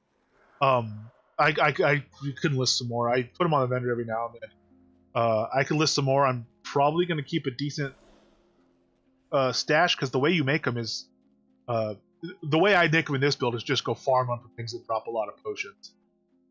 In my old build, I actually could more effectively kill a ton of liches and get their skulls and make the health pot or make the acumen pots. But in this build, obviously, going out and killing a ton of liches is the most effective thing. So I will conserve a bunch of mine, but I'll hook you up with some if you're having trouble finding them. Ooh. Why is that guy not leashed and why am I about to die? Am I missing something here? Did I miss my death shield or something? Because I am not doing well.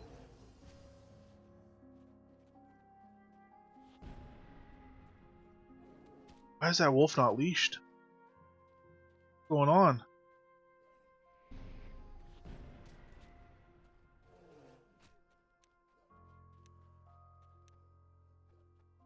I'll check to see if this is... Yeah, I was missing my death shield. Yeah, there's my attunement from it. Okay. And it's not the attunement that's the problem, it's the literal effect of death shield. Yeah.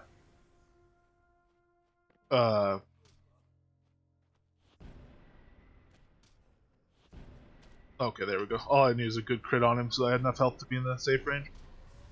And I guess that you have to die now, wolf too. I'm sorry. Unless you had leashed.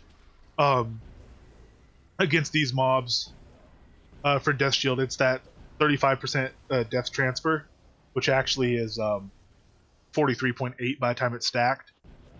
That's huge because it's converts a portion of damage received from physical attacks into health. So literally, if something hits me for 100 physical damage, I take a hit of 100 physical damage and then immediately get healed for 44 health. So that's huge, obviously, against something like this that's just smacking you with big hits or a bunch of small hits or whatever. I mean, if you're taking physical damage, that's a huge part of this build is having that death shield up. Also, if you are just a pure melee or a pure anything, there's times where you might want to run death shield if you're taking a ton of physical damage. It might actually be the way to go. I used to have it at like 130 when I was still blades, and I would use it against like skeleton archers.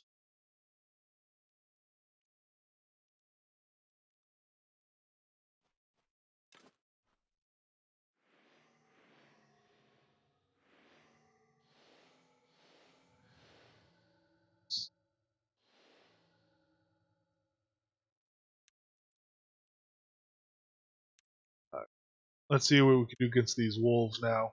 Thank goodness I have my death shield on for them. Oh, we managed to summon our mage too. Very nice. Let's buff the mage up. We'll get the mage helping us.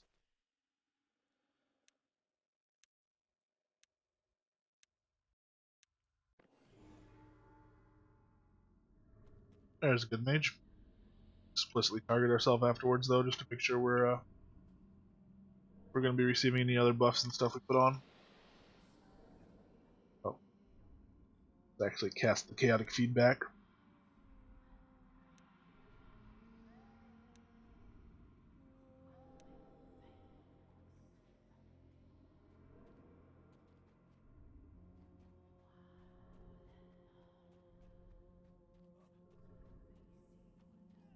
Alright, wolves, hello?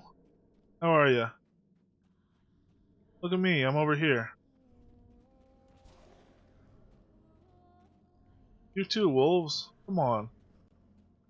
All the death magery. Alright, this way. Alright.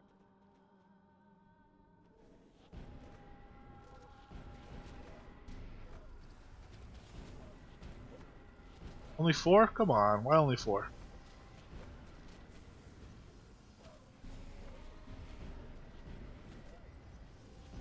Yeah, I'm definitely going to be looking at stacking a lot more int onto this build. My back slot is maxed. I'm gonna have to figure out what my max is for the chest, just because I need to eat 60 durability out of the chest for the near death bonus and the corpse explode. I might end up making 2 separate chests and making one that has corpse explode, and it's separate from. Oh, that's why my mage is holding the other guy up. One that has corpse explode that's separate from the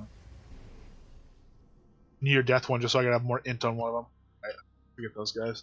I wanted a better pile for this, but if there's a mutilator down there, it should still be fun. Oh.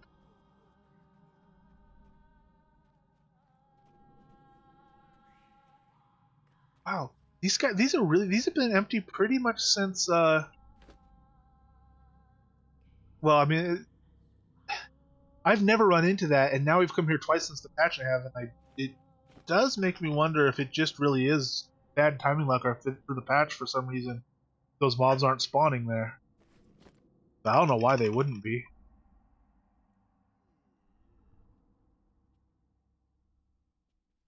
It's not like, I mean, they started dropping that better loot, but I mean, the spur is still a way better place to get that. Is there one here? There's a ferocious here. Hey, Versago! How are you doing today? See if I can skin this guy before I'm inundated with zombies.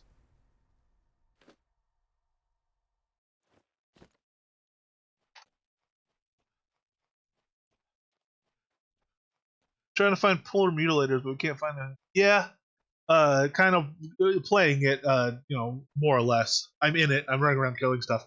I'm still learning about it. And this deck is not at all. This is a poke stuff type deck, and see what happens. This isn't the kind of deck I want to be running. It's very similar in style, play style to my old one. But I've been having a lot of fun kind of learning about it and trying to practice my stacking a little bit more and stuff.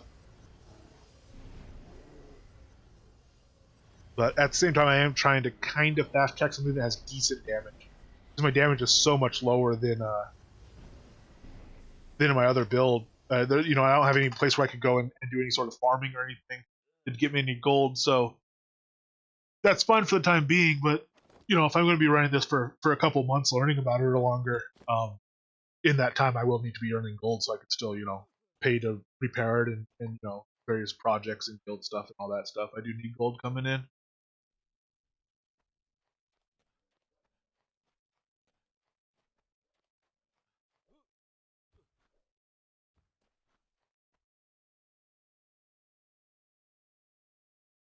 Oh, nice, nice. Is that's 92 buffed or 92 just off the base skills?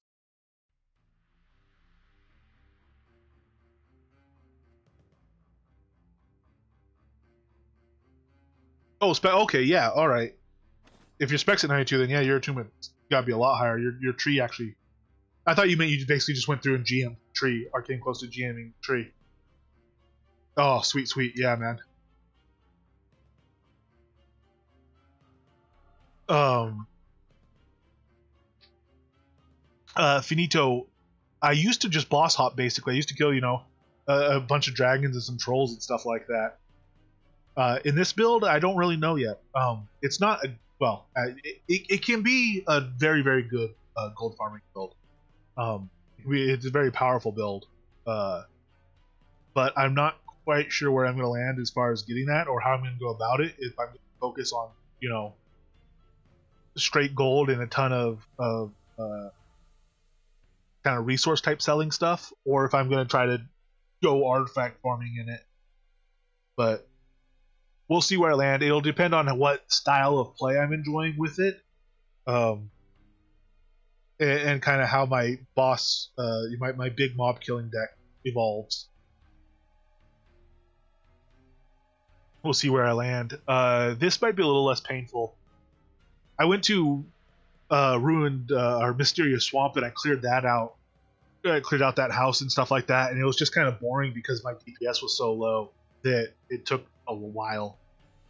And you know, I could have done it in like literally 20% of the time in my previous build. But as I'm getting my DPS higher, we'll see. That might be a kind of a good place, and that's a very traditional death mage or fire mage farming spot. I don't know. We'll see. Tartarus Wave event was the same thing. It was just taking so long that it became tedious, and it's not something. It wouldn't be great profit just because it takes so long to get the artifact stuff off it, but also, I don't want to sit there chewing on the same mobs for so long. Like literally the same mobs before I kill them because the DPS was too low. And you're standing there, because I could take the damage for the most part, but it wasn't great. So we'll see where I end up liking to go for it. I could pop in somewhere. I'll pop into Cruel real quick. The mechanical stuff has a death resistance, so I haven't even popped up to the dragon yet with him. I'm not gonna try here, but I'll try this new style. I'll try the waves. These guys are a bit rougher because they will be hitting with the 300 400 health I'm using in this new style. We'll see if my DPS and my increased healing mix up for it, or if they stack a few big crits after a stun and just kill me dead. Be interesting to see.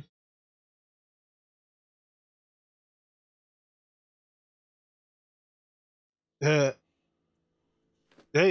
my buyer is at 110 right now, I think. I'm happy to have you fill any of those. If anyone wants to sell wood for 110 gold each, I think I have a few thousand worth of wood that I have buy orders up for.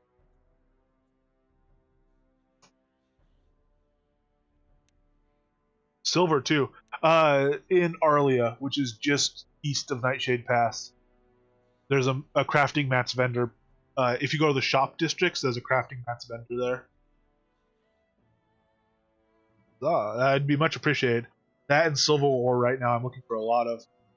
Although again, I mean, I would keep looking. If I was still my other build, I'd keep posting thousands and thousands of buy orders for them, but or buy orders for thousands and thousands of them. But I'll see how long I can sustain that in this build. I'll have to see what I have that I could sell or cash in for NPC value. Because I also just spent, I've been buying hundreds of all those mats and all those beetles and all the ore and stuff. Because I've made like a few million gold worth of gear for this build, or I put a few million into the gear I've made. I still have some of the materials left over. And like the carapacian cloth we're about to go work, it's still, still there, but.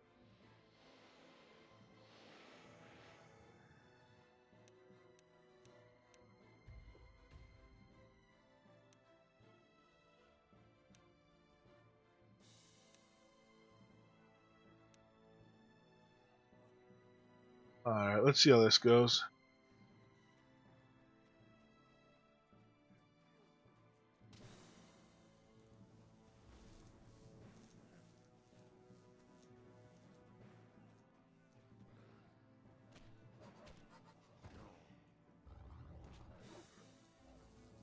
I think if I drag this back over here, I can get all of them. Okay.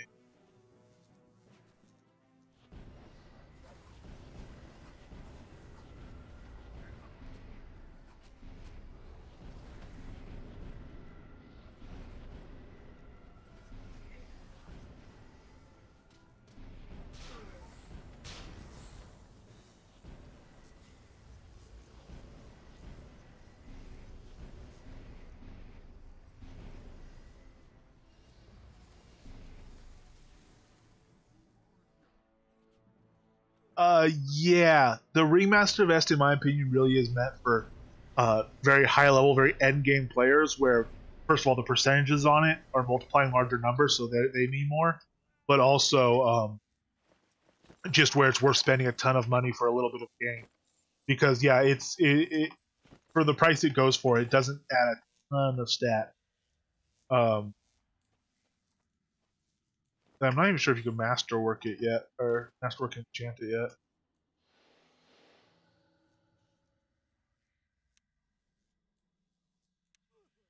But yeah, doing a tamer build is definitely a lot more big single target boss type killing as well.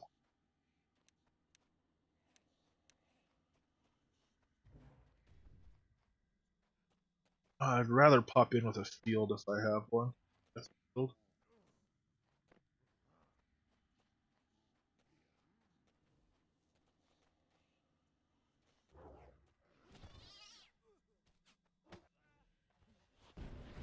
Falling off, oh well, whatever.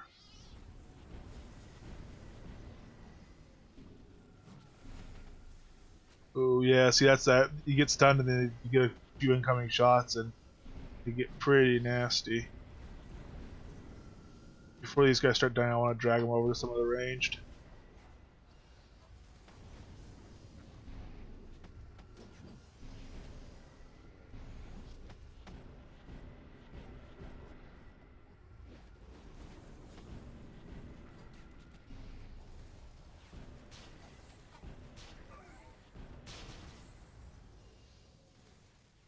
Ooh, oh, this isn't good.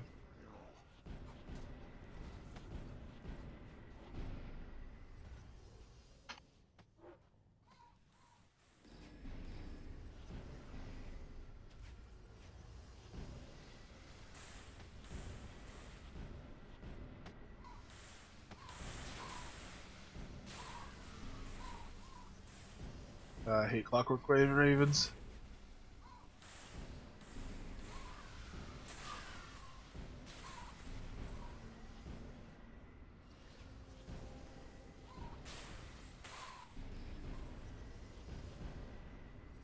So he's having to run around and mop all these guys up. It's a bit of a pain.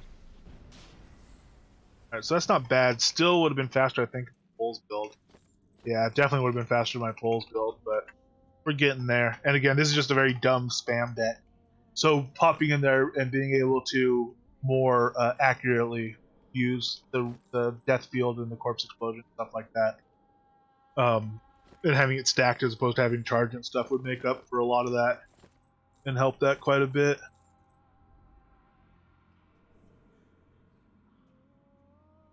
Yeah, honestly, the Wicked King gets you a lot of the way there.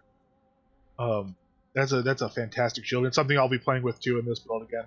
I have so many things, man, that I want to try in this, and it's such a good test bed for so much stuff that my other build wasn't a good test bed for. But yeah, I definitely want to get a Wicked King made. You know, get one. I'm gonna say with my uncommons. I'm gonna work my uncommons, but I'm hoping to get like a rare, a decent rare. I'd probably be happy with. Yeah, and also look into spellbinders, which might seem counterintuitive as a melee, but it's been demonstrated to be very, very effective.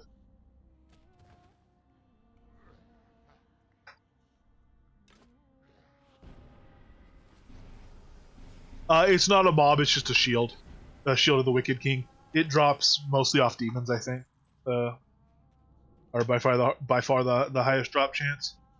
All right, let's pop back to town, and I'm going to see about making a few more pieces of gear. Let's go straight to the shops. Off demons, yeah. So Vrul, Blackblade, under the Blackblade Mountains, the Twin Demons, Vrul in Soultown Catacombs, or Selenia Catacombs. There's a Vrul in the Fall, and Vrul in our the other Vrul, whatever the new Vrul is in the Breach can spawn.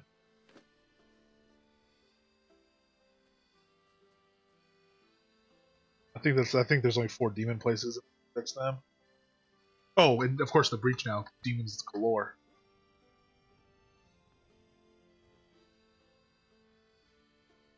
Oh sweet, is Raven on? Either Raven's on or Lavareth just made a withdrawal. Yeah, Raven's on. undoubtedly there by orders. Raven's a heck of a miner, man.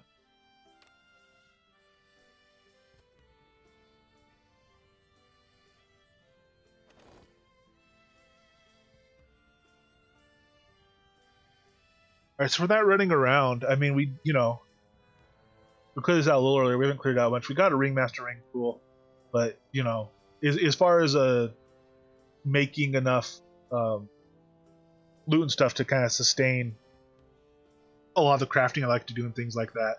Obviously, this build has a long way to come in that regard, but I'm not too worried about it. That's definitely not the point of this build. I'm cool not, having nearly as much gold coming in, especially as I'm still learning about this build. Let's go ahead and pull all my Carapacian crafting materials.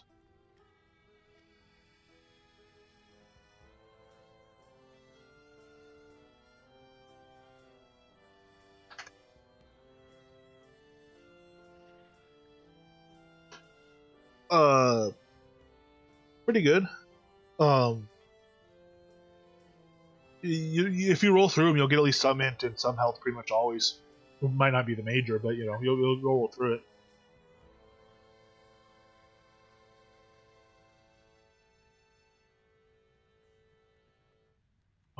Okay, let's make our. All right, let's look at. We're gonna have to get Megan.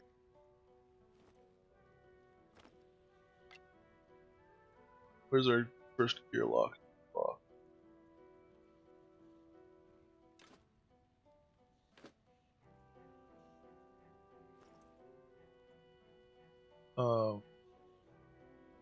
Gloves. The helm, I think, is a place where we can quite a bit of it. Backslide was the same. Okay, so let's see what we have here. Let's see what we're missing. We have a helm that has just one major int on it and two regular ints. So that's got room for improvement. The chest, we're not going to do that. Chest, the legs, we're going to keep now. So do we want to do the helm or do we want to do the gloves? The gloves are just two regular ints. No health. So we're gonna start with the gloves, and epic gloves I believe are the best. In fact, I think they're tied for Carapacian. Tied for Carapacian. I think they're tied with fortified for stat, but we'll see.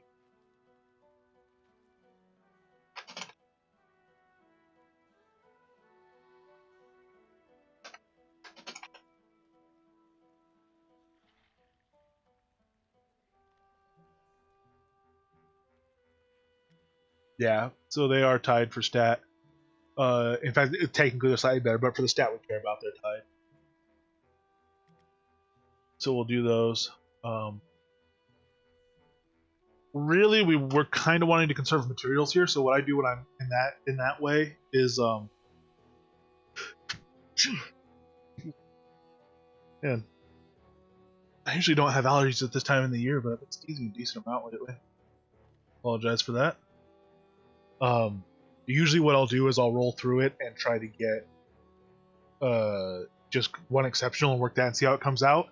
Because right now, since I am kind of low on the Carapacian materials, I want to kind of conserve materials, and we're just hopping between the glove and the helm really, and we're gonna ratchet up. And so we'll make a pair of gloves till we beat the current pair, and then if that's good enough, we'll make a helm until we beat the current helm, and then we'll make a pair of gloves till we beat the current gloves, and back and forth like that. And we'll just see how far we can get until they're at a level where we go, okay, that's good, stop it now. But I'll go ahead and set this for 10, and I will just keep an eye on it. And when we get an exceptional, I'll go back and stop it.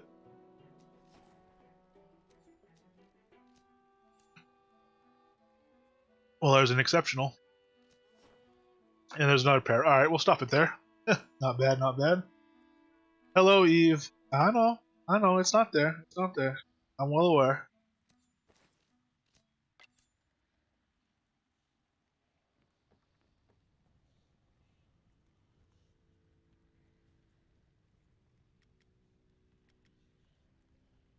You see why I'm so grateful when people fill the silver orders. I'm down 300 some odd ingots. And they've been filling orders for. I mean, man, I've been really lucky to have folks filling orders. Oh, hey, Finito. Finito's in town. I might be getting some more orders filled right now. I should check them. I should make sure they're actually still posted. I mean, they're.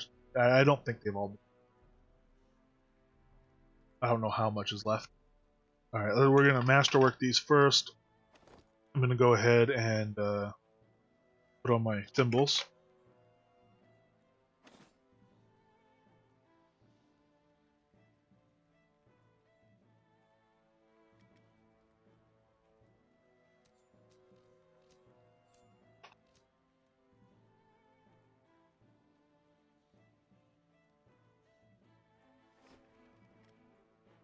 Miner in first.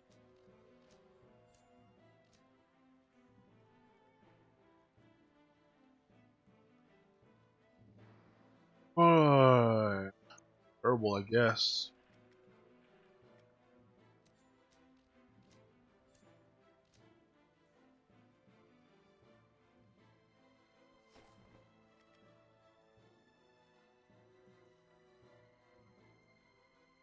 We'll pull those aside for now.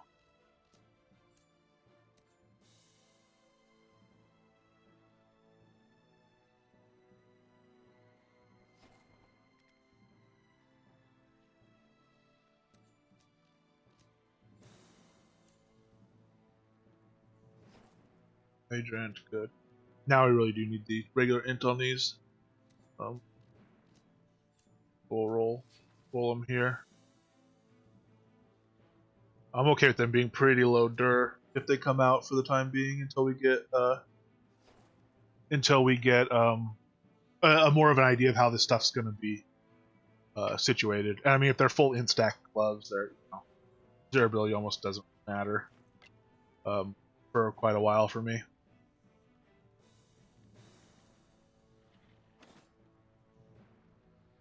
We want to put on a Ring of the Wonderful. All right.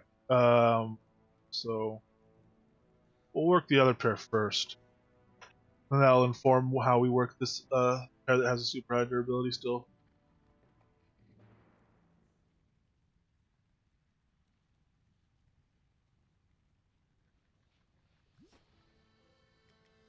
If we get major int here, we'll probably still roll a third, just because I don't care to have get it that high anyway, but if we don't get it, we definitely have to go for it. Ooh, that's a bummer. I was hoping for at least health by the end of it. Alright, we gotta get a third on these now.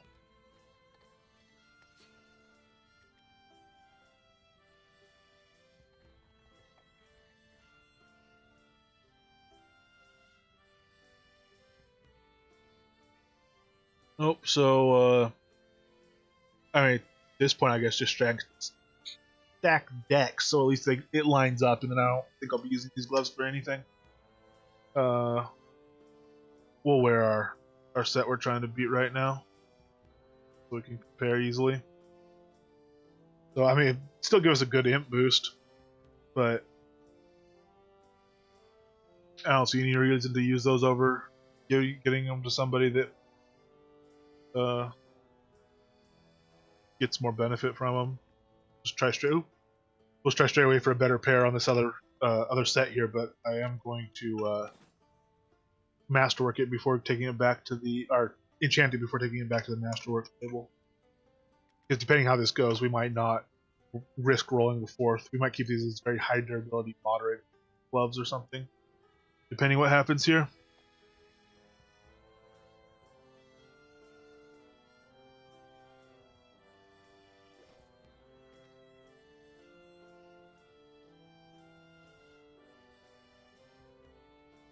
Why is there no recipe found? Go. Oh, major health. Guess we should take it while it's there.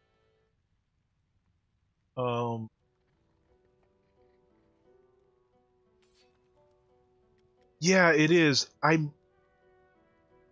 It's looking like I put too much emphasis on more emphasis on health than it warrants. It's obviously still very important for a death build, but I did have the balance slightly off in my head. Ooh, I mean, we'll put more health on it again.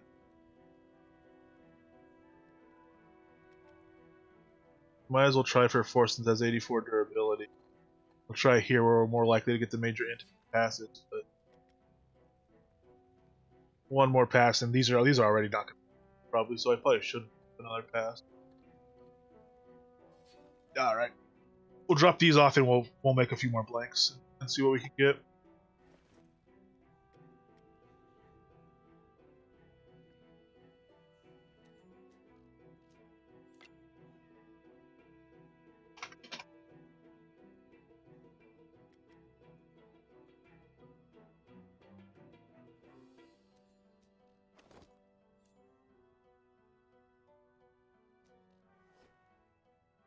And now we lucked out. We'll see what we're doing 9 this time. We might not even get an exceptional this time. We'll see. We did get lucky right off the bat, getting 2 exceptionals in a row.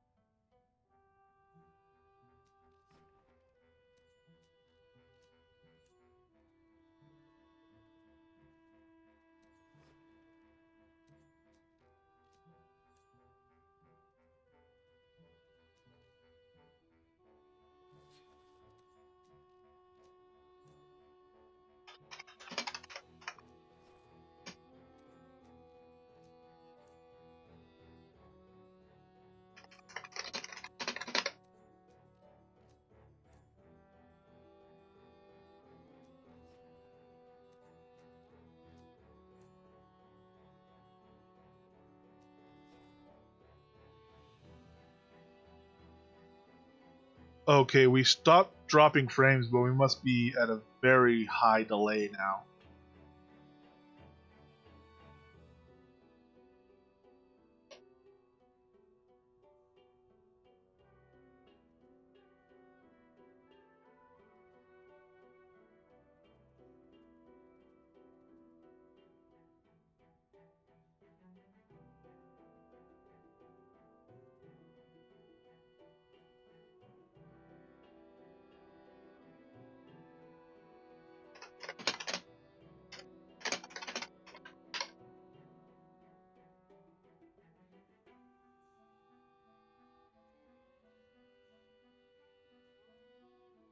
Okay, we're not that bad on the delay from that. So I guess I'll keep going. Sorry about that. I don't know what caused that.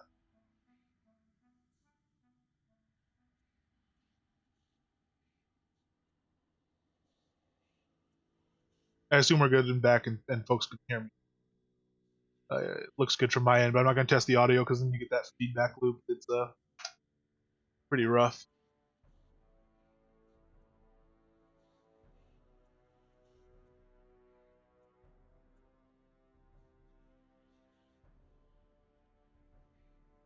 I don't recall if that's set or not. But I'll look into that afterwards. Oh man, we didn't get a single extra pair of exceptional gloves. That is rough and a half. Since we are trying to push for fairly high level gear, I'll save these. I won't push through and work those as non-exceptionals. I'll save them and I'll work them specifically with a view of making high-ish mid-end gear.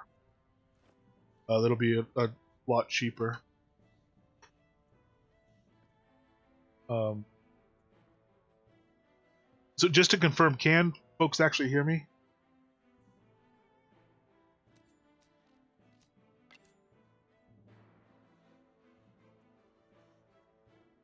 Okay, cool. Thank you. I guess I could have asked in text as well. That would probably have been smarter, but Alright,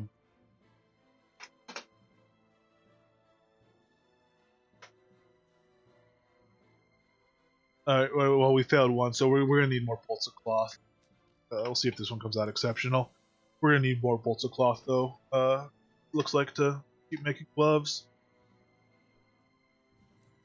And this is the part I normally don't do. The reason I don't have all this pre-prepared is because I'm really not knowing how much this is going to be cloth and how much this is going to be straps until I actually go through and finish it. I mean, to actually go through and make the pieces, because different pieces are going to use a different ratio of bolt to strap. So I will be definitely, you know, saving a lot of it in thread form until I know what pieces I need to make.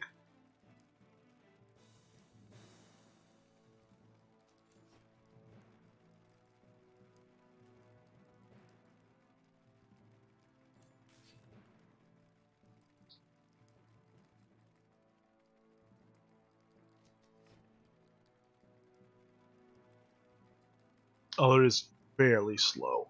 A fairly slow process.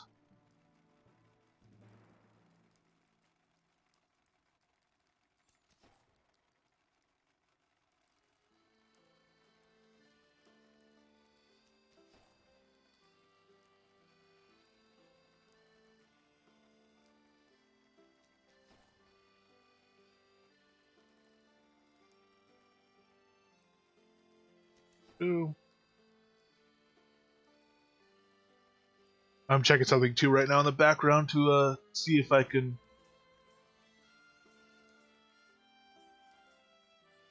get a little better idea. Okay. Yeah, I should be okay there. Alright. Yeah, I'm not sure what caused that. I'll look into it, and if it becomes a recurring problem especially, I'll see if I can figure something else out.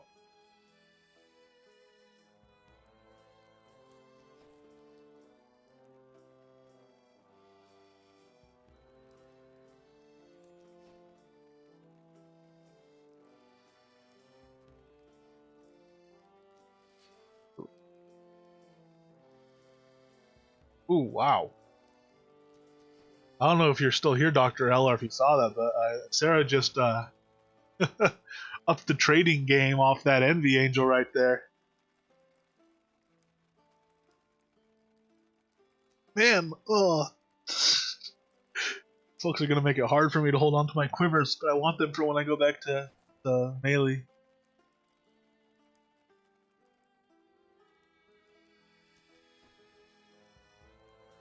Right.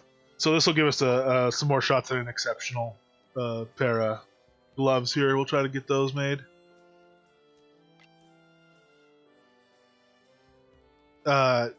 Mimner was offering a bow for 2 quivers, and even that, I think, especially at the start of the season, was, I think he was doing people a favor at that ratio. So we had some trouble. Try refreshing the page. It might be better upon a refresh. You might also end up with less delay. I'm not sure quite how that works. But we were for sure dropping some frames earlier. We got a few seconds there where I was just dropping really out everything. Oh, although if it's black, yeah, she probably can't hear me. So thank you, Skeg, for actually writing that. Oh, when they say that? Just where did they say that?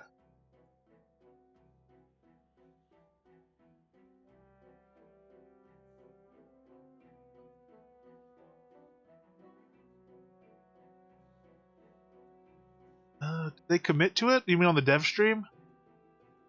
I'll have to rewatch it. I didn't think they had committed to upping the rate on them. Okay, we'll just set this for max and we'll watch our exceptionals as they pop up. And hopefully we get some.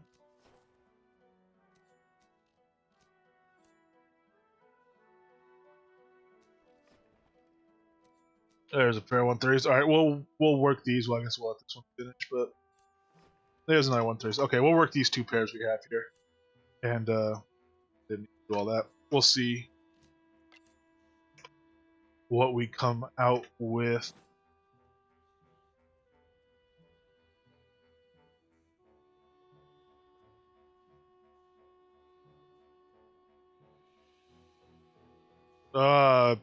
Not unless they just did a second patch. I read the patch notes twice. I don't know how I would have missed that. Spawn rate for air elementals. Love seat should be Deco, Alder. Disable Shrine performance. Yeah, it's not in today's patch notes.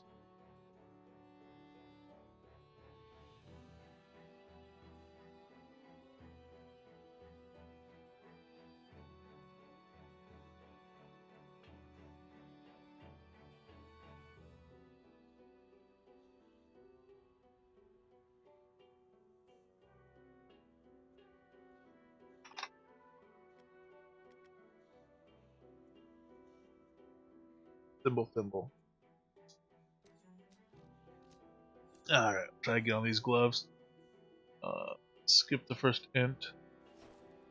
I skip the first int like that and give myself a little bit more of a, give myself another chance to get a major, and it's unlikely I'll get to the end without getting at least some chance at some more int. And since I want all the int, that's fine. Minor there.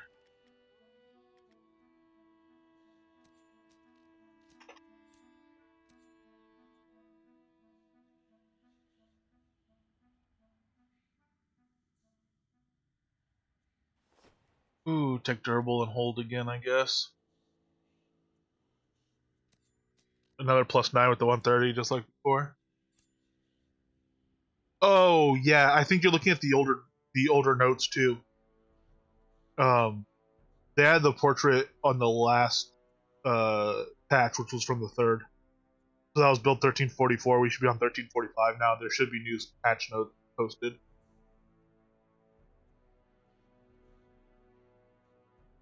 Yeah. No. Wishful thinking. I guess I don't know, but certainly same type of wish that I would have. Oh, I don't know. I mean, that's an incredibly powerful bow. Thank goodness it can't be combined, but that's a very, very powerful bow. So you do still need a few of them, even though they can't be combined, because not combining it, you can't get an exceptional. So they are hard to work, but they're super, super wicked powerful bows. I wouldn't mind. Why I meant to farm the Envy Angel. I should see how I do in that area, even with all the undead, because I meant to farm the Envy Angel quite a bit because I wanted the quivers and I wanted a bow for like off spec bowing. Especially in my previous build.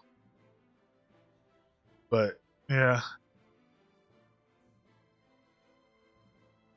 it should be on the same page. It should just be divided. It should say patch notes release 86, and then it should give a build number and a date, and then there should be some content that was patched in, and then there'll be another build number and another date. So that patch notes page will have every patch occurred within release 86. And then release 87 they'll do it again. They'll do a new patch notes page for release 87.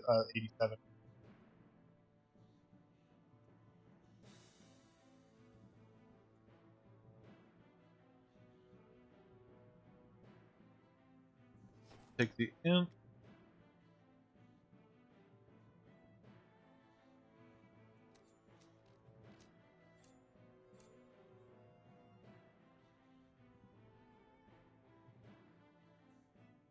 Minor int.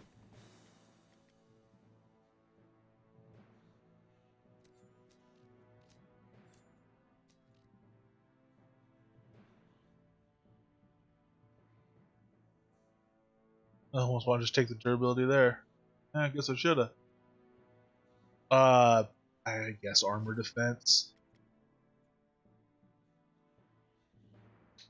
Guess I'll go roll those for some enchants before I try for a fourth over here.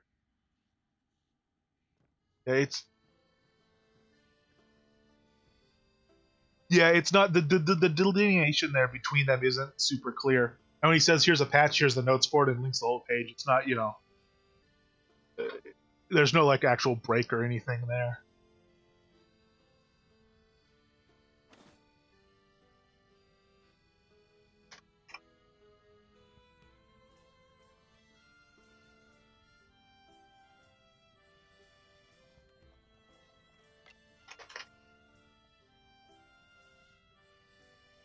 Um,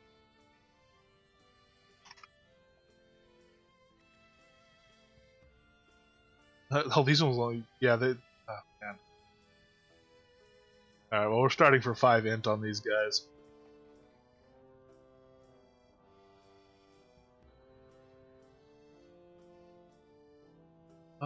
Major strength, I think, is going to be more.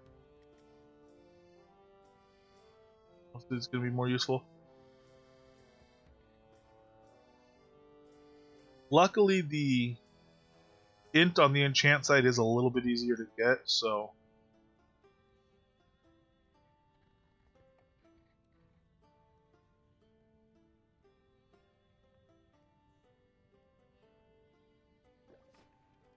That puts us at 13.6. So we're gonna stop there on the enchants, and we'll try to get the 4th on the masterwork side. We'll try real hard. We'll run them into the ground for it.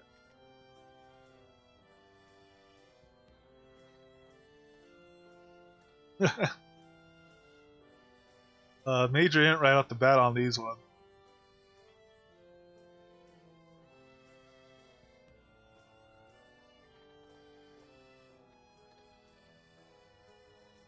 Alright, regular int. So we'll stop these here as well and go for a 4th on the masterwork side.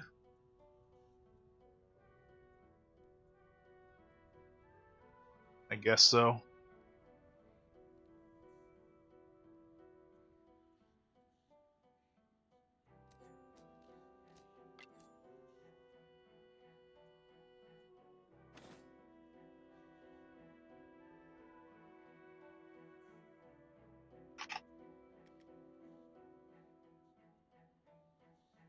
These are our best candidate for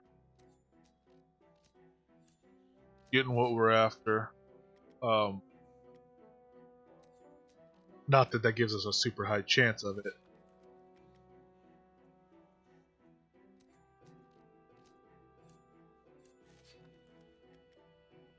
Because even if we get this 17%, we still actually have to roll the major int.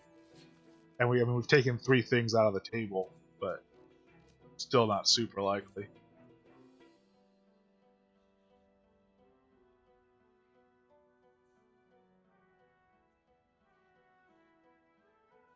Bummer.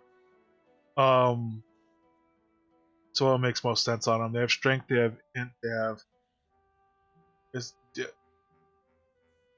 avoidance or defense. I guess because they're light armors, we'll go with the avoidance. Well,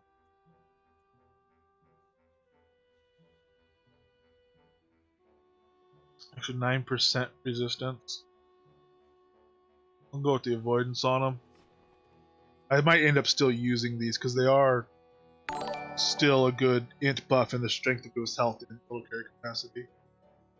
Reiko, thanks for following.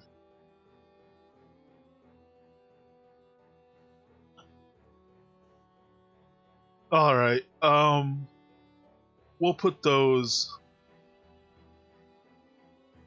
down there. We'll try for the 4th on these as well.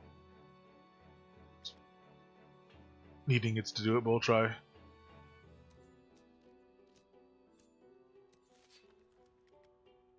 I guess we'll just run these ones into the ground as well.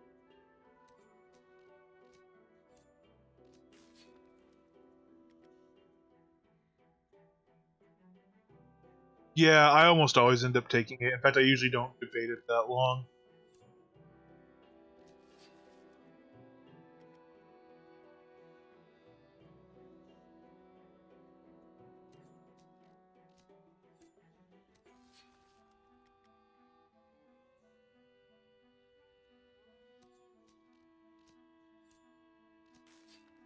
Yeah, no luck on those.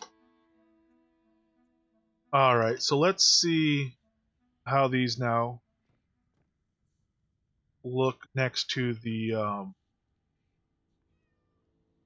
mean, they are an improvement. They're a decent improvement over the ones we have. Let's see how they look next to the helm and see if we want to try to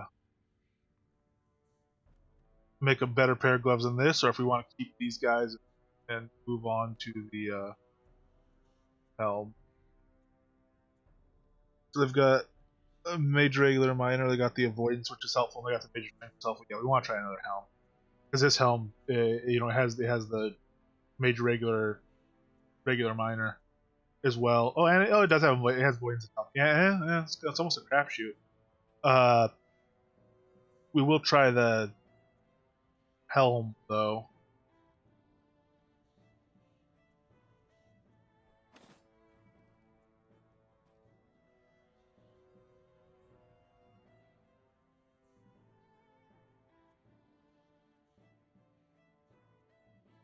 Oh, B. Uh, yeah, I don't know when you tried it either, but like the a lot of the progress since I started playing, which I only started playing like a year and a half ago, but a lot of the progress that's been made in that time was made just in the last few releases. So if you haven't played it in a while, and it looks like it might be worth taking a shot again, I'd say go for it because there's a lot of improvements that have been made. I'm gonna knock out a few bolts before we go over and work on some helms. I'm definitely not gonna sit here for all 50 of them, but let's see how many I have. And it's gonna be 3 bolts per helm.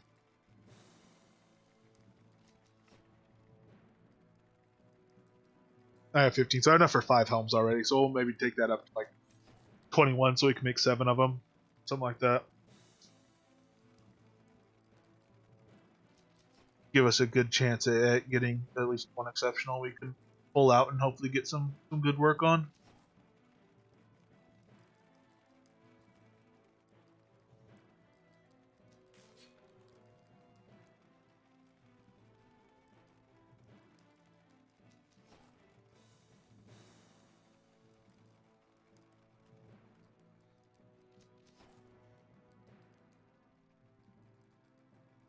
Also keeping an eye on that frame number.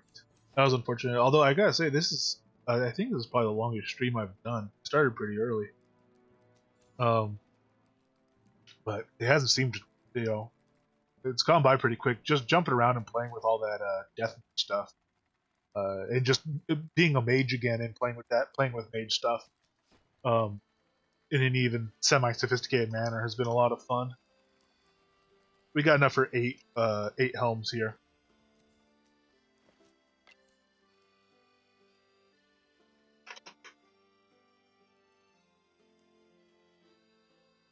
Oh, it's 4. No, we don't. It's 4 bolts of cloth and 2 straps. So that's what we're gonna do. Doesn't mean we can't do 8 though. That means we can only do 6. But we'll see what comes out. Oh, cool. You can also, if you want to add me as a friend when you get in, feel free. The stream won't be going a whole lot longer, but if you have any questions and stuff like that, I'm happy to take whispers and stuff for questions, or if you're looking for a guild or something like that, we can talk about that. We've got a pretty good guild going, and so that's been a very helpful thing to get into a guild and get people that go out in groups, get XP, do all that sort of stuff, and just having guild chat to drop a question in is really cool and serves 2 purposes. It obviously you get your question answered, that's cool.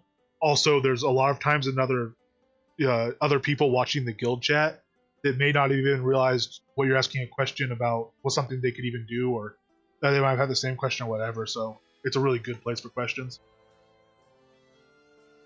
We'll start with the masterworks on these as well, and I will make sure I have my thimbles on so I don't waste anything. All right, let's go ahead and try for just straight int, pretty much. I wouldn't mind a little stun resist, but I don't even know if you can get stun resist on cloth. Definitely not gonna waste a thing on it. Ooh. Alright, I'll take the miner first. We're gonna have to try to roll for everything.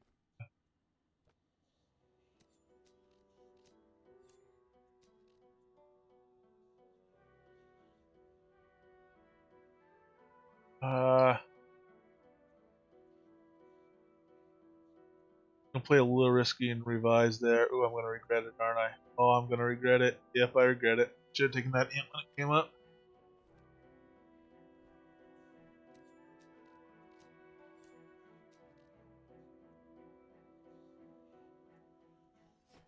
I gotta try for a 4th. Might as well try for, well, now we might as well go and do the enchanting first. I don't know, I don't think it really matters.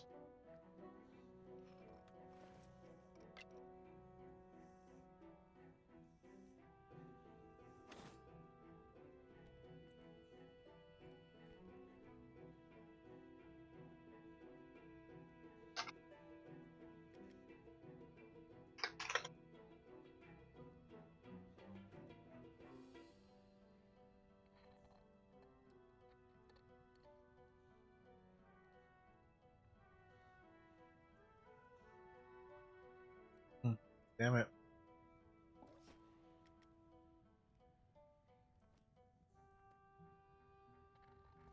Alright. Yeah, actually we have a long way to go on this one to beat to beat this one. This does not look likely at all.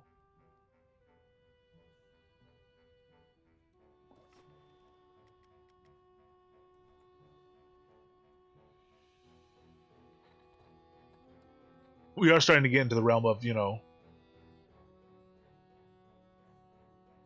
major strength. Yeah, we're pretty much out of luck on this one. We are starting to get into the realm though of the pieces being, you know, reasonably difficult to beat, the ones I'm trying to replace here.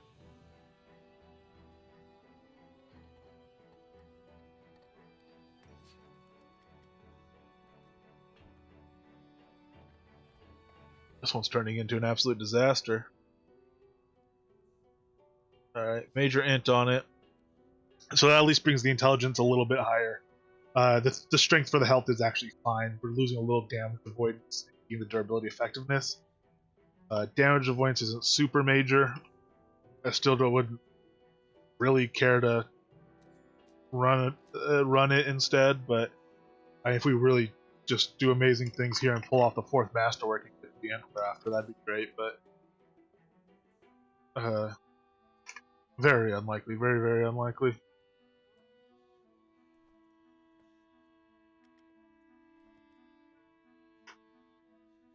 Oh. It'd be a hell of a piece if it did, though, I gotta say, especially after the start it had. I got that. Well, let's see if we can roll the major int on it.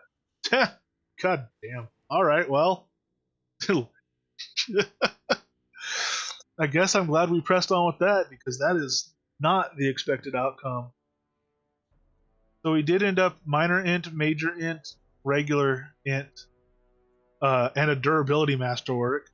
And then on the enchantment side, we have major int, regular int, and strength with a durability effectiveness masterwork. So that's a 4/4 piece with 2 fails. That's actually a very impressive helm.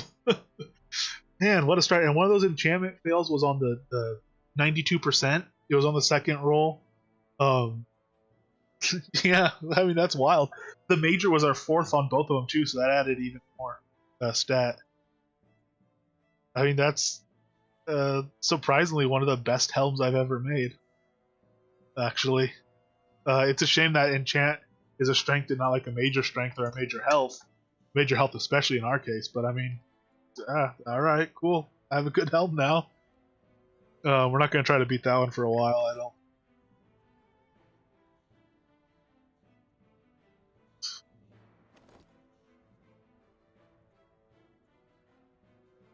Yeah, 19.3 int. That's not a bad helm at all. I mean, it's not, you know, again, a Duel's Hood starts at 20. That also starts at 400,000 gold. But yeah, sweet, sweet. It was destined to be. It really was. After that rocky start, it learned from that bitter life experience for Sago. It took those trials and tribulations and turned them into something great. What a trooper that helm is.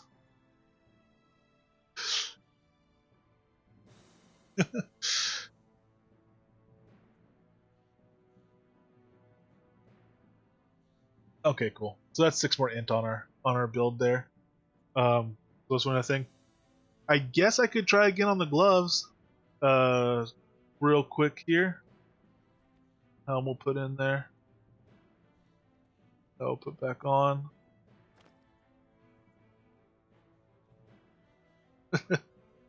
Ain't that the truth? I mean, and you know, and Death Mage to Death Mage, we both know how true that is. I guess you're not a Death Mage, you're a Death Knight, but you know.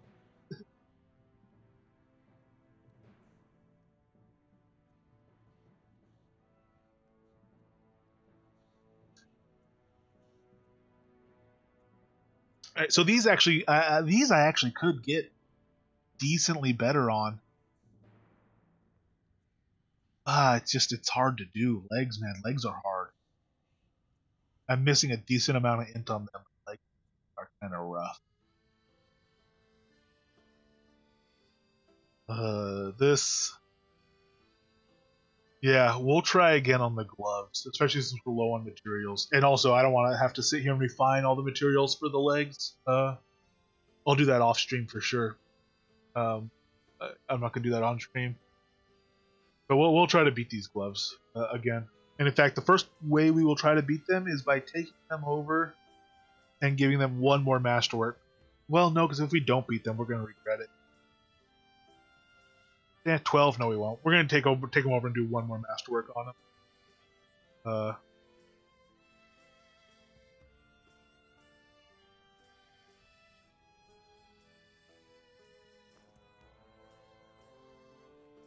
One more masterwork attempt. I just need beetles, and I have some buy orders out for them. I think, unless they all got filled. And I know a guy that has beetles, so I just need to get the beetles for it. And then I'll have to, you know, I have a bunch of threads. I still have a bunch of carapace thread too. No, 100 down to 150, but I just need to turn that into the bolts and stuff. It just takes so long to sit there on stream and do it.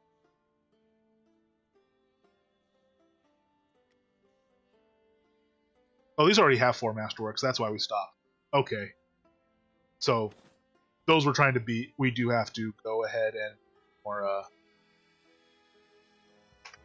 make more blanks to try to beat them, because we're not going to bother rolling for a 5th. It's a 9% chance, and well, I mean, maybe we should roll for a 5th. I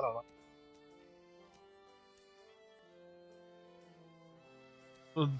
We'll leave it up to how many exceptionals we get here. If we burn through all this and don't get another exceptional to work, we'll definitely roll for a 5th.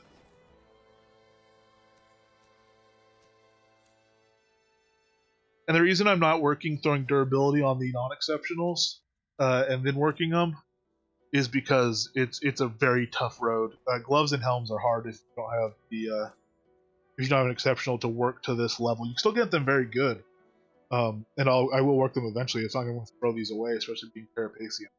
But for the type of gear I'm looking to do right here, it's just not. It's too much. To have to try to work them all the way up, you end up wasting a ton of ingots when you're much better off spending those ingots to turn them into good, moderately good pieces, instead of going for the 1 in a million shot of them being great. We will try for a 5th though.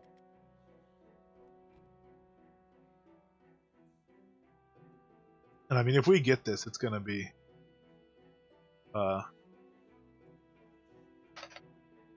good times indeed. But I mean, 9% chance to even roll the thing on it. So yeah, only knocks him to 27 though, so worth it, I guess.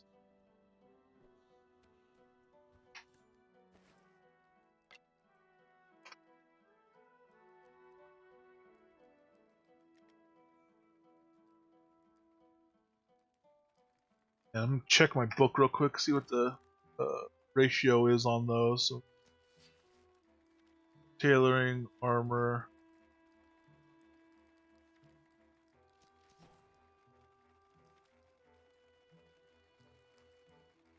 Oh, so we need 3. Yeah, okay, 3 bolts to 1, which means, I mean, realistically, we get 90 bolts of cloth. We don't have enough spool for it, but we'd still.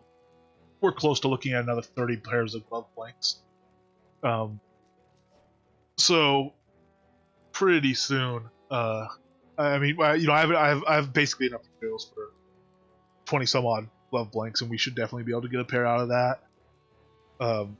We won't do that all right here because that's too much refining, but we'll give it a couple more tries, and I'll probably go and at least put on that helm and go try again, I guess, for Polar Mutilator in Myrkr. But it's really a shame those last two times I went, those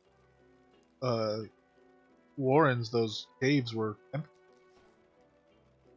Not sure what that was about, but we'll go back, we'll try again there after we give these gloves a shot, regardless of their outcome.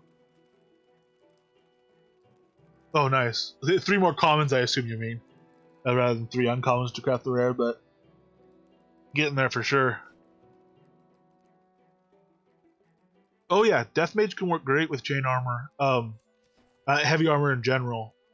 I'm running plate with it just to get the extra stat that plate gives, because the castability when you have death spec isn't that much of an issue. The biggest problem for me is the chaotic feedback. But it could work great in armor. If you are going heavy, I would say consider plate. If it's not going to be giving you castability issues in other areas, if you're spec. Yeah, and yeah, of course you can mix like that and still get the heavy bonus. I used to run all plate except chain leggings for Fizzle, and I gradually added more chain and eventually more leather to really drop my Fizzle rate down. But yeah, it's definitely something there's a lot of room to play with.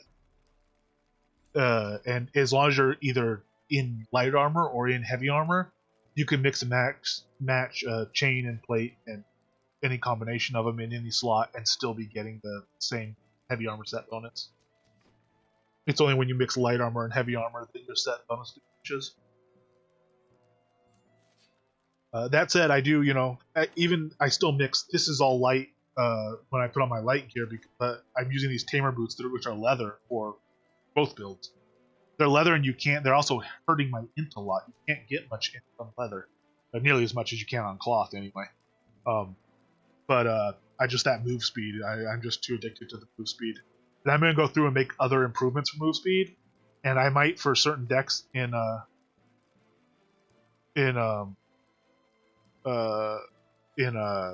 certain zones, I might even use like a lavalier or something and just really boost it up. Yeah, the chains what, 4? I mean, it drops off. All of the chain pieces are lower than all of the plate pieces. Your biggest difference is going to be in your chest piece. But if you only need to take a few % off, that might be where you find it. I don't think I still have my leggings in my.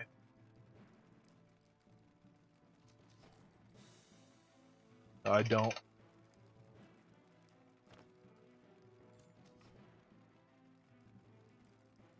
Oh yeah, obsidian is higher. Yeah, chain. Okay, so chain is 4. So you lose so you lose 2 points. But also remember that 2 points gets multiplied out or divided based on your skills.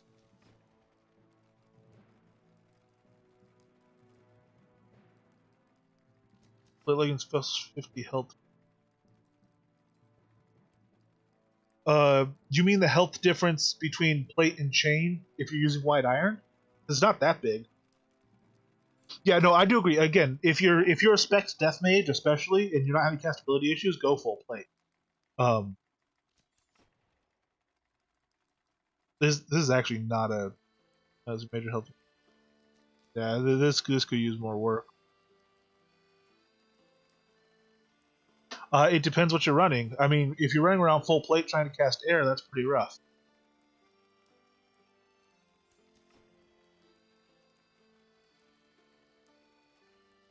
Yeah, again, yeah. If you're high death spec, I really do suggest looking at full plate, or in my case, I do the tamer boots for speed.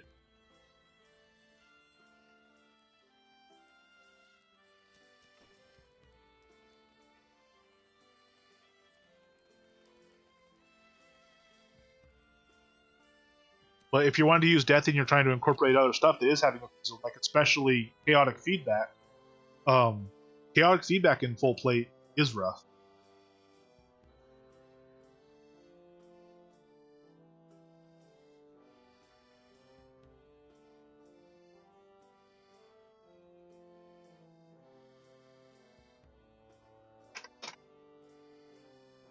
see how many exceptionals we get out of this. Why do I not have... Oh, I do.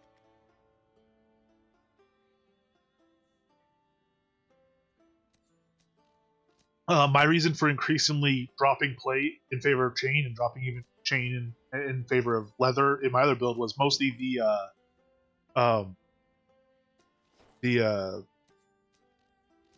fireflies. I wanted to keep my fireflies castability up, and in fact, at the end, I was taking the fizzle fountain as well, the magic fizzle reduction fountain, and I did have my follow through. Is it follow through or is it?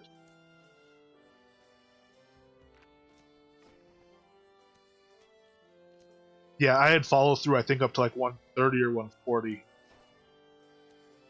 I had it reasonably high. I'm not anymore. I was then. I don't think I am anymore. I should. No, I'm not anymore. I used it once for the Death Mage.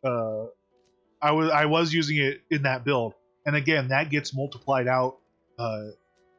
That takes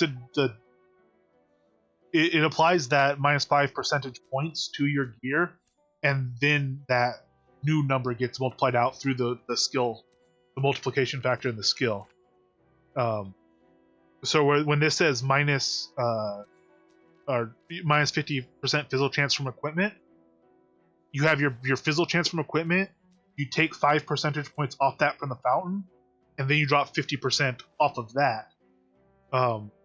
Which for things that go the other way, plus 35%, obviously makes the fountain help a good amount more. And I was using it mostly for the fireflies, which is just base fizzle chance. It doesn't actually multiply out. Neither does sun. Sun mostly multiplies. It's mostly just your fizzle chance equipment. It doesn't get multiplied. And also before the chaotic feedback. So chaotic feedback does the plus 100% fizzle chance from equipment. The devotional is applied before that chaotic feedback change it makes it a 10% effective, effectively 10 percentage points of modification if you're running chaotic feedback. All right, so we just ran through a bunch of gloves. We really hope to get a good pair this time. We did decent on the exceptional rate, and I'm going to go ahead and drop everything else that we're not going to use into here, just to make it a little less crowded in the inventory.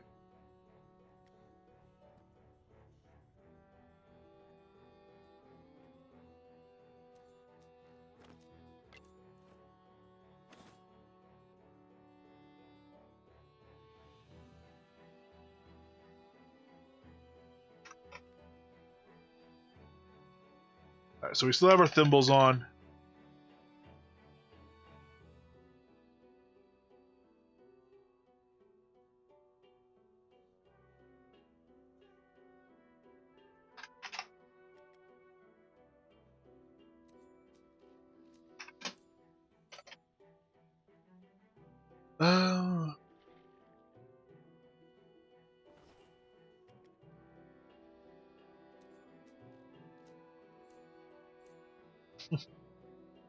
Yeah, and then once you cast it, you'll have even worse chance of casting it.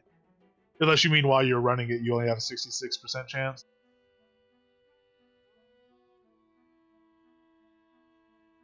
Alright, so these have the major and the minor on them. They need the regular. If these had the major and the regular on them, I would almost be tempted to just save them and go over and do the enchant side so I could push really hard for the major there. And frankly, so that I could take health or strength instead of the 1.7 int. At that point, I do think it'd be worth it, but... Ah, man, that's rough. The pair we got the major on.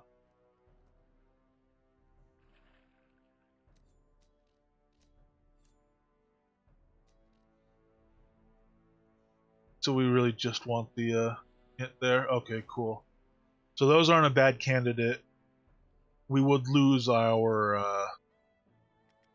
bonus from our strength or our health or whatever, probably won't get to on that if we roll right. But we'll see. I'll just take the regular int.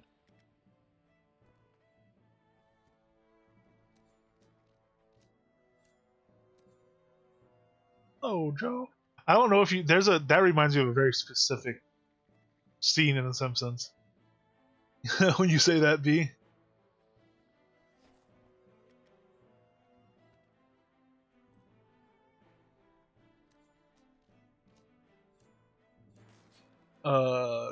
One fail.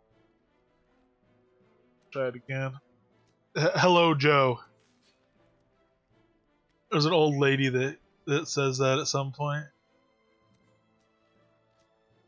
I know. Oh Lord! All right. Well, you know what? I'm done with you. Bad gloves that are turning out poorly. You only have 5 int on you.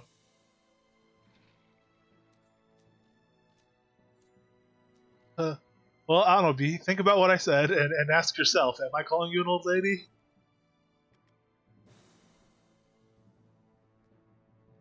I think you already know that I am not.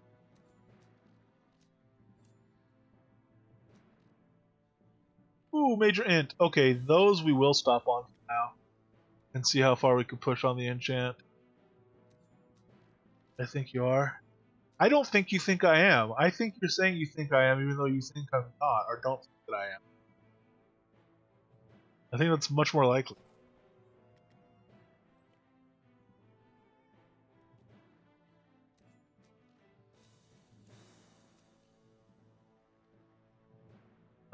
Or at least getting some major ints now.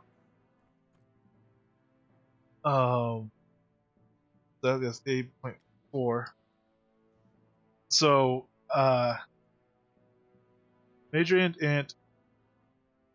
major int, minor int, major int, minor int, regular int with low durability. So these will pull on for the regular int.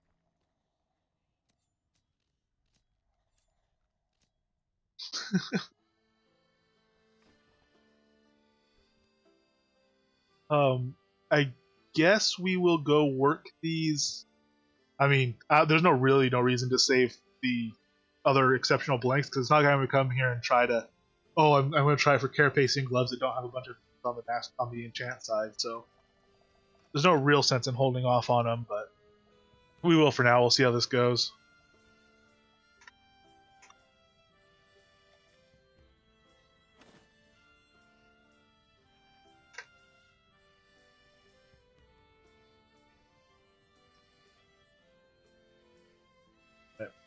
So we have those rings on. And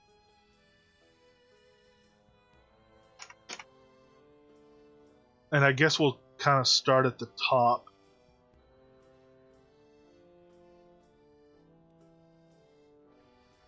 Of these guys and see how we go on here. Roll past the regular int in the hopes. Nope. Ooh, what a mistake we've made. Rather get the health from strength.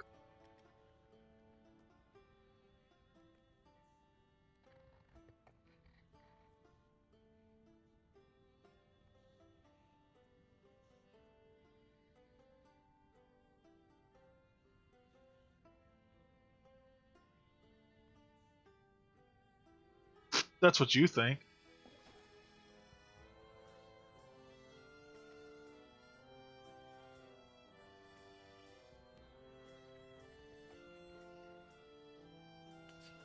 Oh, alright.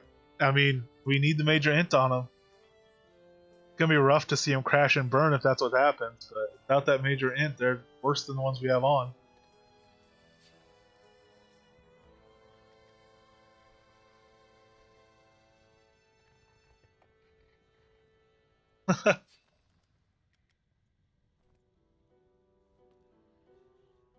The problem is, Joe, my chaotic feedback would take my health low and then she'd try to heal me. This is her natural bee nature. Alright, major health we do not want. We want our major int. We're not gonna get it. Alright, so I mean at this point I don't think it matters, but we'll put that on there just because we will roll. We'll roll for a 4th on him. No, it doesn't. I was just saying. Oh man. Oh B. I was just saying your natural instinct would be to kill someone even if they were hurting themselves while trying to kill you.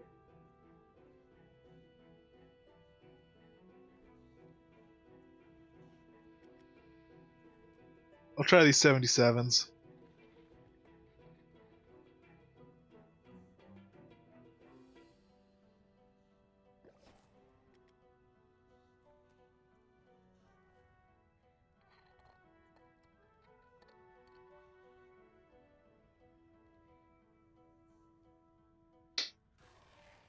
Guess we'll go with the durable.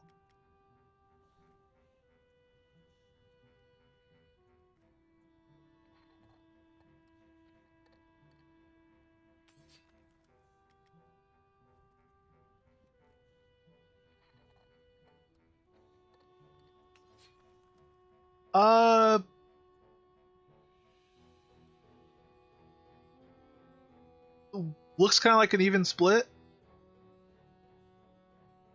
So it's whichever. It looks pretty evenly split on my friends list anyway.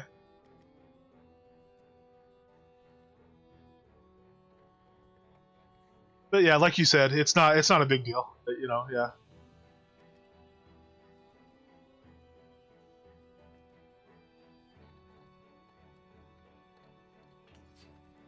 Alrighty. And these are the 106 that are missing a little bit of. But if we can do well on them on the enchant side, it would be worth it. And if we do really well, we'll go back and try to get that. I'll roll past that once.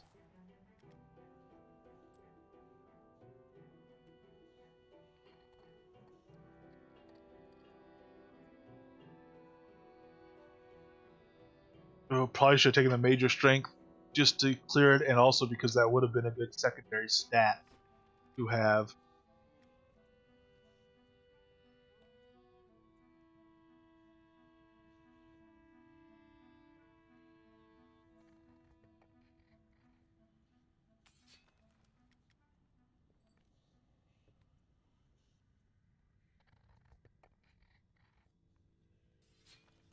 Ouch, ouch, ouch. We're out of the realm where these could be good enough anyway, I think.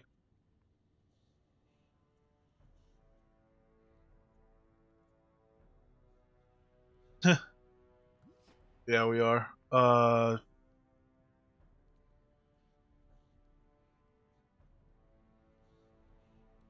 might as well just leave these now and give them to somebody. If those beat your current gloves, by the way, if you're a mage, you want those gloves. They beat your current gloves.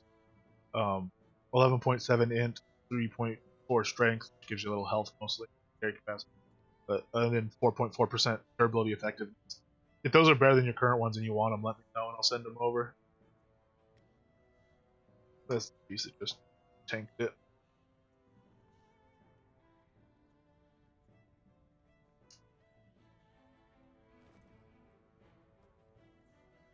Oh, what's this pair? Why is this pair only partly work? This is the one I'm saving? Yeah. Alright. Okay. Alright, go back. We are now, incidentally, though, trying to beat what is a very good pair of gloves. As major as all the int except a major int, which is a big thing to be lacking. But has two majors on the enchant side as well. And actually has 4 masterworks. And the only reason it has low durability is because we really did just trash it looking for that other major int on the masterwork side.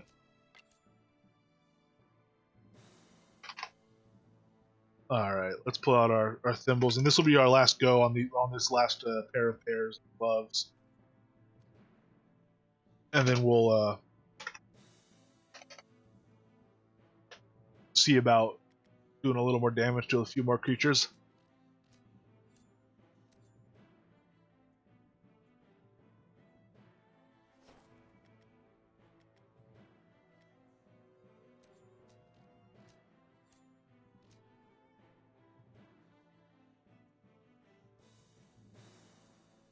Let's skip that minor int the first time.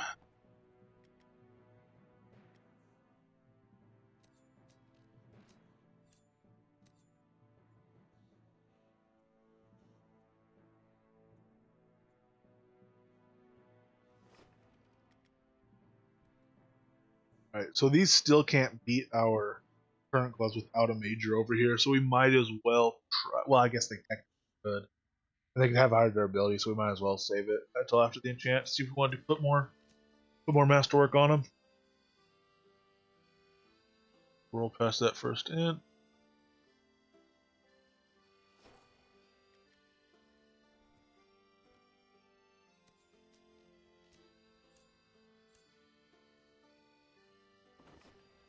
Put the mage on another pair. Let's see if we can get the regular int on it though, which we definitely need.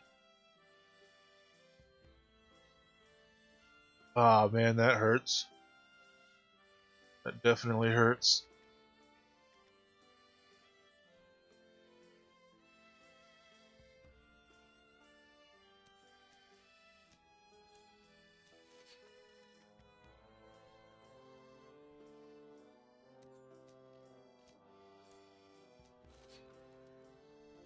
Alright. See what we can do over here.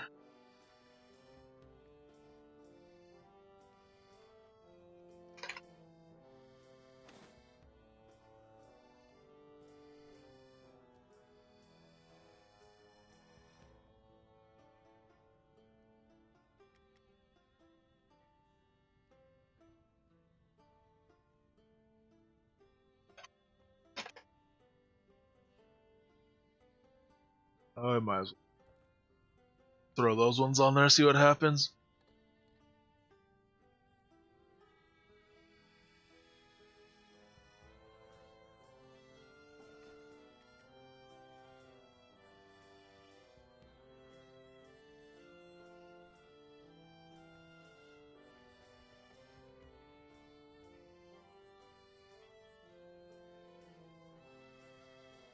Alright, so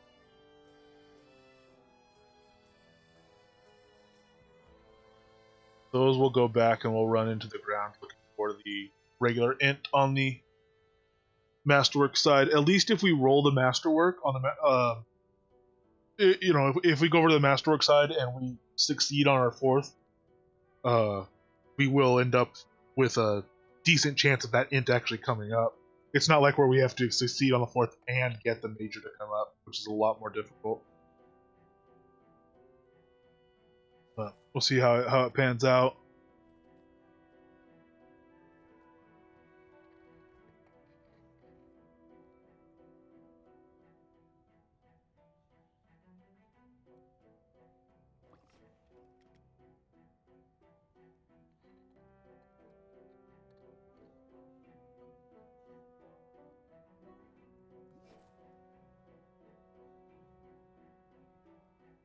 Okay, so these are slightly worse. We could, I guess we might as well just, yeah, plow those into the ground as well, looking for the fourth. And looking for the mage on those, that's going to be a lot harder. Oh, I mean, we have more durability, we get 2 extra rolls on it, so. Alright, let's go ahead and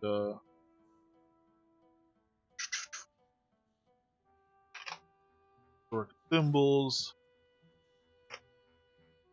We'll see where this goes. It'd be cool to pull this off. It's not super likely. I mean, it's less than a 50-50.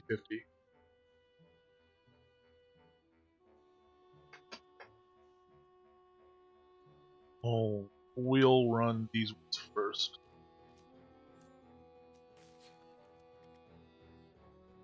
A little shabbier.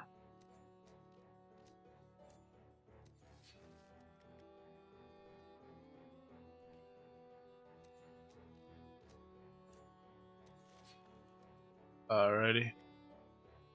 So now they're like there. Now this we not only have to roll the fourth on it, we have to actually get the major in from the fourth.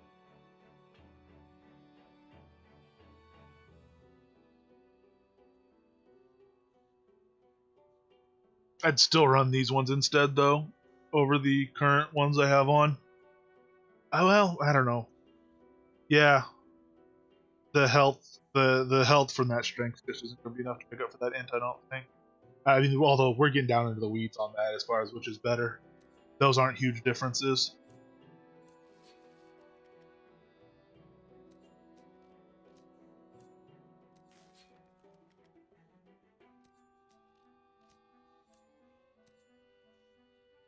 Okay, so now we need the only imp that's left, but there's a lot of other stuff that can pop up as a problem. Yeah, no luck. Bummer. Is it gonna make a difference? Let's see.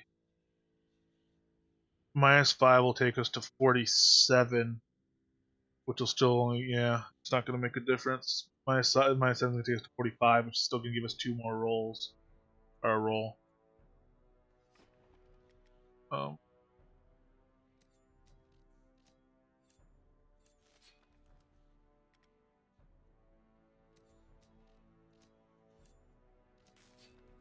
yeah, no luck. Alright. So these, I guess, technically are better than the ones I'm carrying, just not by much at all. Might as well put them on though. Put them on as our best, and actually, oops, can't put them in the foot slot. That's why. Actually, I'm gonna go ahead and pull all that off the mannequin too and put it on because I'm gonna run out and do a little bit of villains right now.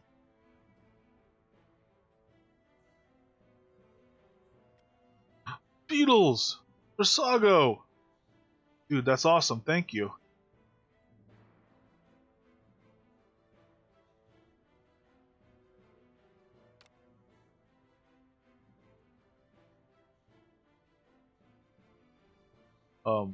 Yeah, sweet, dude. I'm gonna work that down off stream for sure, but I really appreciate that, man.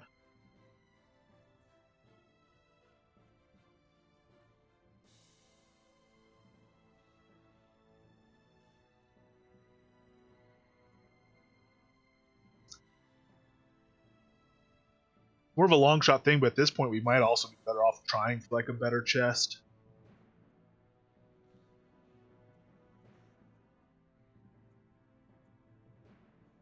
I think we'd be smarter to try for a better chest before we tried for better leggings.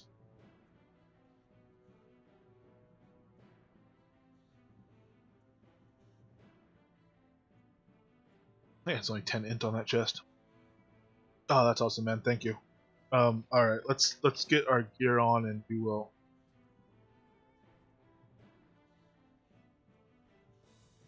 But did I put the wrong gloves on there?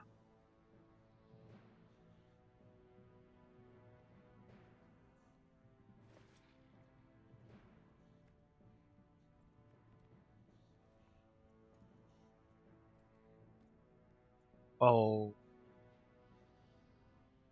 right. So we are good on that. We need our rings. Uh,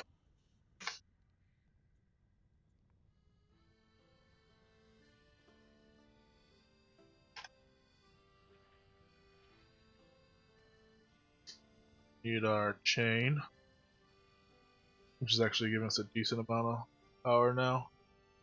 And let's see, that's a new helm. That helm, man. I'm happy with the helm. That's for. Uh,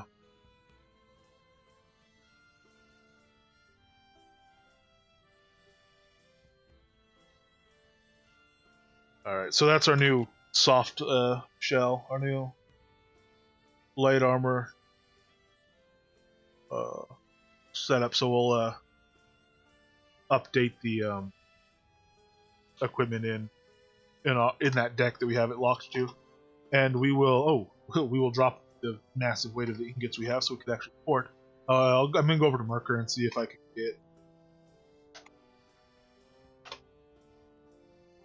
get that that mutilator spawn there where I want it to.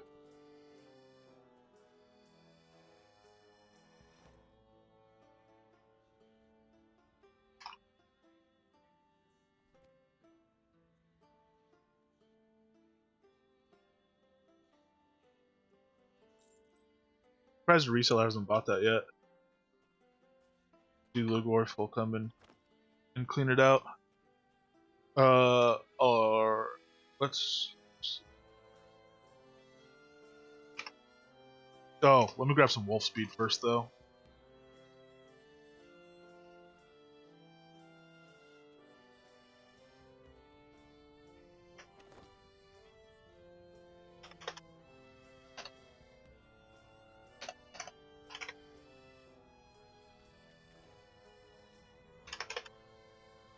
speed. As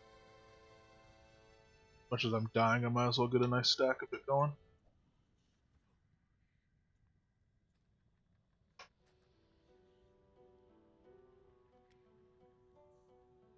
That's the thing, because it falls off when you die. I've used more wolf speed now in the last few days than I had in the previous month, probably. I've been dying a lot. Well, actually, that's probably not true. Because the Well of Alder I've been dying a ton too. I wouldn't always put it back on afterwards, but you know, those air elementals and stuff are just, you know, relentlessly killing me a lot.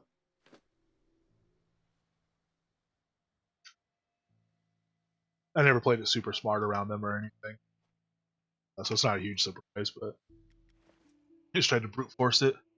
Alright, we will only take the stuff we can chug here without having some sort of annoying effect on screen.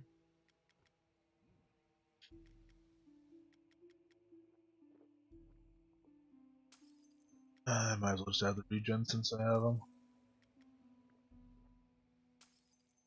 Alright, and then let's check our decks. We have light armor spam with alt of buff.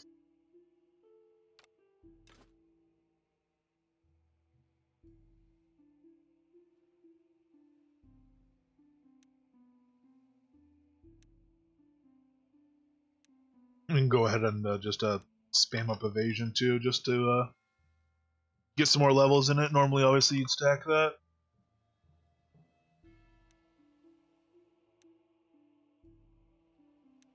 I would love sometime to get into the higher levels of this, get into Micro Hard and stuff. Check them out.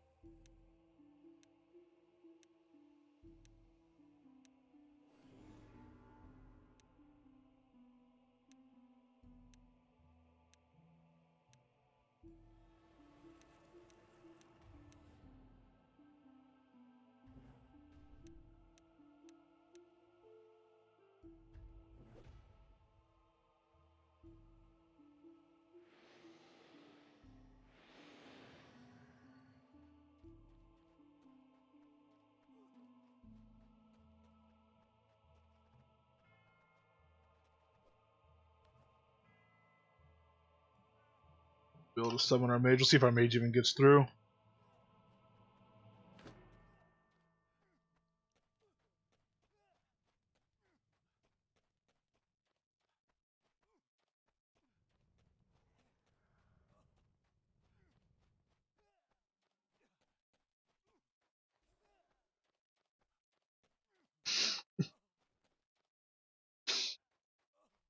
You are a unique bee.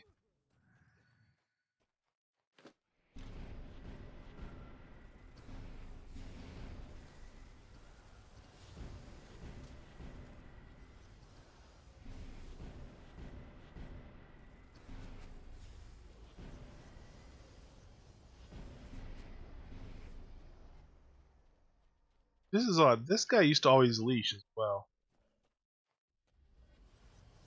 I just got a little lax about how far back I was.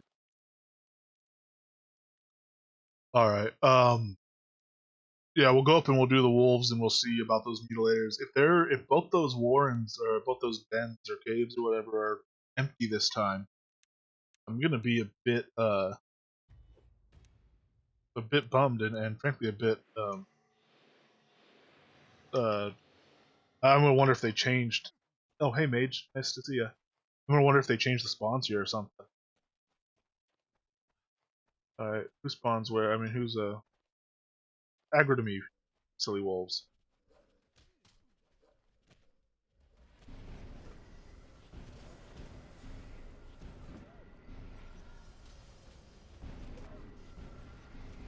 Oh, we want to bring up our DPS too, so we keep a little bit of an eye on it. Let's check our 30-second window, I guess. Whoa! Whoa, whoa, whoa! I got a little bit dicey there. That's surprising. Oh, I guess we have a full complement of them this time. We didn't before. So this is the first time in the soft cloth, or in the soft cloth armor, fighting them all together.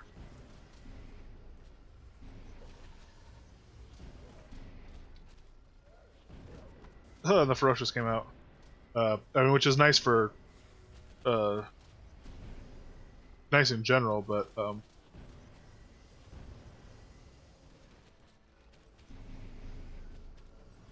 taking a little more damage there than I was used to.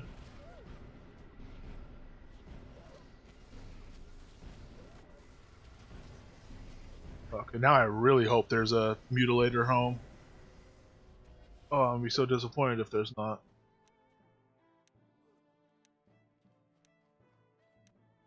Oh, okay. Hello, guys. This in cloth might be hard.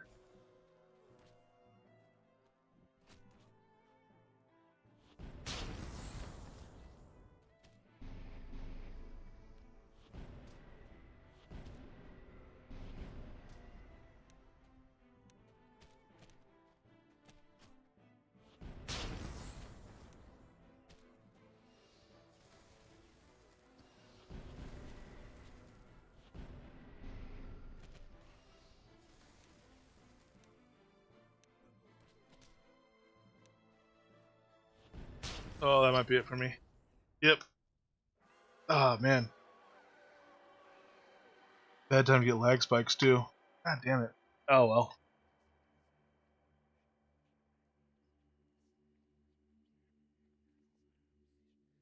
Yeah, that's a lot rougher in cloth. I should have been watching my stack on that, too. I was probably taking fair damage from the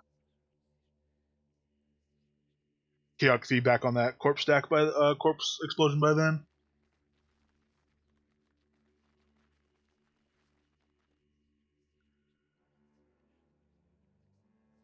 Um,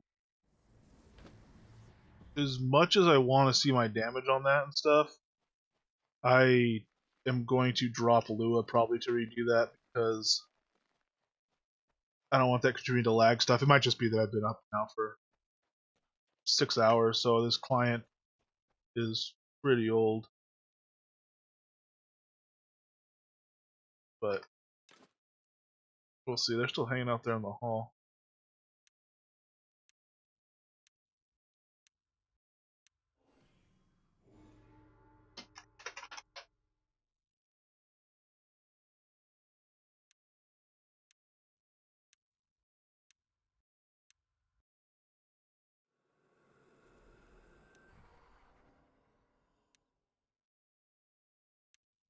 Definitely need to be recasting defensive stats at a full charge before doing 2 of them as well.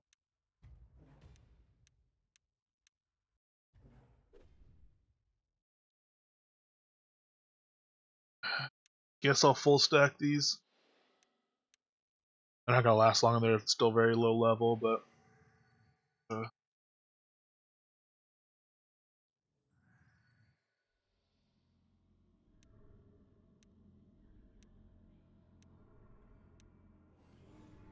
hard to target myself. And these corpses still hold. They should all at least have an explosion on them.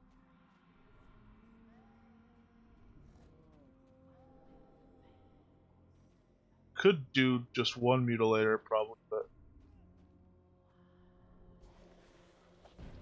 not particularly fun.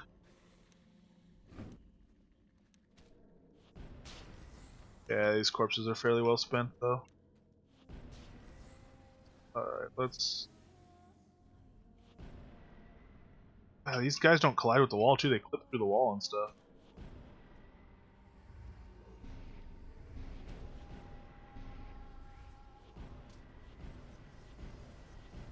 I just need to spam through it.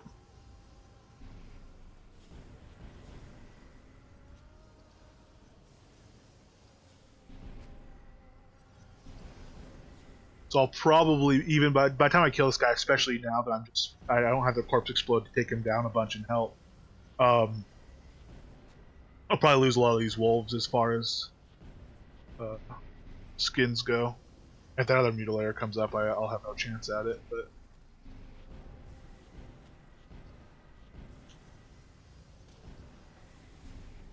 yeah, we were doing pretty good. I didn't see what his health was before he got me, but at least one of them, we did pretty well as far as taking down his health for not hitting any big crits on the Corpse Explode. It was doing some decent damage there.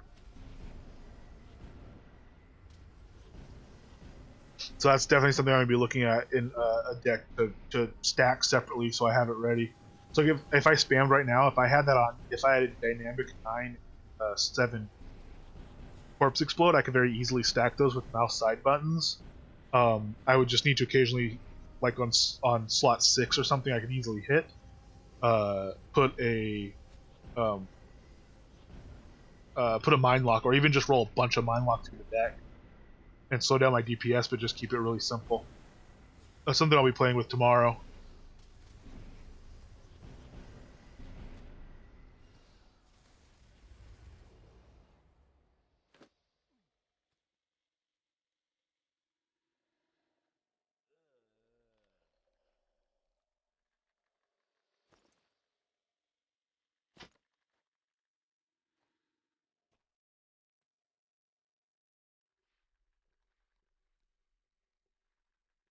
Wait, you mean you're not B everywhere? There's times you're not B? Oh my.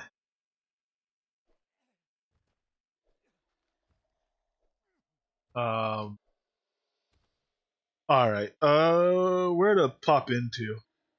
You pop into some place. Question is, where's the place we want to pop into?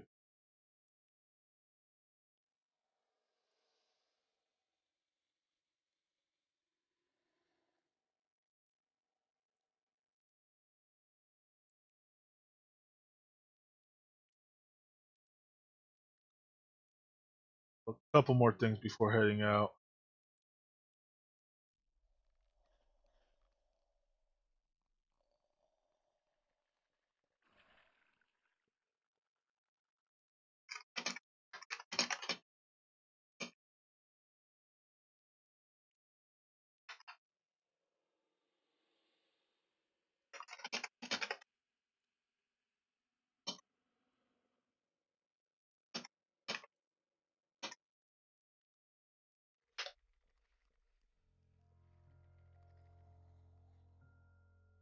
Sorry, I was responding to Whispers in game there.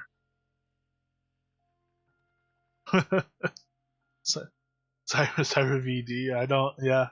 Naming your kids after any form of VD is probably ill-advised.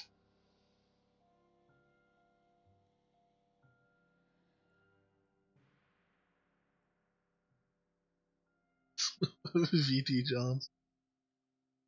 All right. Oh, this is fun. Let's do this in the soft. I've never done this. Actually, ooh, this might not work in soft.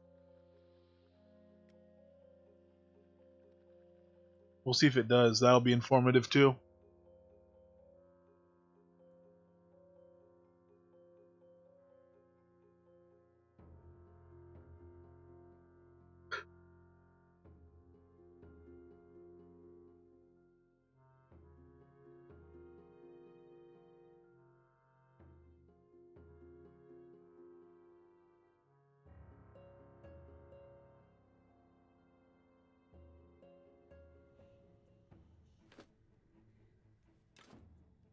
I picked the wrong side.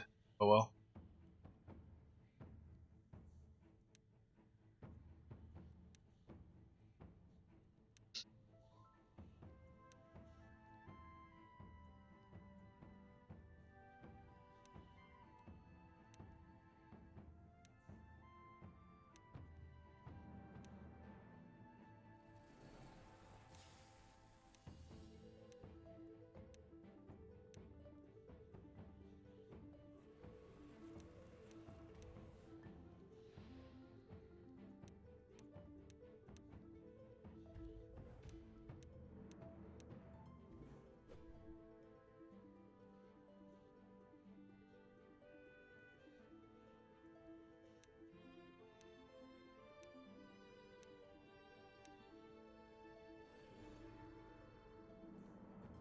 Oh man.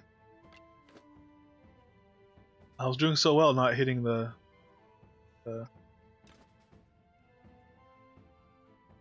not hitting my numpad to go to my deck, instead going the switching manually assigned ones.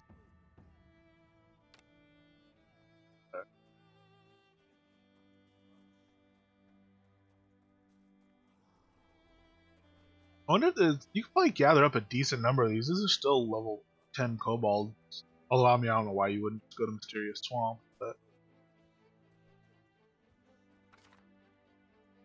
Where's the cave entrance? Oh, I ran right by the cave entrance already. Well, I guess we'll go around the long way. Doing all the sights and sounds. Well, doing all the sights, hearing all the sounds. The wonderful spectral peaks. This actually is a cool zone. This is a good zone outside. I mean, everybody just considers it a Spider Queen zone, I think. But it's a good zone, and again, it's a bunch of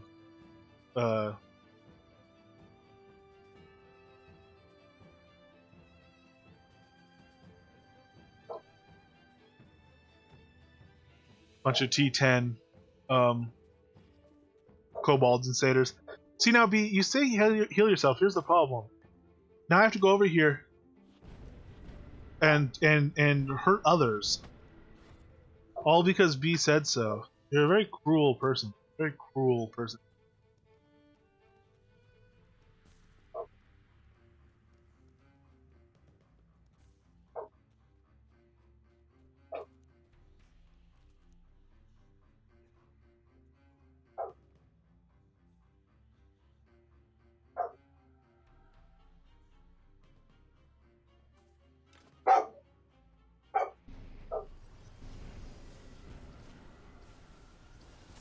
Sorry, dog's bark. I don't know how much it's breaking through the filter, but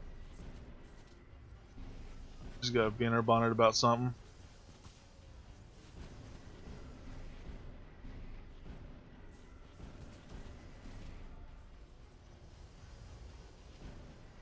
Ooh, yeah, I can't do that without plate.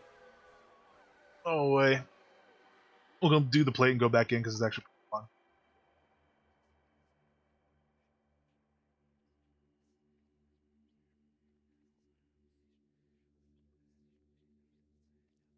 Yeah, let me send one over while I'm waiting for the Ankh to pick me up. Actually, I should probably Mr.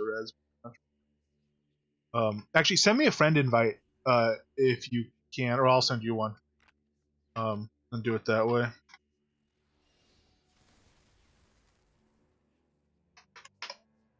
Oh no, not Raylo. I don't know who that is. Send an invite to no one.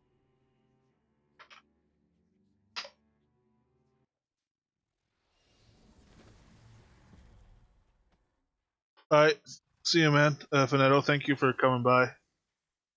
Much appreciated. Um,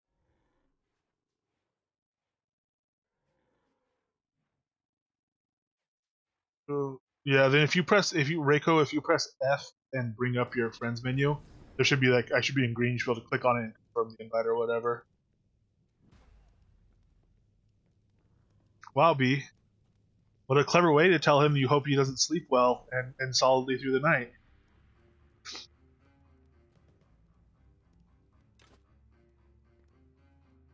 Alright, see you, Versago. And I probably won't be up too long, but thanks for stopping by and thanks again for those man.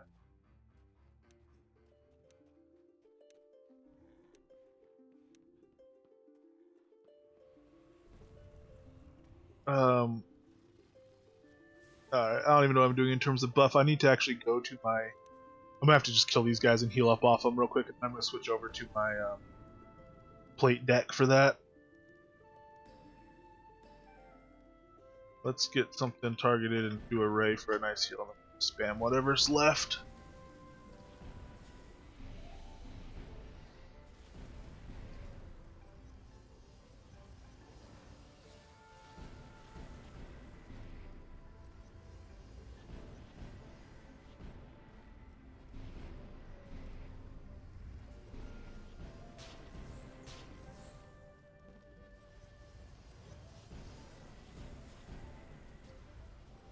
This place, I need to find someone who, probably an archer that's looking for stuff. But this would be a good place to duo. In fact, actually, if I had an archer side, it would be a good place to solo, if I'm honest. But I think there's some real potential for this building here. But what we're gonna have to do is go to, let's see, gear lock. equip that, and then I still have to manually put on my Warlock chain.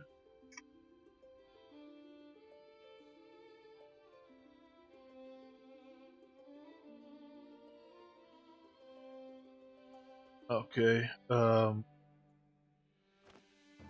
is there other one on our buff deck? Oops. Can't be in Gearlock, we have to be in tanks.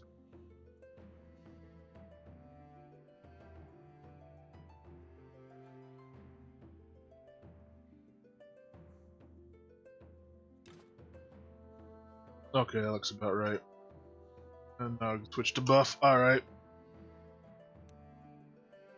But yeah, this looks like looks like there's some potential here as far as being a decent farm spot. And either in a duo, because my death magic's not going to be effective in herself, but either in a duo or again, just pick up, some bow skills, just get enough to take her out. Which certainly right now isn't that difficult. With some of the bar changes, it might get a little more difficult, and it should be probably more difficult. She drops some very high level, very powerful artifacts.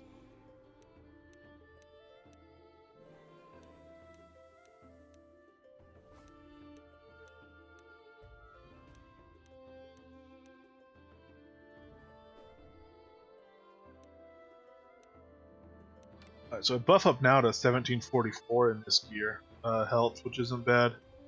If I go in with a death build, I'll be fully healed. So if I get in there before that falls off, like, oh, that's my probably recast back, but oh well. In fact, I might prefer single cast feedback here. I'm not sure. Alright, we'll just death ray something to hopefully get a decent amount of our health back.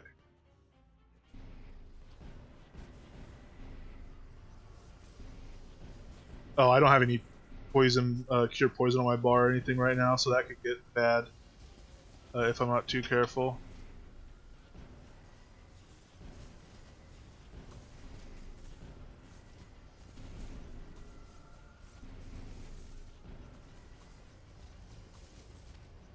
Alright, so there's one down.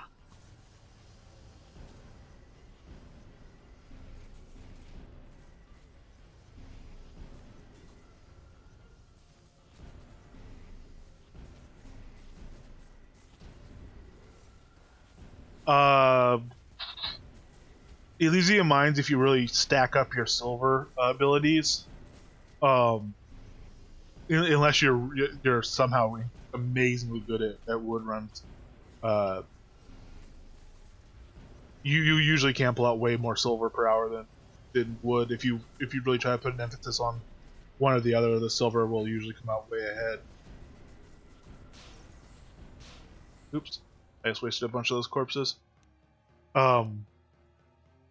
But I mean, if wood's working for you, go for wood.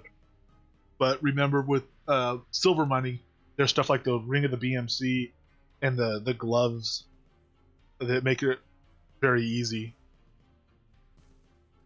The extra artifacts make a big difference. There are artifacts. There's like the Forest Mingler, which is an artifact for wood harvesting, but it's a pretty rare one. Only comes off the Lich of the Mound. It's a rare drop off a rare spawn, so.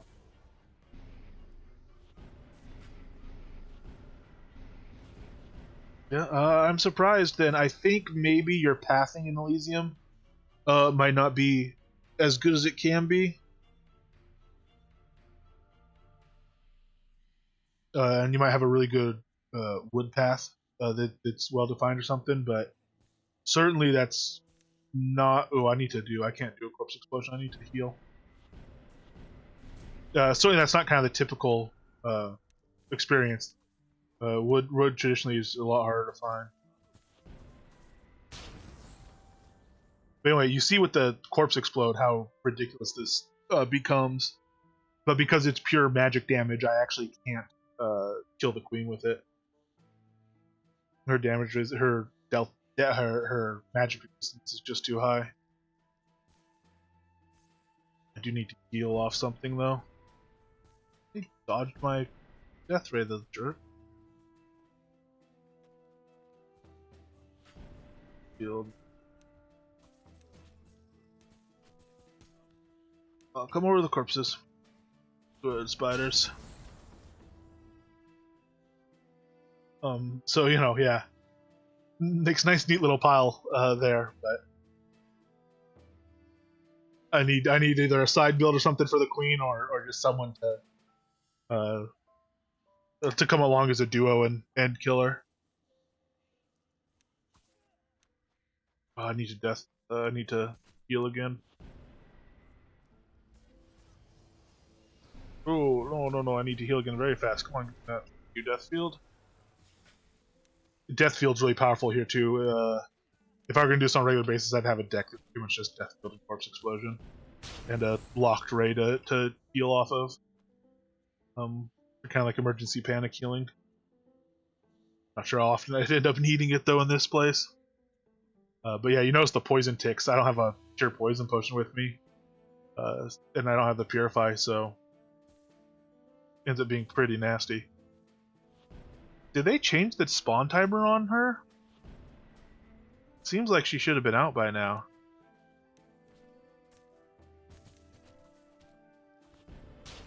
Ooh, okay, good. I was gonna say I shouldn't have killed all those. I need to heal. Oh, come on, don't let me die to a single spider. Give me a ray, death field, come on. Ah, dang it. Okay. That's why you need that cure potion. Cure poison, just too much. Dude.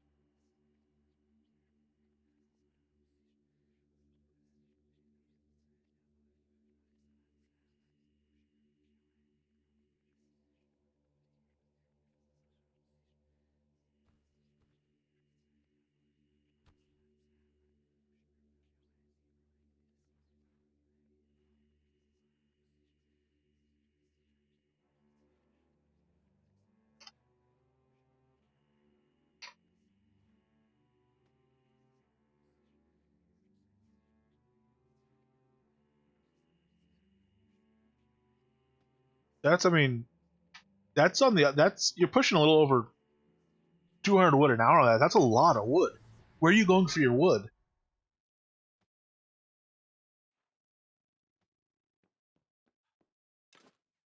I mean, heck, if you get 200 wood in an hour, man, let me know when you want to earn some money on some wood.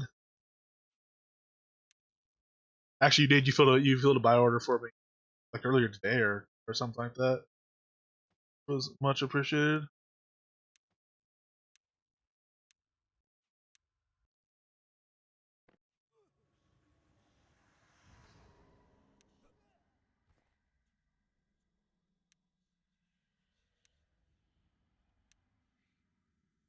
I'm gonna go back in there just to see if the queen spawned, because I want to see if I do any damage through her resistance. And I could stack minus negative death resistance on her and stuff up to like 30. But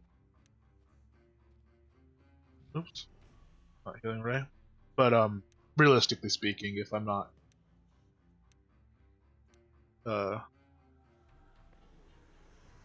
if I'm not doing significant damage to her, which I won't, it doesn't matter anyway. I'm just kind of curious about it. She's definitely got the resistances though.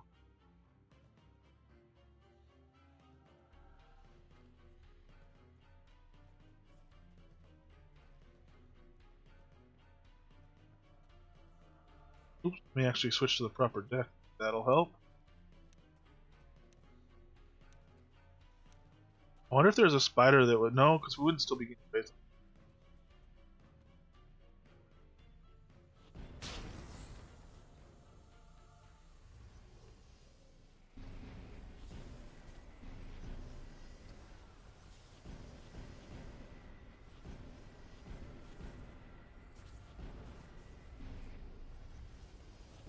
I don't know. It seems like there must be a spider. Oh no, there she is. Hello. Oh, the problem is she could two-shot me pretty easily here.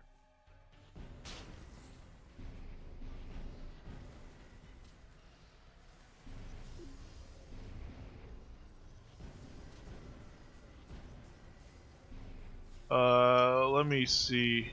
Actually, get her targeted if I can. Trying to tab target her instead of actually clicking on her. So I don't have to stop rolling my damage, which is my healing.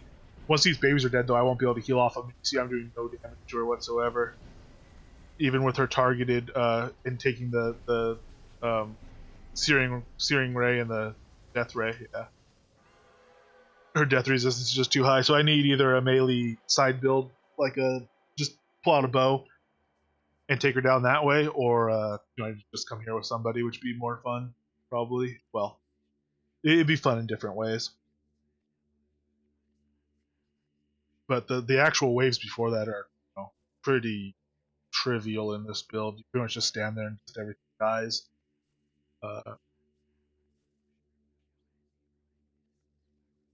It would be good to obviously make sure I always have access to something to heal on, and obviously uh, get a way of clearing the poison dots, because those poison dots stack up to a lot of damage.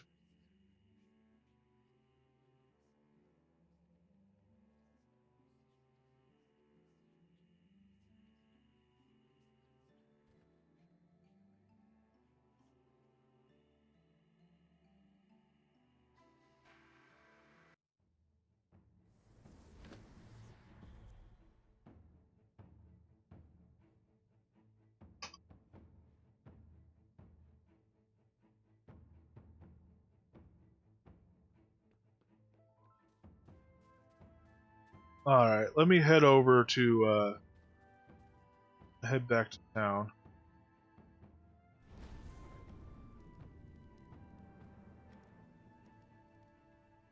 Able to teleport.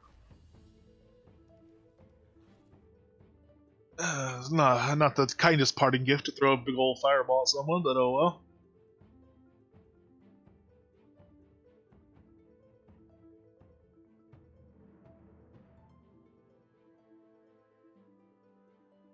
Oh, and Reiko, I'm gonna when I get back to town, I'll send you that guild invite.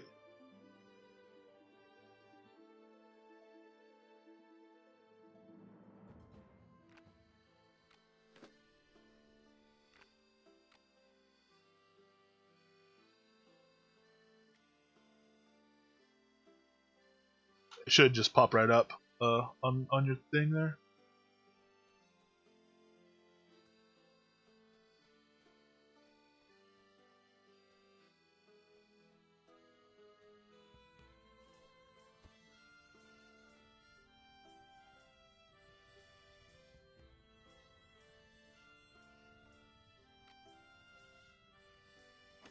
Alright, do we even get anything on that outing? Just picked up some skin stuff.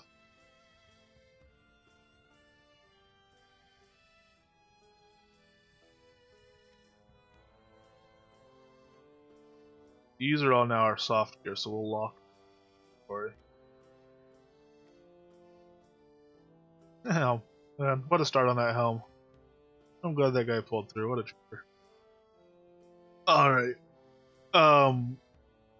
We...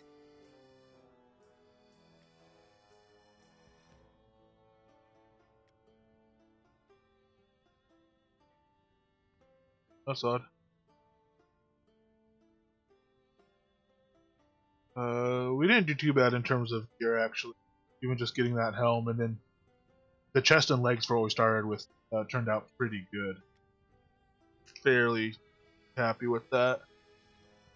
Well, I mean, I do want to try again for better ones here in the future, fairly soon, but the ones we have now are definitely good. I'm also really impressed to see the difference that int makes, even when it means I'm, fighting at such a much larger percentage of my health. So, yeah, that was really interesting. Tomorrow I'm probably gonna do a similar thing as far as running around, trying new things in the build, doing this and that. Tonight I might try to find a place I can go to earn a little gold, maybe as well, and we kind of look at that aspect of it because it's going to become relevant if I can't keep fire orders up and stuff for for crafting. And I might also see if there's a good crafting XP run for this, because I can get as much as I got off the dragons, doing certain things, doing like Mirker, for instance. The problem is the dragons also, that was a loot run and an XP run, so I don't know. I'm trying to think of a place. I can't really think of a place where I'd get a ton more crafting XP except just like going out and gathering, mining. But for me, since I like to adventure more, usually my crafting XP while adventuring comes from like skinning. But we'll see. Wow. Probably a shorter stream tomorrow. This is by far the longest stream I've done. But I appreciate y'all coming along for it. I'm gonna go ahead and hop off, and I will probably be, I'll be around, but I'm gonna take a little break and do a couple things. Reiko, that invitation should have come through, or if you hit F and go to guild, the guild tab, there's probably something to accept the invite there. I'm not quite sure.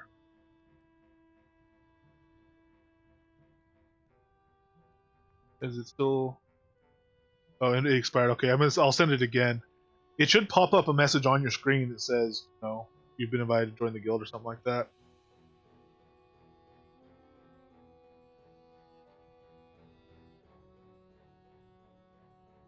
So it shows as an outstanding invitation. There we go. Okay, cool. Yeah, I'm gonna end the stream for now. Thanks, guys. I'll catch you, probably tomorrow if you're around. I should be streaming tomorrow anyway. And I don't think anyone's up to raid.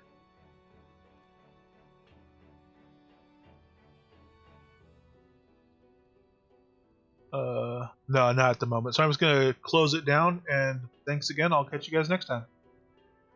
Peace.